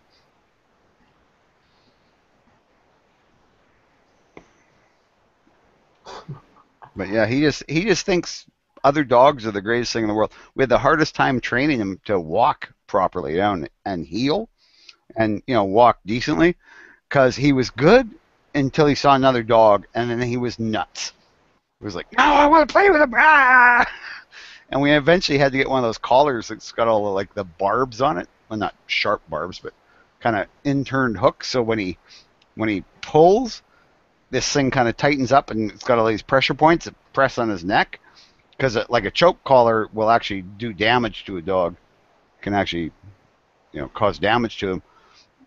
Especially when they're crazy like him, right? Because he would choke himself to death if you let him, just to get at another dog.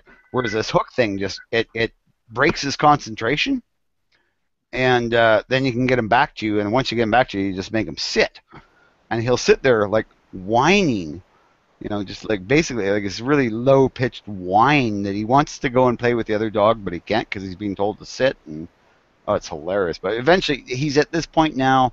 He's I think a year and a half, and he'll start to go for the dog, and you just go Emmett, and he'll come back to your heel, and he'll just like walk along beside you, staring at the other dog and whimpering.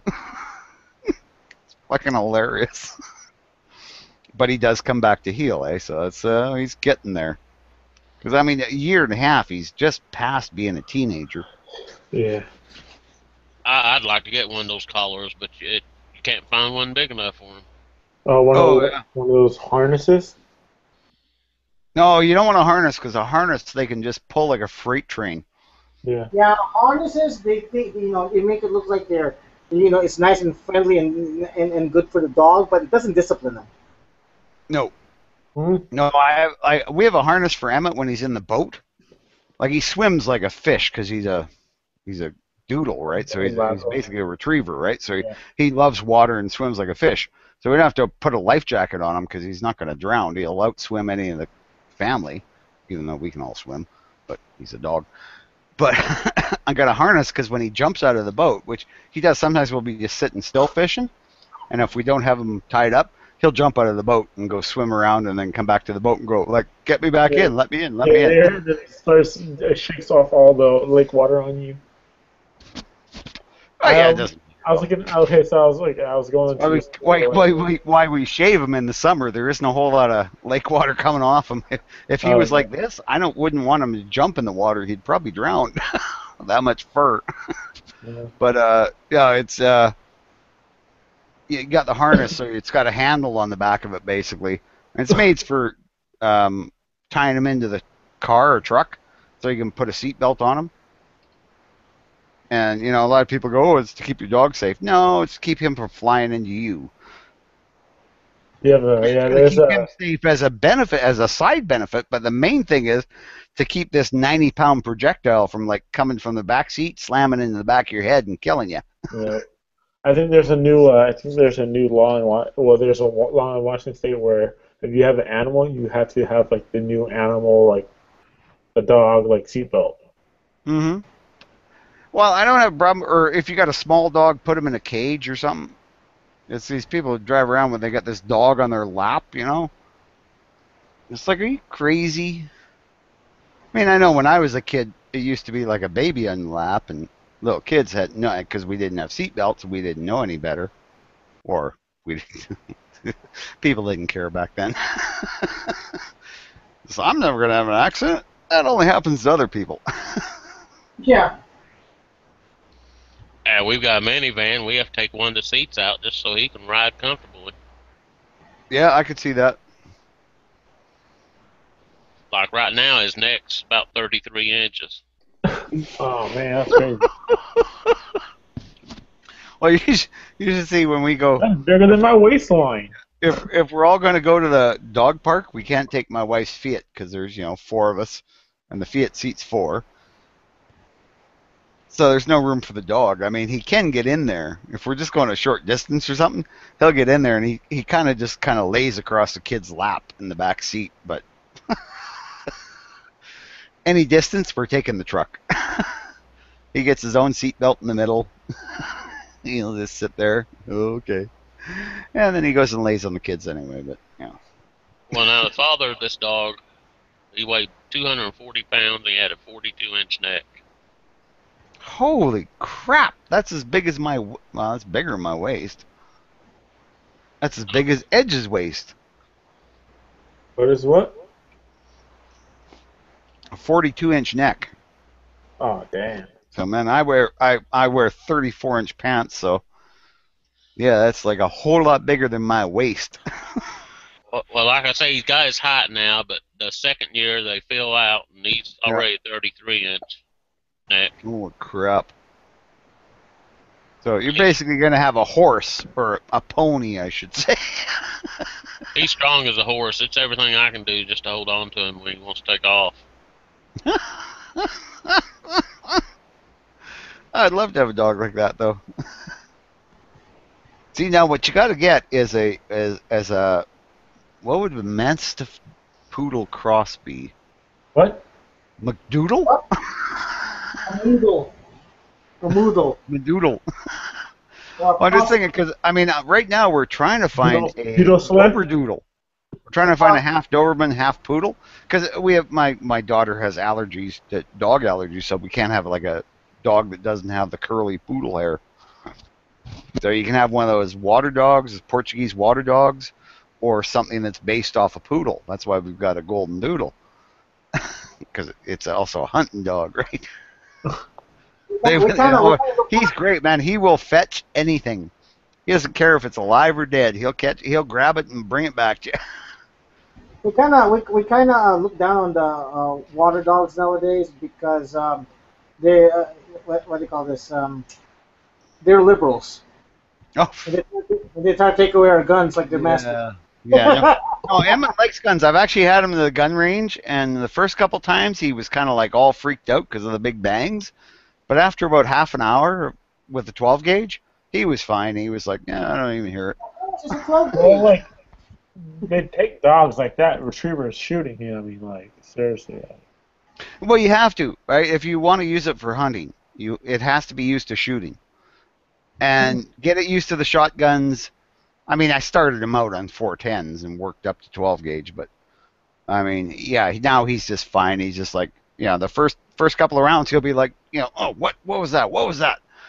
And then after that, it's kind of like he's watching out in front of where I'm shooting. It's really funny. If I'm shooting skeet, he'll want to run. We have to tie him up because he wants to go retrieve it. Yeah, but if I'm shooting slugs, then he's just watching. He's just trying to see where something comes down, eh? He's probably eyeballing the wads up flying in the air. Yep. Oh yeah, he's just like trying to see, is there anything to retrieve? I want to go get something. But he'll actually sit there, and so he's gotten pretty good.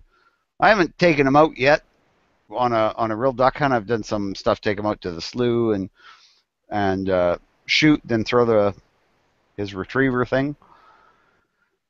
So yeah, I think he'll work out pretty good. But we want another dog. I'm trying to convince the wife we need a Doberdoodle because everybody in the family likes Dobermans except my wife.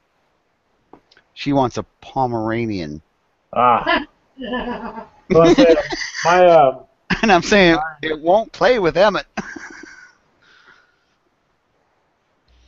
I think if I sent mine after a duck, he'd probably eat it before he got back. Oh, and that's the nice thing. Emmett's got a really soft mouth. And that's another retriever trait, eh? Like he goes, my son likes to wrestle with him and stuff, and eventually Emmett will start like mouthing my son, putting his teeth on him, going, see, I could bite you, I could bite you, I could bite you. But it's just like he just touches with his teeth. So if you're, kind of playing with him, kind of going to play wrestle, he'll like move his head around and he'll touch you with his teeth. But that's all it is a touch, eh? Mm-hmm. They actually picked up one of the cats and threw it one day though, but there was no marks on the cat. It was a cat that likes to attack him when he's playing with the other cats, and the cat smacked him and he went, growled at the cat, and then fight was on and the cat thought it was going to win, and Emmett just grabbed the cat by the back and threw it about 10 feet across the room, and we were all like, oh my god! Run over and the cat's fine, and Emmett's like, I told you. This was my my Mother's Day gift to my mom yesterday.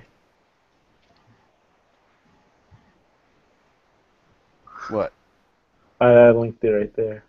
Hang on. It's in the side chat. Oh, nice. So your mom's an alcoholic?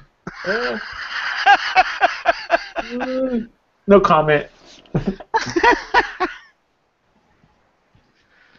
Yeah, no, that'd be nice. Bottle of Captain Morgan. Captain Morgan. That's her favorite. She likes. Mm-hmm.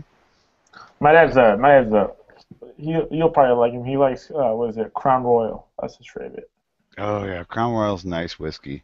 Oh man, I'm not gonna lie. It's like I could drink Crown Royal. I could drink Hennessy. I could drink all that stuff, but like it doesn't get me drunk. But when I drink vodka, oh man, it gets me. Oh, yeah, vodka's a nasty drink. Me and a couple of my friends have gotten so much trouble because we were drinking vodka. We drink screwdrivers, right? Like I could drink. Sure shit, somebody was going to get caught for impaired and trying to outrun the cops or fighting or something that night. I love screwdrivers. I could drink. I could drink like a whole bottle of probably Crown Royal, not like still be like fine. Like I could take like double shots and like don't feel nothing. But when I drink vodka, oh man, like 4 shots in, I'm already swaying left and right. Liquor's too expensive in Canada. Oh yeah. Oh god, yeah. Liquor's terrible expensive in Canada. How much is it up there? Like, like this bottle right here was. Yeah, if you want a 12 that bottle pack right of beer, there was $44 after taxes. Oh, that Captain Morgan would be probably closer to 80. Yes, it was 40. It was $29.99, and then there was our state tax, which is 10%. So Yeah. then we do have a sin tax because our liquor is privatized, so you don't have to go to like an actual liquor store. Yeah. You go to like the grocery store, like Safeway or Fred Meyer's or something like that. And there's it's $3.30 per liter. So this is what you just times $3 by 1.75. Because this is a half gallon. So yeah. It came out to 40. It came out to 40. Was it $42 or something like that? $43. You probably double that in Canada, if not more. Yeah, we have a. So I work for Yeah, a chain store, and normally is our pharmacy makes the more money, but like our stores by the Canadian border is the opposite, because normally a 20-80 split. The 80% of the pharmacy makes the money compared to the front-end store. Is vice versa up there, because again, in Canadian they have universal health care, so no one. Yeah, we don't buy drugs from your stores. All We just you buy your do is come down there and buy booze and cigarettes. And I live right there by. Was it British Columbia? Vancouver. Oh yeah. So Vancouver. You probably get really good weed then. Us? Yeah. They still have the beer stores there in Canada? Oh yeah. Yeah, we have. Well, Ontario has beer stores where they just sell beer, no hard liquor. Where I live in Saskatchewan, I mean, they sell both hard liquor and beer, and plus you can get hard liquor and wine and stuff like that in the bar off sale. So every bar will have a little off sale where they'll sell beer and hard liquor and wine and everything. So you leave in the bar at the closing time at 3 a.m, you can pick up a 12-pack or a 24 or whatever, or a bottle, take with you. One for the road. But it's really expensive. I mean, it really is, and it's shitty. But at the same time, it's like, yeah, well, you know what? If you got money to spend on that, you can pay lots of taxes and. Oh, that's it. That your all's taxes kills you all. Yeah, I mean we're taxed all the hell, but we're also paid well, so kind of works out in the middle. How much? Where are you from, Mike? No, I'm from Kentucky. You're Pink Panther, right? No. Do what now? Never mind. I thought. All right. How much would that bottle cost you down there? That half gallon of Captain Morgan. Lord, I haven't priced What's one that? that big for a long time. Just Oh. a regular bottle's gonna run you, I don't know. I think a regular bottle. Yeah, a regular bottle is around $20. I think it's like 20 something. Probably like 21. Captain Morgan, shoot, down here, less than 30. Yeah, the whole I was gonna say upper 20s for a 175. with taxes included and everything. Yeah. Oh yeah, that's crazy cheap. Well, ours is privatized. Our liquor sales are privatized again. That's the whole initiation. We had that about like 2 years now, since June of 2012. So yeah, they're making a killer. And now we have all those. We have what is it? I forget. There's supposed to be like 600 applicants for like the weed dispensary for privatized weed dispensaries in like the state of Washington. And they're doing a lottery system.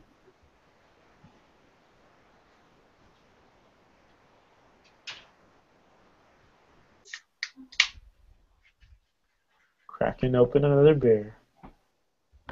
Do you guys prefer drinking out of cans or bottles? I'm more of a bottle guy. Well, I like bottles to drink out of, but at the same time, they're a pain in the ass to deal with when you go to recycle and shit like that. Oh yeah. At least quantities I have, anyway. I just toss them in my For trash. camping, you definitely want cans. Yeah, for sure, camping wise. But I feel like drinking it out of the bottle is a lot better than drinking it out of the can. Yeah, I agree with you completely. I noticed, I much prefer noticed a bottle. the flavor is much better out of a bottle than out of a can. I can taste the aluminum on it. Yep. Yep, Yeah. yep. However, an easy fix on that usually pour the damn thing into a glass. Well, we're talking about camping Be wise. civilized. Come on. Have you ever, when you guys go camping, do you guys get like a old, like one of those like mesh laundry bags and just toss the beers into like the river? Like, you know, if you like camping by a river or something like that. Oh yeah, if you've got like cold water or something like that. We have a lot of glacier like river, so we just toss them into like. See, for us in Florida, even our springs are still about 72 degrees. So. I mean, and those are cold. That's cold. Yeah, it is cold. That is. But 72 degrees is not cold beer. Yeah. So if you don't have ice, you just don't do it. No, that's not a good beer temperature. Yeah, this guy. So I mean, I don't know. This guy comes in. I work in kind of like a drugstore. We have lakes, like big giant lakes, 500 feet deep, that are spring fed. Like there's nothing from the outside is coming in the lake. It's all coming up from underneath. Right. And those lakes are cold enough that you can actually throw your beer out and just on the shallows of the lake at the beach, and it cools it right down. Yeah. Also kind of sucks for swimming in, although it's really good for water skiing because once you get out of the lake, you will do anything not to go back into it. So it really encourages you not to fall. Yep. Well, yeah, people down here, like, it's ridiculous, though. You start talking about cold water, and 72 degrees doesn't sound very cold, but you get the beginning of hypothermia in 20 minutes in 70-degree water. Yeah. Was it the body loses heat 29%? Oh, yeah. So it's ridiculous. Well, I mean, and that's the thing is you come down here to Florida, like I said, and it's hot out. People don't think twice about staying in the spring all day or whatever, and like we have people that will go into hypothermia in the summertime because they don't realize how cold they are. Mm-hmm. Yeah, we get the same thing here, and the creek where it happens is like it's a 15-mile single-lane twisty mountain road. Yep. Oh yeah. That's like a 2,000-foot drop on one side. And that's the road they have to go to get help. I mean, and then it's a good 15 miles to a real hospital. After you get off the mountain road. Yeah. So at that point, you're thinking maybe I should call the helicopter. Well, that's what ends up happening. Either they die out there, or they call the helicopter. Yeah. Yeah. And this is in Arizona in the summer. I know that's the thing is where you live, Huck. I'm just thinking that's the perfect part of Arizona to live in, right? Because it's getting too hot out. I'm gonna go camp up the mountain. Well, where I live, I'm pretty far up the mountain, so it doesn't get super hot. It very, very rarely gets to triple digits. And and how cold does it get in the winter? I mean, it's below zero. But that's just below zero? Doesn't get minus 40 or anything. Yeah.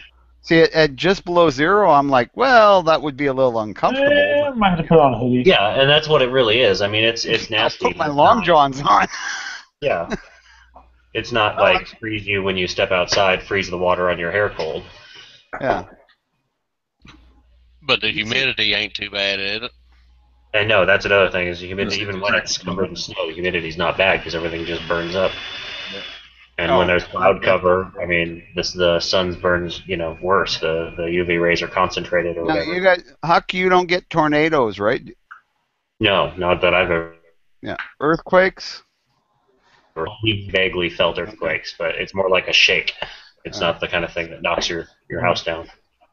And flash floods are only in certain areas, and it's easy to designate where flash floods are going to happen for the most part. Well, I mean, people who get caught in floods or they build their houses on floodplains and then go, oh my God, we're flooded. Yeah.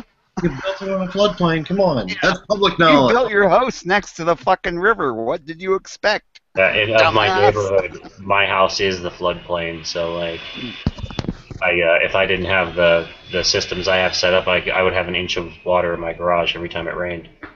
Oh, really? Just because of you're the bottom of. Well, I'm at the bottom and the bottom of a curve, too. So at the bottom of the curve gets a lot of pressure. Okay.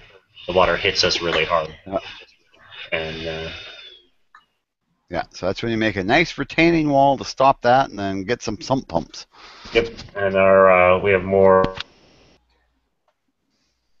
or not have it, our walls are built for it, I guess.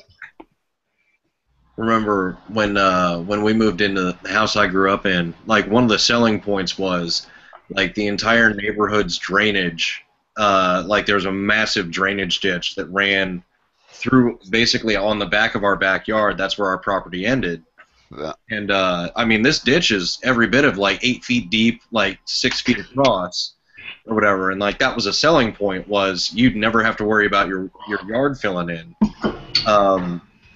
Or flooding up. Well, sure enough, years later, the drainage system that the previous owners put in, apparently they didn't screen the tubing before they buried it. Oh yeah, the weeping So it tile. got filled in over time. Yeah. Plugged up, and so here we are. I think it was either like a tropical storm or a hurricane, and like me and my dad are out in the backyard having to dig a drainage ditch out of our backyard so the water would not come in the house anymore. Yeah. It's just one of those things where I'm like, hey Mom, it's a hurricane out here. She's like, I know. Ditch ain't digging itself though. That was the problem. My house sits on a hill, right? So I mean, normally it would never ever get water in it, but at one point we got a really bad rainstorm, and it was so bad it was actually taking the leaves off the trees and filling in all the gutter grates, all the sewer grates, on the streets. Okay. And the water actually got 3 feet up the. My house sits on a hill. It got 3 feet up that hill, so it was like 3 feet above the sidewalk. And in the backyard, unfortunately, it wasn't draining. So it was starting to come in the basement windows. It was like actually about 1.5 feet deep in the backyard. It was raining so hard. So there's my son and I out there with shovels digging a trench behind the garage to get this water to drain away into the back lane, So even though my house was up fucking higher than everything else, it was getting flooded because the water was coming down so fast. The rain was coming down so fast, eh? Right. But yeah, being out there and that kind of shit, that was crazy. Oh, Like, yeah. you could hardly see 3 feet. The water was coming down so hard. Yep. It was just like this wall. Fuck. Yep. That was one of those, like, I remember looking at my dad, I was like, are we going to put on rain gear? And he just kind of looked at me and he was like, why? I ain't gonna last. That was exactly it. It just kind of came out of my mouth before I even thought about it.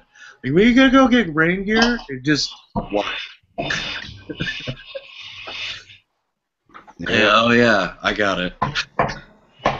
Well, the thing is, because I always have this shit around, right? I had emergency ponchos in we have our one junk drawer, I guess, and we have emergency ponchos and space blankets and flashlights and batteries and shit like that, and lighters and whatever, and then a bunch of other, phone book, maps, all that kind of crap.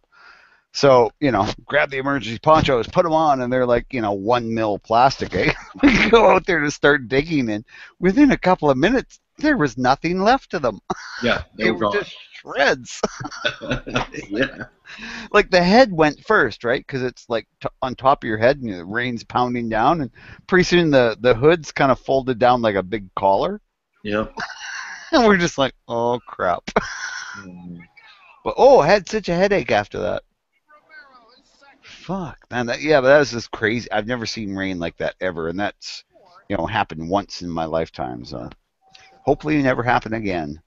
Oh, although, I do now have a permanent, drainage in the backyard. Oh yeah, no, we fixed it too. But there's been times where like that big drainage ditch that goes through the backyard, like I've seen that at like up to almost cresting into back into the backyard.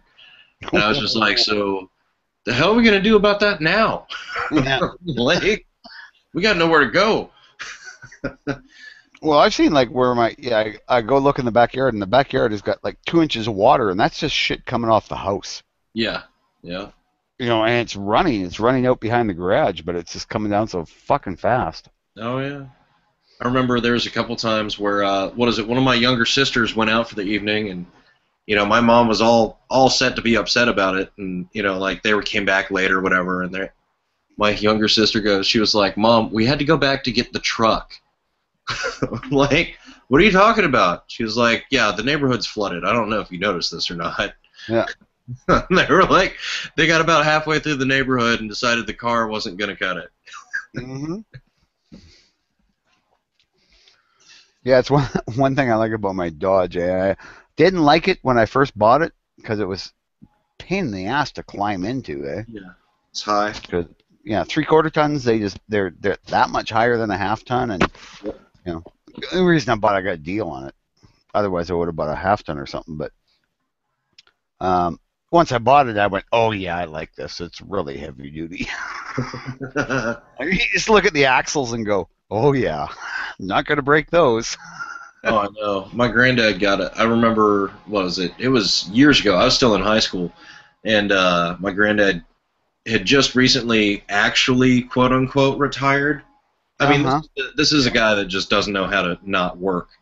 But so as a reward to himself, he bought a fifth wheel camper, and he was like, "Well, guess I need a new pickup because nothing I've got's going to tow it." So they go out, promptly buys an F-350, and had that forever. Well, apparently this year, apparently the 250 is so awesome that the 250 will tow that same trailer. So he was like, "I got a 250," and I was like, because I asked him about it, I was like, "Well, your last one was a 350, now you got a 250." He was like, "Why spend $10,000 on a truck I don't need?"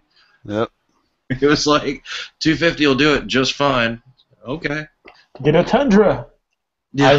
I wouldn't own a Tundra for love nor money. They are nice. They're reliable. They look good. They don't have the solidness that will. I know a couple of contractors have had them for like 5 or 6 years since they came out, and they're falling apart. Yep. If I was to get a truck the next day, I would get a Tundra. I really wouldn't. I wouldn't advise it.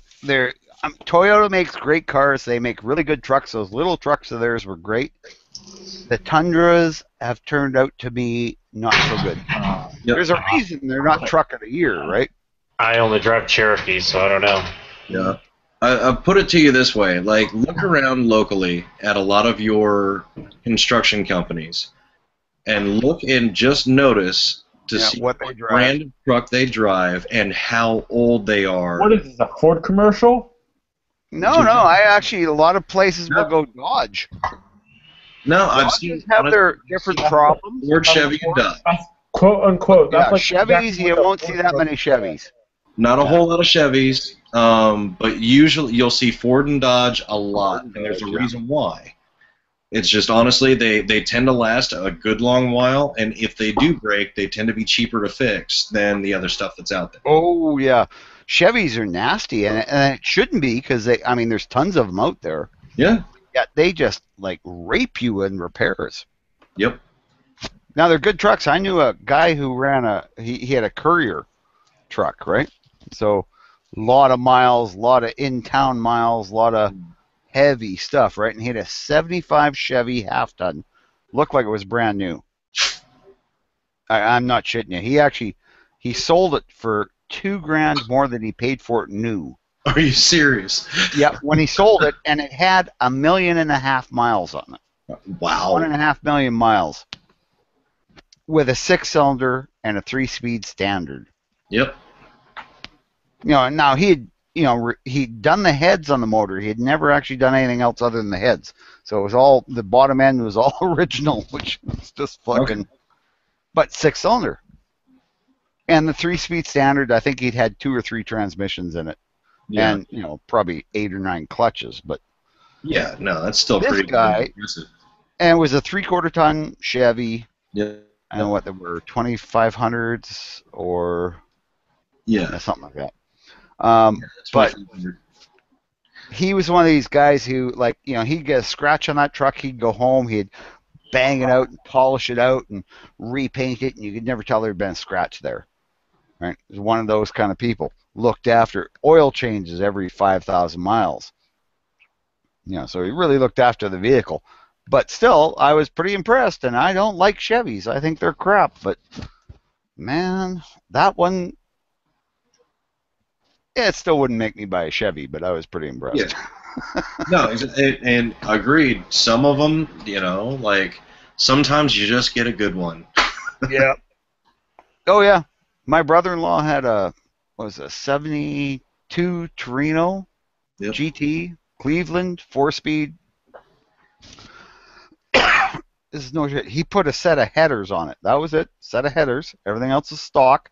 Yep. Put a set of 50 series Mickey Thompsons on the back on Krager mags. Still had the stock, Magnum 500 fronts. It would fucking lift the front tires. That was just mind-boggling. This is a stock car with only a 351 in it.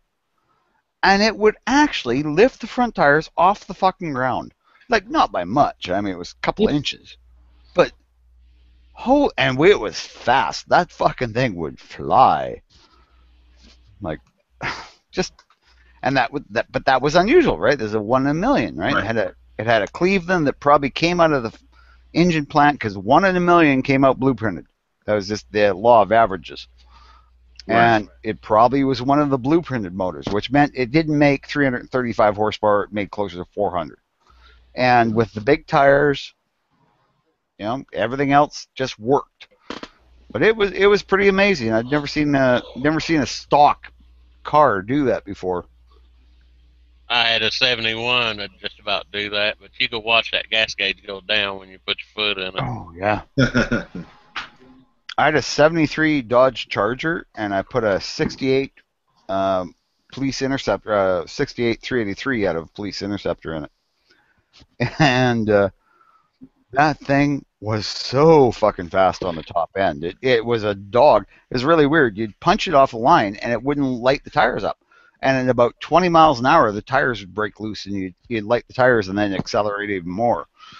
Huh. But yeah, because it was geared really high, right? 73 car probably had 390s or something like that in it. So motor couldn't get turning, but top end was fucking scary fast. Like I had the GT gauges in it, and so they were 140 mile an hour speedometer. It would peg it. I don't know how fast it would go, like flat out, but it was fucking scary fast because they didn't handle that good. And, I had skinny little C78 tires on the front and big fat tires on the back. So yeah, at 140 miles an hour, it was scary. But it'd do it. And that was it probably only had 360, 70 horsepower. I think I'll get off here and try to get some sleep. All right, man. That's good talking to you. Hey, there's that dog at 8 weeks old. Hard to believe it drove that much. Oh my God. Yeah. That's a monster. I'll tell you what. I'm gonna when I come. I thought, isn't he the dog from the Sandlot? No. Look at all the skin on him, though. You can just tell that's going to be a big dog. He's got all that extra skin. Those paws are massive. His head at that age was just so much bigger than his body. I mean, he's like, funny looking. Top heavy. Yeah, the head's huge. But you can feed him a rawhide, one little regular rawhides, and he just snaps them, and you just see dust flying. You know those like rawhide like bones? Like I give this to my pit bull, and he like by the end of the day it's gone. Like give it like 2 hours, it's gone. We can get buffalo bones for our dogs up here, like buffalo thigh bones and shit. Oh yeah. It's hilarious. Like you give that to the dog, and he's just like walking around banging it into things, trying to get out the door, and it won't fit out the door. And fuck, it's funny. But they love it, right? Like I mean, it takes them. He's got one buffalo bone. He's about halfway through it, and it's been like a month. But just to break the ends off, it just takes them forever. Like they just sit there and gnaw on the bone, eh? Yeah. But that's what's good for him, keeps him occupied. The rawhide bones, I mean, Emmett finishes those off so fast, and then he shits them out, and they're not good. But yeah, I don't like to give him the rawhide bones anymore because he does those in a day. I stopped giving my dogs the rawhide, like anything really big that was made out of rawhide, because they'd chew on it until their gums were all bloody. Mm-hmm. Like they just would not stop. Yeah.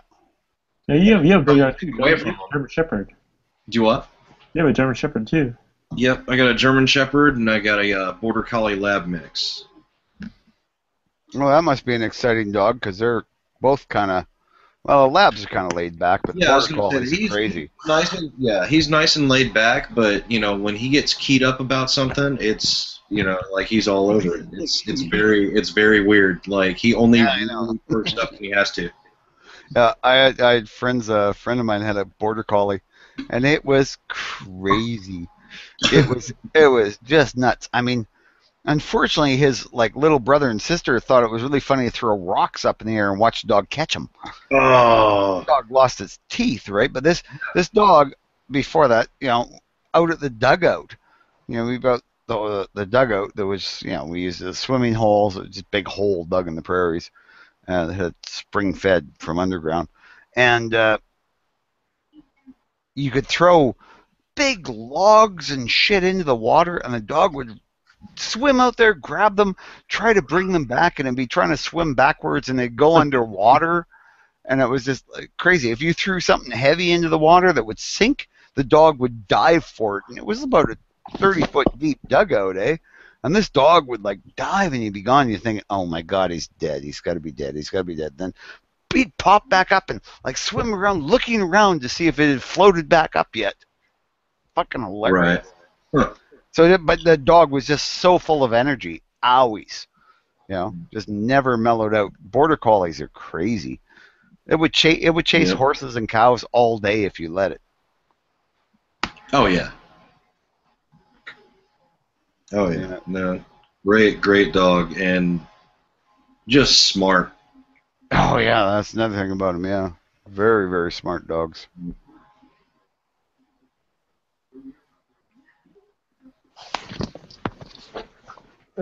It's funny how smart some dogs can be, and then the next one you'll find is just dumb as a bag of hammers. Oh yeah. Well, that's the thing about my German Shepherd is he's he's very deceptive about how intelligent he is because he's clumsy, and so he comes across as just this big goofy German Shepherd, but at the same time he knows how to open doors. Yeah. Yeah, I know.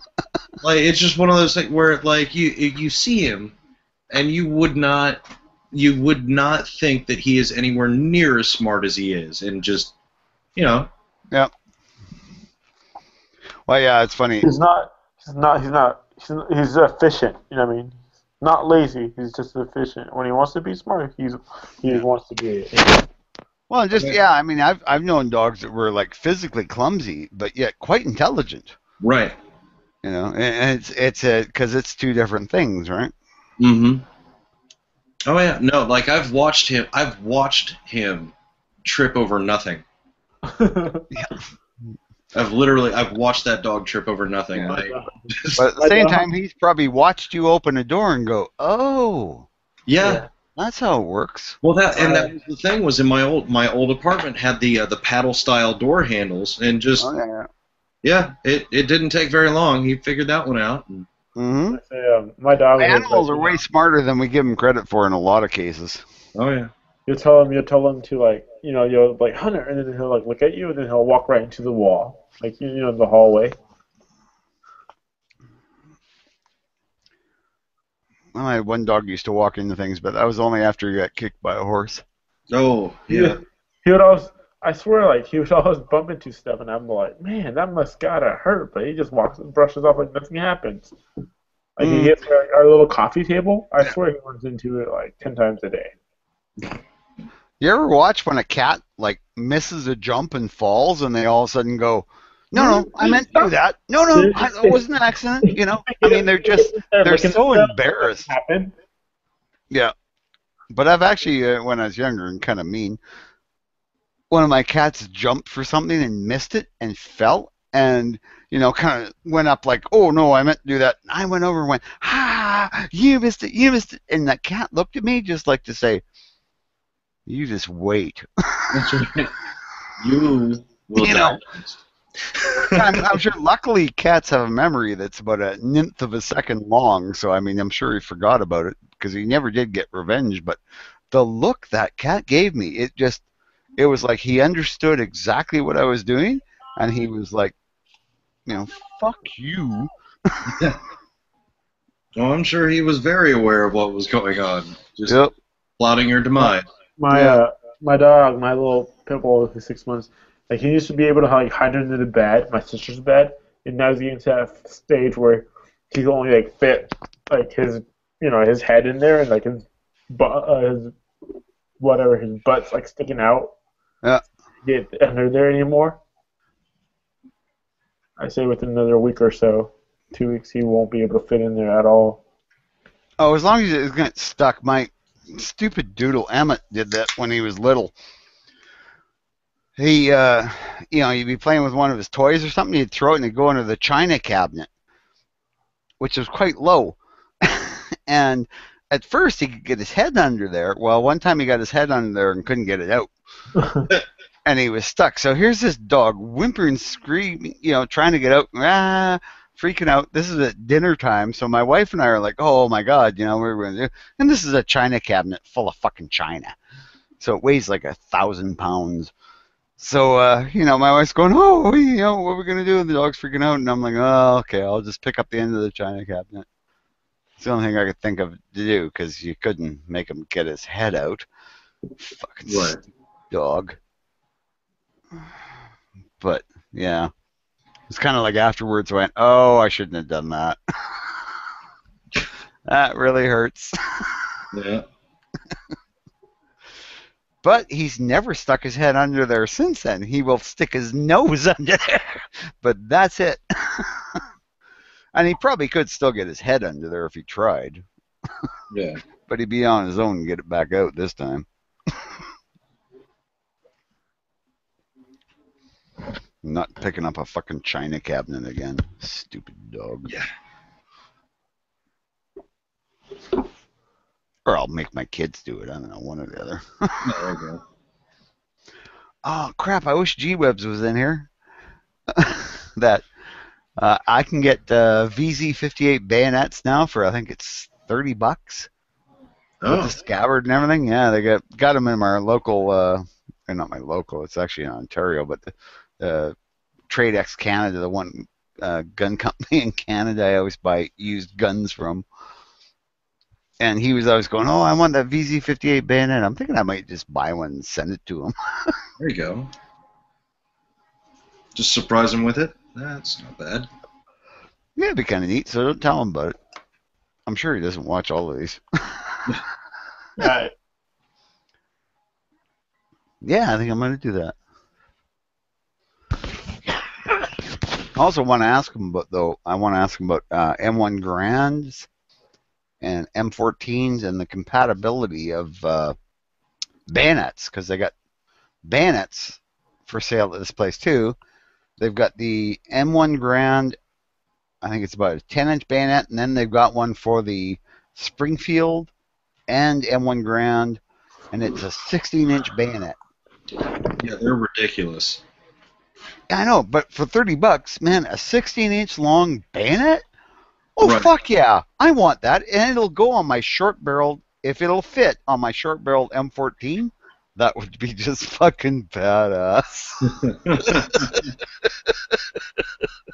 Well, you can imagine, you got a 308 that's fairly short, 20 rounds, well, once we get rid of that stupid law, or if shit hits the fan, and I take the pins out, and, 16 inches of fucking blade in front of that. Oh, yeah, I'm ready for zombies, yeah. I'll tell you, Bring them on. if you were to violate the law and take out the rivets and get caught, how Yeah. much jail time would you be I facing or think it's fine? 3 years minimum. 3 years. Yeah. Yeah. So in Canada, it'd be about 1.5 years, but then you'll never get a gun again. Yeah. Right. So I mean, it's just. Well, Oh wait, we're gonna beat this law. I mean, we really are. It looks like it's gonna get to the point where we're going to be able to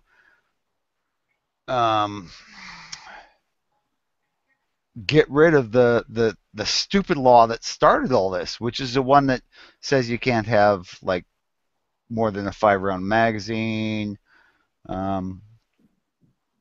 this kind of thing. So,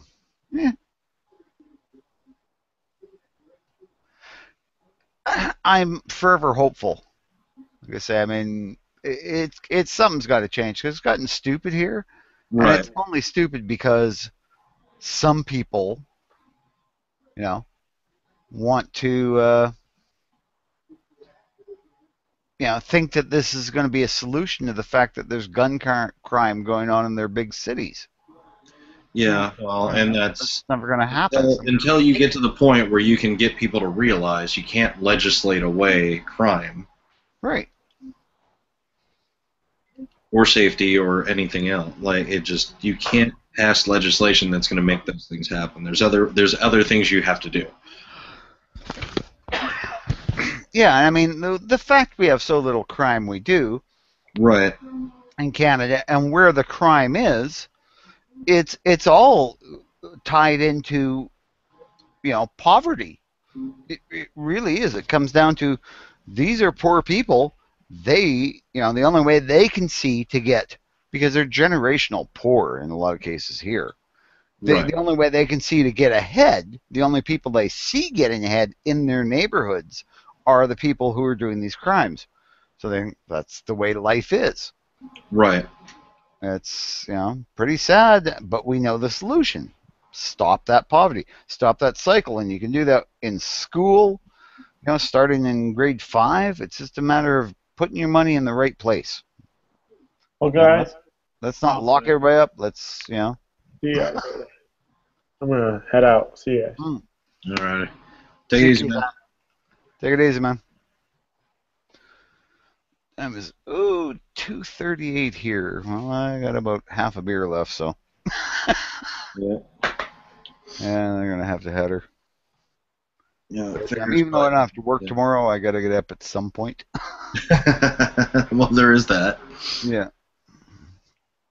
But that link to that bayonet, I don't know. I'm really thinking I would go for rather than the M1, I'd go for the one that fits the M1 and the Springfield.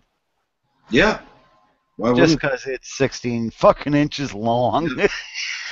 Well, I mean, the size aside, I would say, the fact that it fits more than one, that makes the choice for you. Yep. But yeah. Well, the other one I think fits M1s and M14s, but it doesn't fit Springfield as well, eh? That would be my assumption. Yeah. I'm not an expert on it, but I would say yeah. So for that price, that's not bad. I mean, $60 a little ridiculous, but at the same time, it's like that's pretty much a short sword. No, it really is. At that point, once you're at a 16-inch blade, that's pretty much a short sword. Send it to Huck first, and he could sharpen it. Yeah, actually, I would be curious to get a nice bayonet, and maybe not a historical one, or make it clear. Yeah, well, that's why this is cool. This is a reproduction. Yeah, and that's where I would just go ahead and tell him, like, hey man, just go nuts. Yeah. Here you go. Have fun. Let me know what I owe you when it's over. Yeah, let's see if we can make this as it's not only a bayonet, so make it so it still functions, still go on the rifle. Right. At the same time, what would make it a better short sword? Right. Yeah, that's kind of cool, man. Ah, damn it! Now I have to buy the damn thing. Now it's a done deal. Yeah. Well, now I might as well buy G-Web's that VZ bayonet just to. Yeah. For shits and giggles, because it's actually cheap. Well. It's actually in there too. I don't know if. Yeah, look at go. Yeah, in the. Yeah, that's hard to complain about. The 58 right there for $25. Yeah, yeah. There you go. Yeah, $25.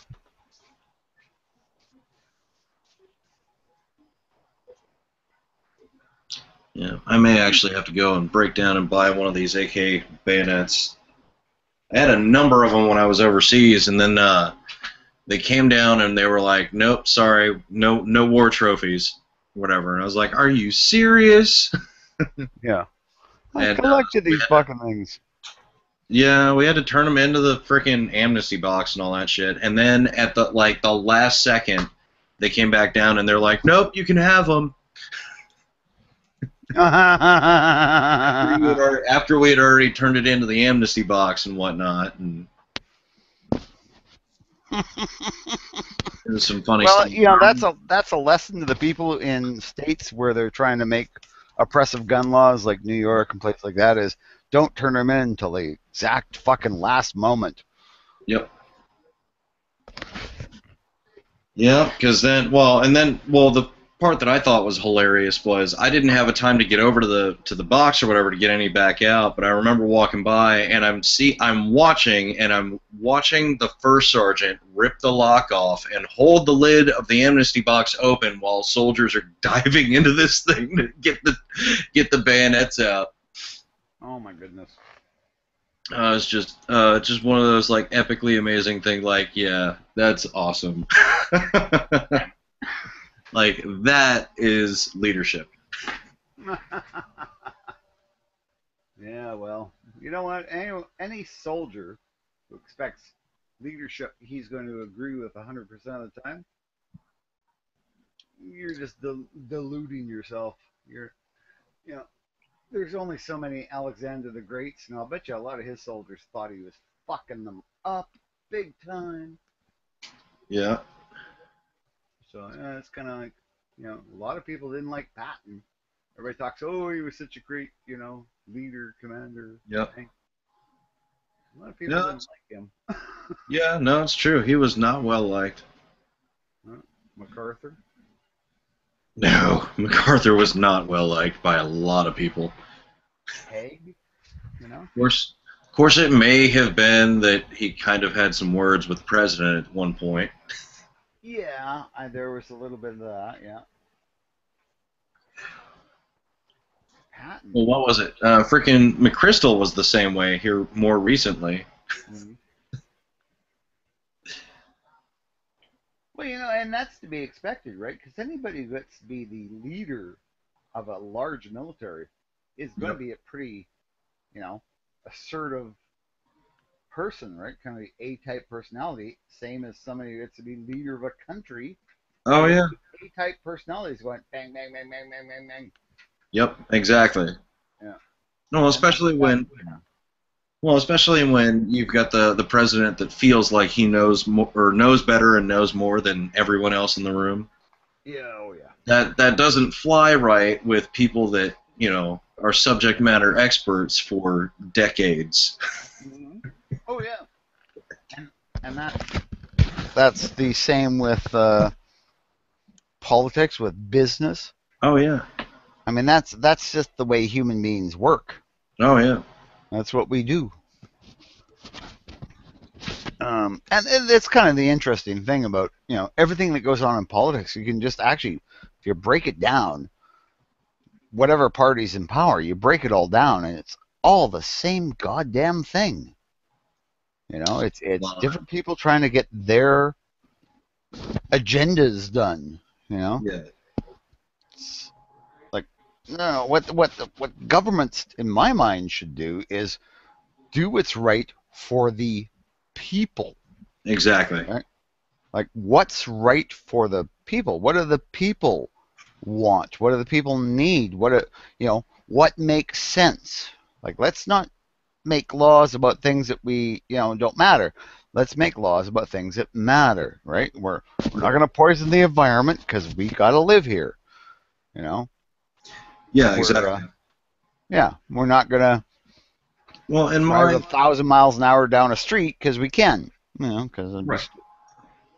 Well, and the issue that I have here recently is that it seems, and it's really bad here now, is that it seems like there's now a lot of a thought process that in order for one group to get ahead, you need to oppress another group. And I just don't understand that. Like, I get it, like but if you want one group to get ahead, that's like I get it, that's your prerogative, but you should not have to take away from anybody else in order to promote another group. You shouldn't be allowed to. Exactly. Yeah, it should just be that's one of those natural laws. Like you have the natural law of self-defense. Yep. If somebody tries to kill you, you should be able to use whatever force is necessary to protect yourself and your family. Yep. And I mean, and it's not even just it's not a race thing. It's not a socioeconomic thing. It's just literally, I want to do something. I want to give something to Group A, but in order to do that, I feel like I have to take some shit away from Group B, and I just don't know. Like that's not okay. Like I get it. You want to promote stuff for Group A. That's cool, but you can't take anything away from anybody else to do it. And I think if there was a way to pass legislation on that, I think that could change. The trickle down of that would change a lot of things. Well, and the thing is, I mean, I think everybody has to pay their share. Yeah. Because I mean, everybody's got to pay taxes. I got to pay taxes. Everybody's got to pay taxes. And it shouldn't hurt me more to pay taxes than it hurts a multi-billionaire. Absolutely. It should hurt us the same way. Absolutely. Right? So, yeah, and I don't have a problem with that. Fair taxation, I like that idea, actually. Yeah, I like the idea of... I think our governments would have more money. Potentially, sure, yeah. Oh, yeah, and just force them to spend it the right fucking way. Right? Yep. They're there to make life better for us. That's why we elect them, right? So let's let them do that. But we've got to get outside influence out of politics. That's the thing that really kills me. Yes. It's the money. I mean, it should maybe just one term. Yeah. Maybe they don't even get elected. Maybe we just have a lottery. Yeah. You're going to be this person. Well, here's what I would say is, honestly, I would love to see a whole batch, a whole generation, if you will, of politicians that would be willing to do the right thing and not give a shit about getting reelected. Yeah, wouldn't that be nice? I'm going to do what I'm here to do. Yeah. And I don't care if I get reelected or not. Yeah, but you'll never get them to choose that voluntarily. You have to make that a law. Right, no, exactly. Yeah. Because, I mean, once they're in office, some of them just, they sell right out to the perks. Yep. Oh, this guy's going to take me to lunch in a fancy restaurant every fucking day. Yep. I don't have to eat McDonald's. What would you do? Right, exactly. Yeah, a lot of people go, I'd rather have filet mignon than a Big Mac. Yeah. Personally, I would be torn because it's true. I'm not allowed to eat Big Macs because apparently, according to my wife, we're not allowed to eat that food because it's not good for us. But every 6 months, she kind of caves in. But yeah, I'll be honest. I rarely ever even eat fast food. To be honest, I really don't eat. Yeah, me neither. I mean, it's just there's never a time for it. Unless we're camping, then we, have a stop on the way to the campsite. Right. Yeah, and we go to A&W. Oh, that's awesome. awesome. Do you have A&Ws? We do. Not down here in Florida, but I've had them elsewhere, and they're great. Yeah, they're so good. The burgers, the meat is spiced. I don't know what it is about them. Yeah, they're really good. Yeah. That, and you can get a grandpa burger, and it's 3 patties. Oh yeah, that's right. Nothing in between them, and then cheese on every patty, and then loaded with everything else. That's right. Yeah, it's a monster. Oh, that's a good burger though. Yeah. shorten your lifespan by about 2 years, but it's a good burger. Worth it. I had lots of them. I'm pretty sure I should be dead already. Well, goes back to everything else. It just Yeah, it's like I smoking. can't tell you how many. What is it? How many people have been out there or whatever? Like, we've got the elderly out there that are being told by doctors, oh, you can't, you gotta eat right, you can't smoke, you can't do this, you can't do that. And, these guys are in their 80s and 90s, and they're like, I've outlived 3 of my doctors. I'm gonna do whatever the hell I want.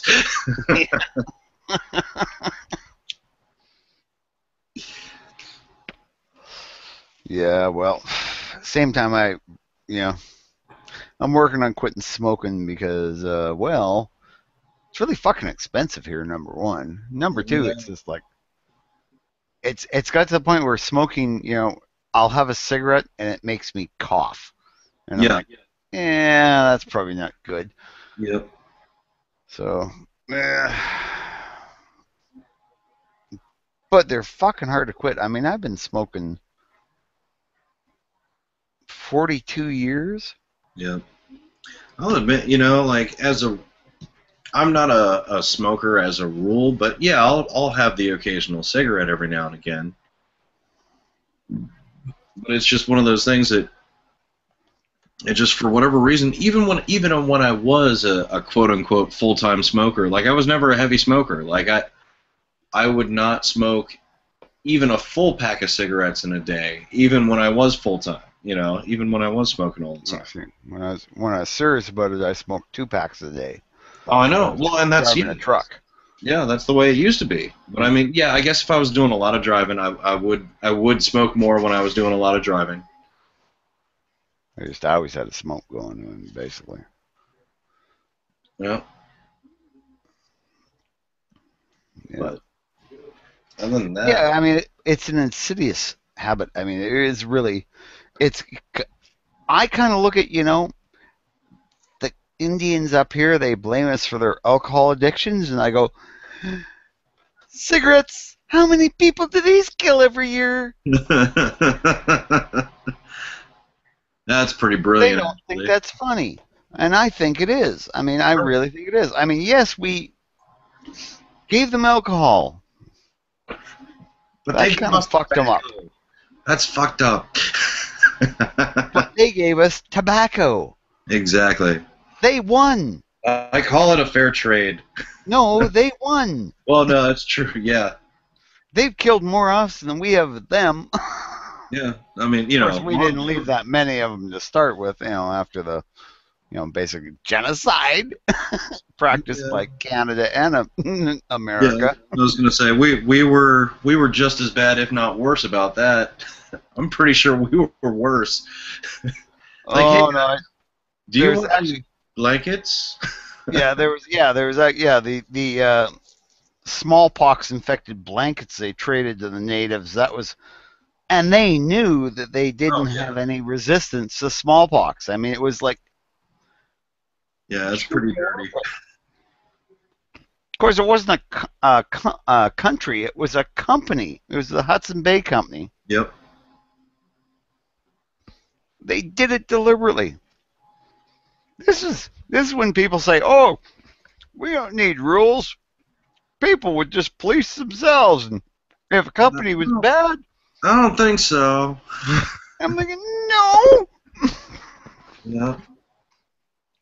What they do, if they were an airline and they had a lot of crashes, they'd just change their name and go, "No, we're a new airline now."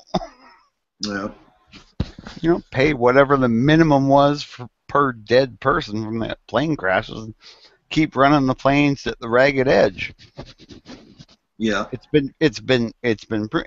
happens in Africa. It happens everywhere. If there's not rules, airlines will just cut fucking corners. Oh yeah, they'll do whatever they want.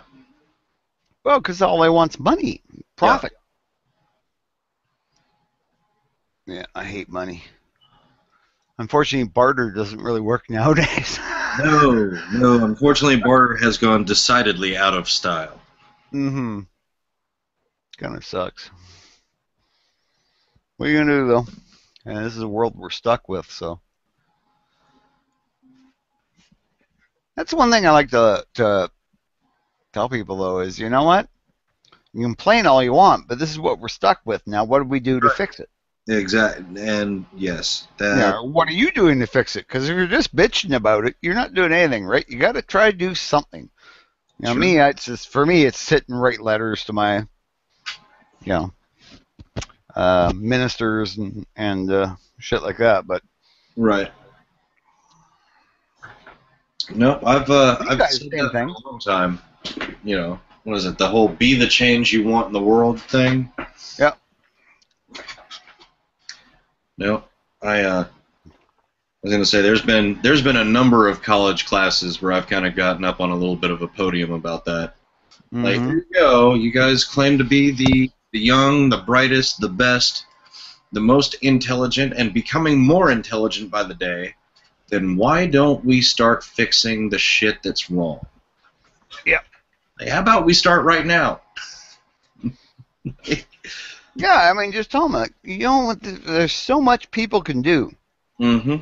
just by writing a letter to their representative and saying, this is what I think. Right. Because the way they do it is someone who actually sits down and writes a letter is worth 1,000 votes or 10,000 votes. I can't remember what the exact number was. Right. Versus somebody who sends an email that's worth maybe 100 votes. Yep. Somebody who phones, that's 10 votes. It's just like somebody who actually makes the effort to sit down and write a letter. They count that, right? And they actually do this. So that politicians will actually go, oh, I got this many letters. That's that many votes. Ooh, I better change my point of view on that. Right. And that's about the only way other than when we vote. Once a year, regular people have real power, right? When we actually get to vote. That's our only power. Till shit hits the fan, and then we're just like on our own. And that's the other thing that kills me is the amount of people that don't vote and then still bitch about things. Like, you know what? Like, you know how embarrassing it is as American to know that more people vote during American Idol than vote in the presidential elections? No, because Canada is about the same. No, okay, well, maybe it's not so bad. Unfortunately, we're almost as apathetic. I think we're a little bit better, but not by much. Right. Yeah, we had a Canadian Idol that got more votes than people actually voted for our prime minister or for our, political party. Because we don't actually vote for the person, we vote for the party. Okay. I mean, the party leader is kind of the person we know is going to be the prime minister. Okay. But yeah, same kind of thing. And it's kind of like, oh my God. Oh, yeah. So easy to vote using your phone, though, isn't it? Compared to using your, actually going down to a voting booth and either punching holes on a card or doing something on a computer. Oh, yeah. We just mark X's with a pencil, and then people count them. Yeah, ours, we still do the bubble in thing. Oh, yeah.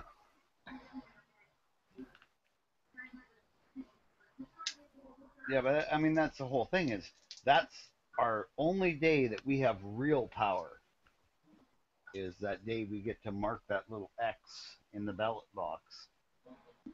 Yeah. But we can make a difference.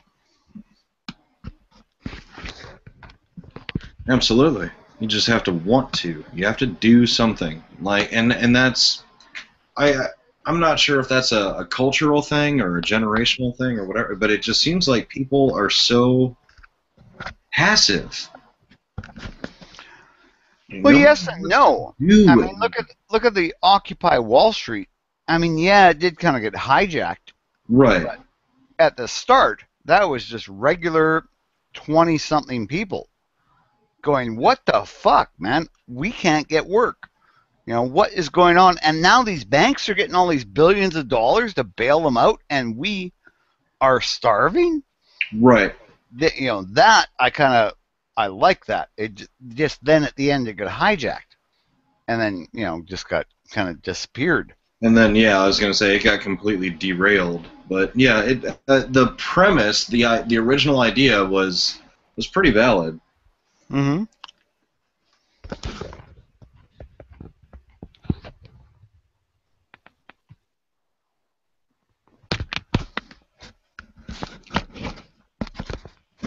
Hope nobody's hearing me chew my peanut. I try to make my mic go away. I was actually eating a peanut.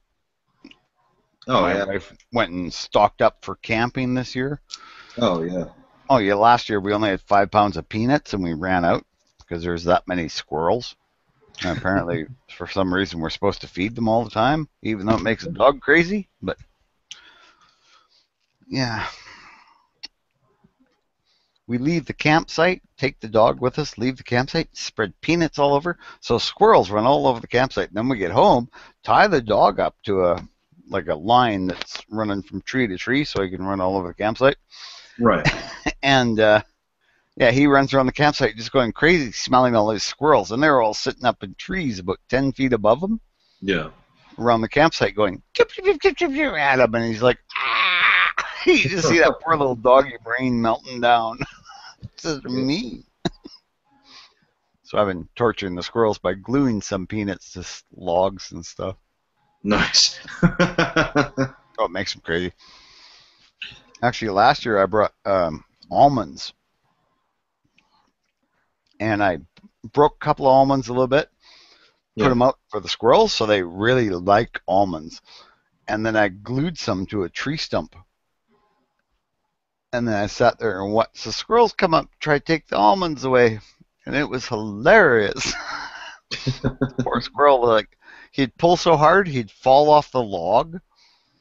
I mean, squirrels are pretty agile, so he'd usually land on his feet. But yeah, it was still just freaking hilarious. This squirrel is struggling. I want this. And then he tried to chew on it. No, it was too much to chew on right there. And oh god, it was funny. Gave me about 2 hours of entertainment, which is great when you're camping. Oh yeah. Just sitting there in the chair anyway.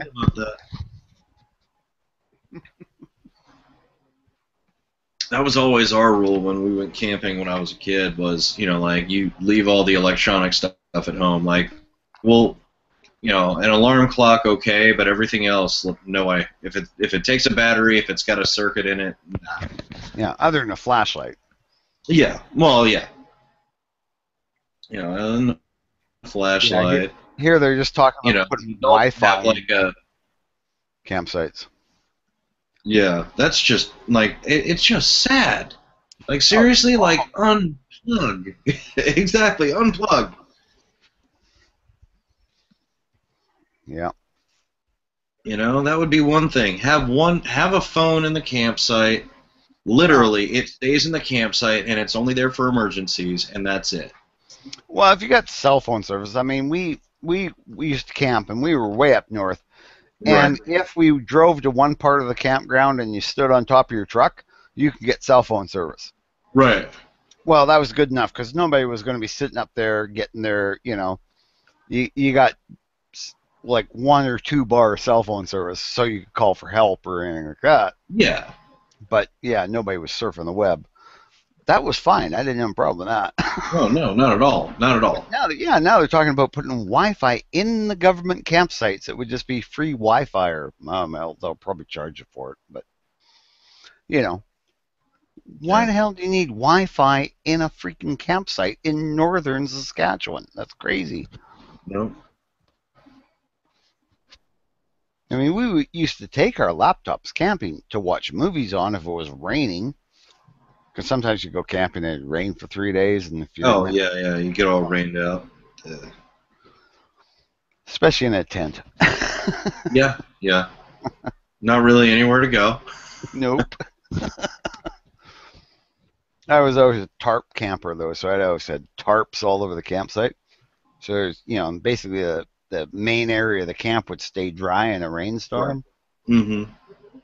But still, it was What are you Oh gonna? yeah. Well, I mean, when I was coming up, I was in the Boy Scouts when I was a kid, and uh, even through teenager and all that stuff. And I mean, that was always what we did. We had our own independent, we had our own tents to sleep in. But when it came to the main area, the camp area, yeah, you had a tarp up, and you had your little, you had a little table and benches. Yeah. Usually grab one of the picnic tables, and then maybe have your little propane barbecue on it. Yep. And then, Actually, our freaking, what was it? Our little troop quartermaster was ingenious. He invented, or he came up with like foldable camping or not stools but benches that would just like fold out. The legs would fold out. A cross member would fold down to secure the legs in the out position, and then they'd just latch in place. That's kind of cool. Oh yeah. And I mean, it was thick plywood too. I mean, it was all finished and everything. So I mean, it was all sealed up and finished. It was beautiful.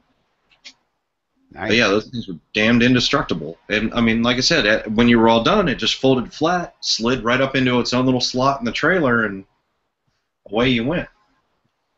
That'd be kind of neat. Oh yeah, this guy was pretty ingenious when it came to just kind of layouts on stuff. Like he came up with little chuck boxes and stuff that had their own independent stand, or they had their own independent legs where they could stand on their own or whatever, and like everything inside the chuck box had like its own little place, and that's all, that was all your silverware and cookware and all that stuff, and just I mean, just came up with all that stuff on his own and whatnot. That's kind of cool. Yeah. I didn't realize how spoiled I was about that until I got, older and started sharing stories, and everybody else is like, we didn't have anything like that.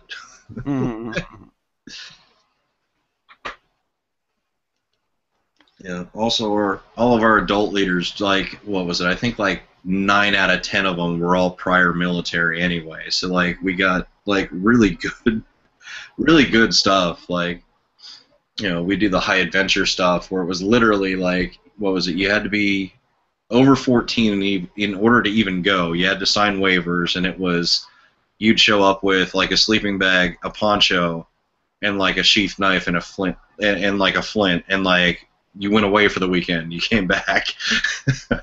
Yeah. Like you had to hunt and trap to get your own food. You had to start your own fire.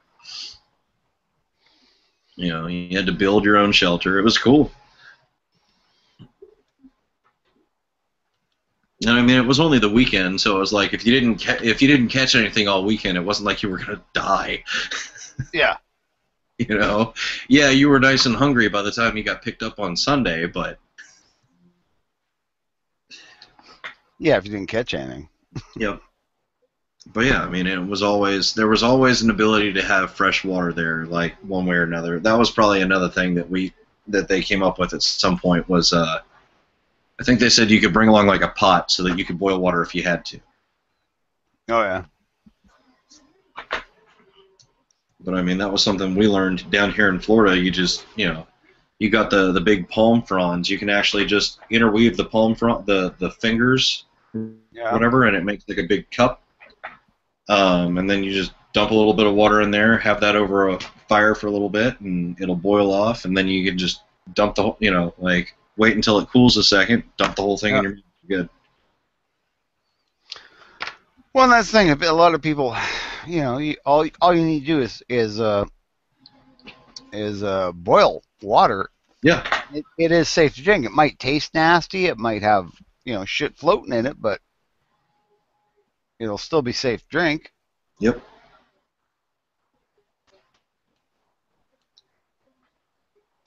Yep. Any natural issue that you could have will be cured by boiling. It's not the most tasty method of doing it, but you know what? It'll work. Too true. Yeah. But yeah, we learned all sorts of stuff, like what plants you could and couldn't eat and stuff like that. And the thing that I wanted to work on after I got out of scouting was actually to take it one step further and start looking into plants for medicinal purposes, stuff like that. Like, see if I could find some stuff from like the old Seminole Indian tribes and see what did they do for, you know, like remedies and stuff. Mm-hmm. Way back when, and just ended up getting wrapped up in, you know, being a grown up and whatnot, and unfortunately never really got back around to it. But I think that'd be a nice little pet project to start on here when I get a little extra. Well, a really good idea for, you know, everybody talks about prepping and stuff, but I mean, part of prepping is just knowing how to do shit. Yeah. Yeah. Yeah, it's a very important part that a lot of people don't really consider sometimes. That knowing how to do a lot of the stuff you're going to have to do when you can't call the guy. Right, exactly. To get him to do it. So. And that's always been my thing was, you know, in general, in general, I've always been kind of a jack of all trades sort of thing, and it's always come in handy. And I've always thought, you know what, if it ever got bad, you know, it's the people that are like that. It's the jack of all trades that are really going to shine and become valuable. Because you got one guy that can do just can do a little bit of everything. Yep. There we go.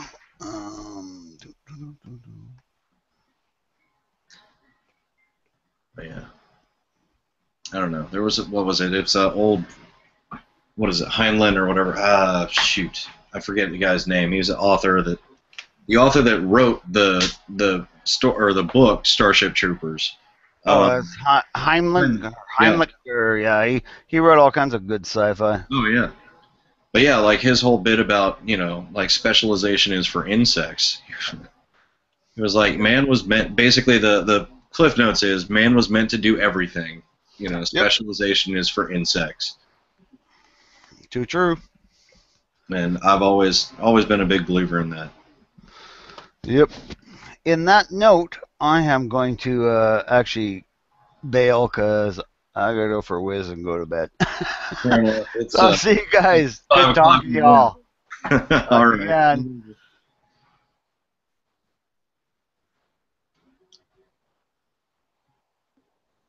I'm out of here too.